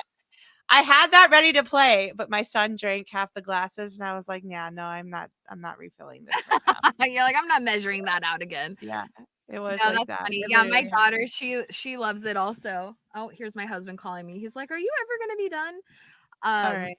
But yeah, so we should wrap it up 5 hours later. We're 5 hours on the nose. So anyways, thank you all for being here, and expect some more content, and Mandy and I will get back to our regularly scheduled streaming soon, and do some Monday morning murder podcasts and start covering season 1 again, or not again, just season 1, and just start sharing our thoughts on that with you guys, because it's gonna probably knock your socks off anyways with our ridiculousness, but also we have I'm almost done, dear. We're wrapping it up right now. But also, with so many new ideas about, like, with Nat. And I think that's going to be the most interesting thing on a rewatch of season 1, is with the knowledge that Nat is, the Queen of Hearts, or the, what have you. So it'll be a new way to kind of comment on the whole series anyways. Put on your pilgrim hats and let's pilgrimage. That's right. So it's been a wonderful journey. It has been, you know, we made it to Eleusis, we made it through the mysteries, and we, you know, we love you all. Thank you for being here. Thank you for being at the mysteries. Thank you for learning with us and just listening to us for many hours. And we love you all. We thank you all for being here. We appreciate you, and we will be back soon.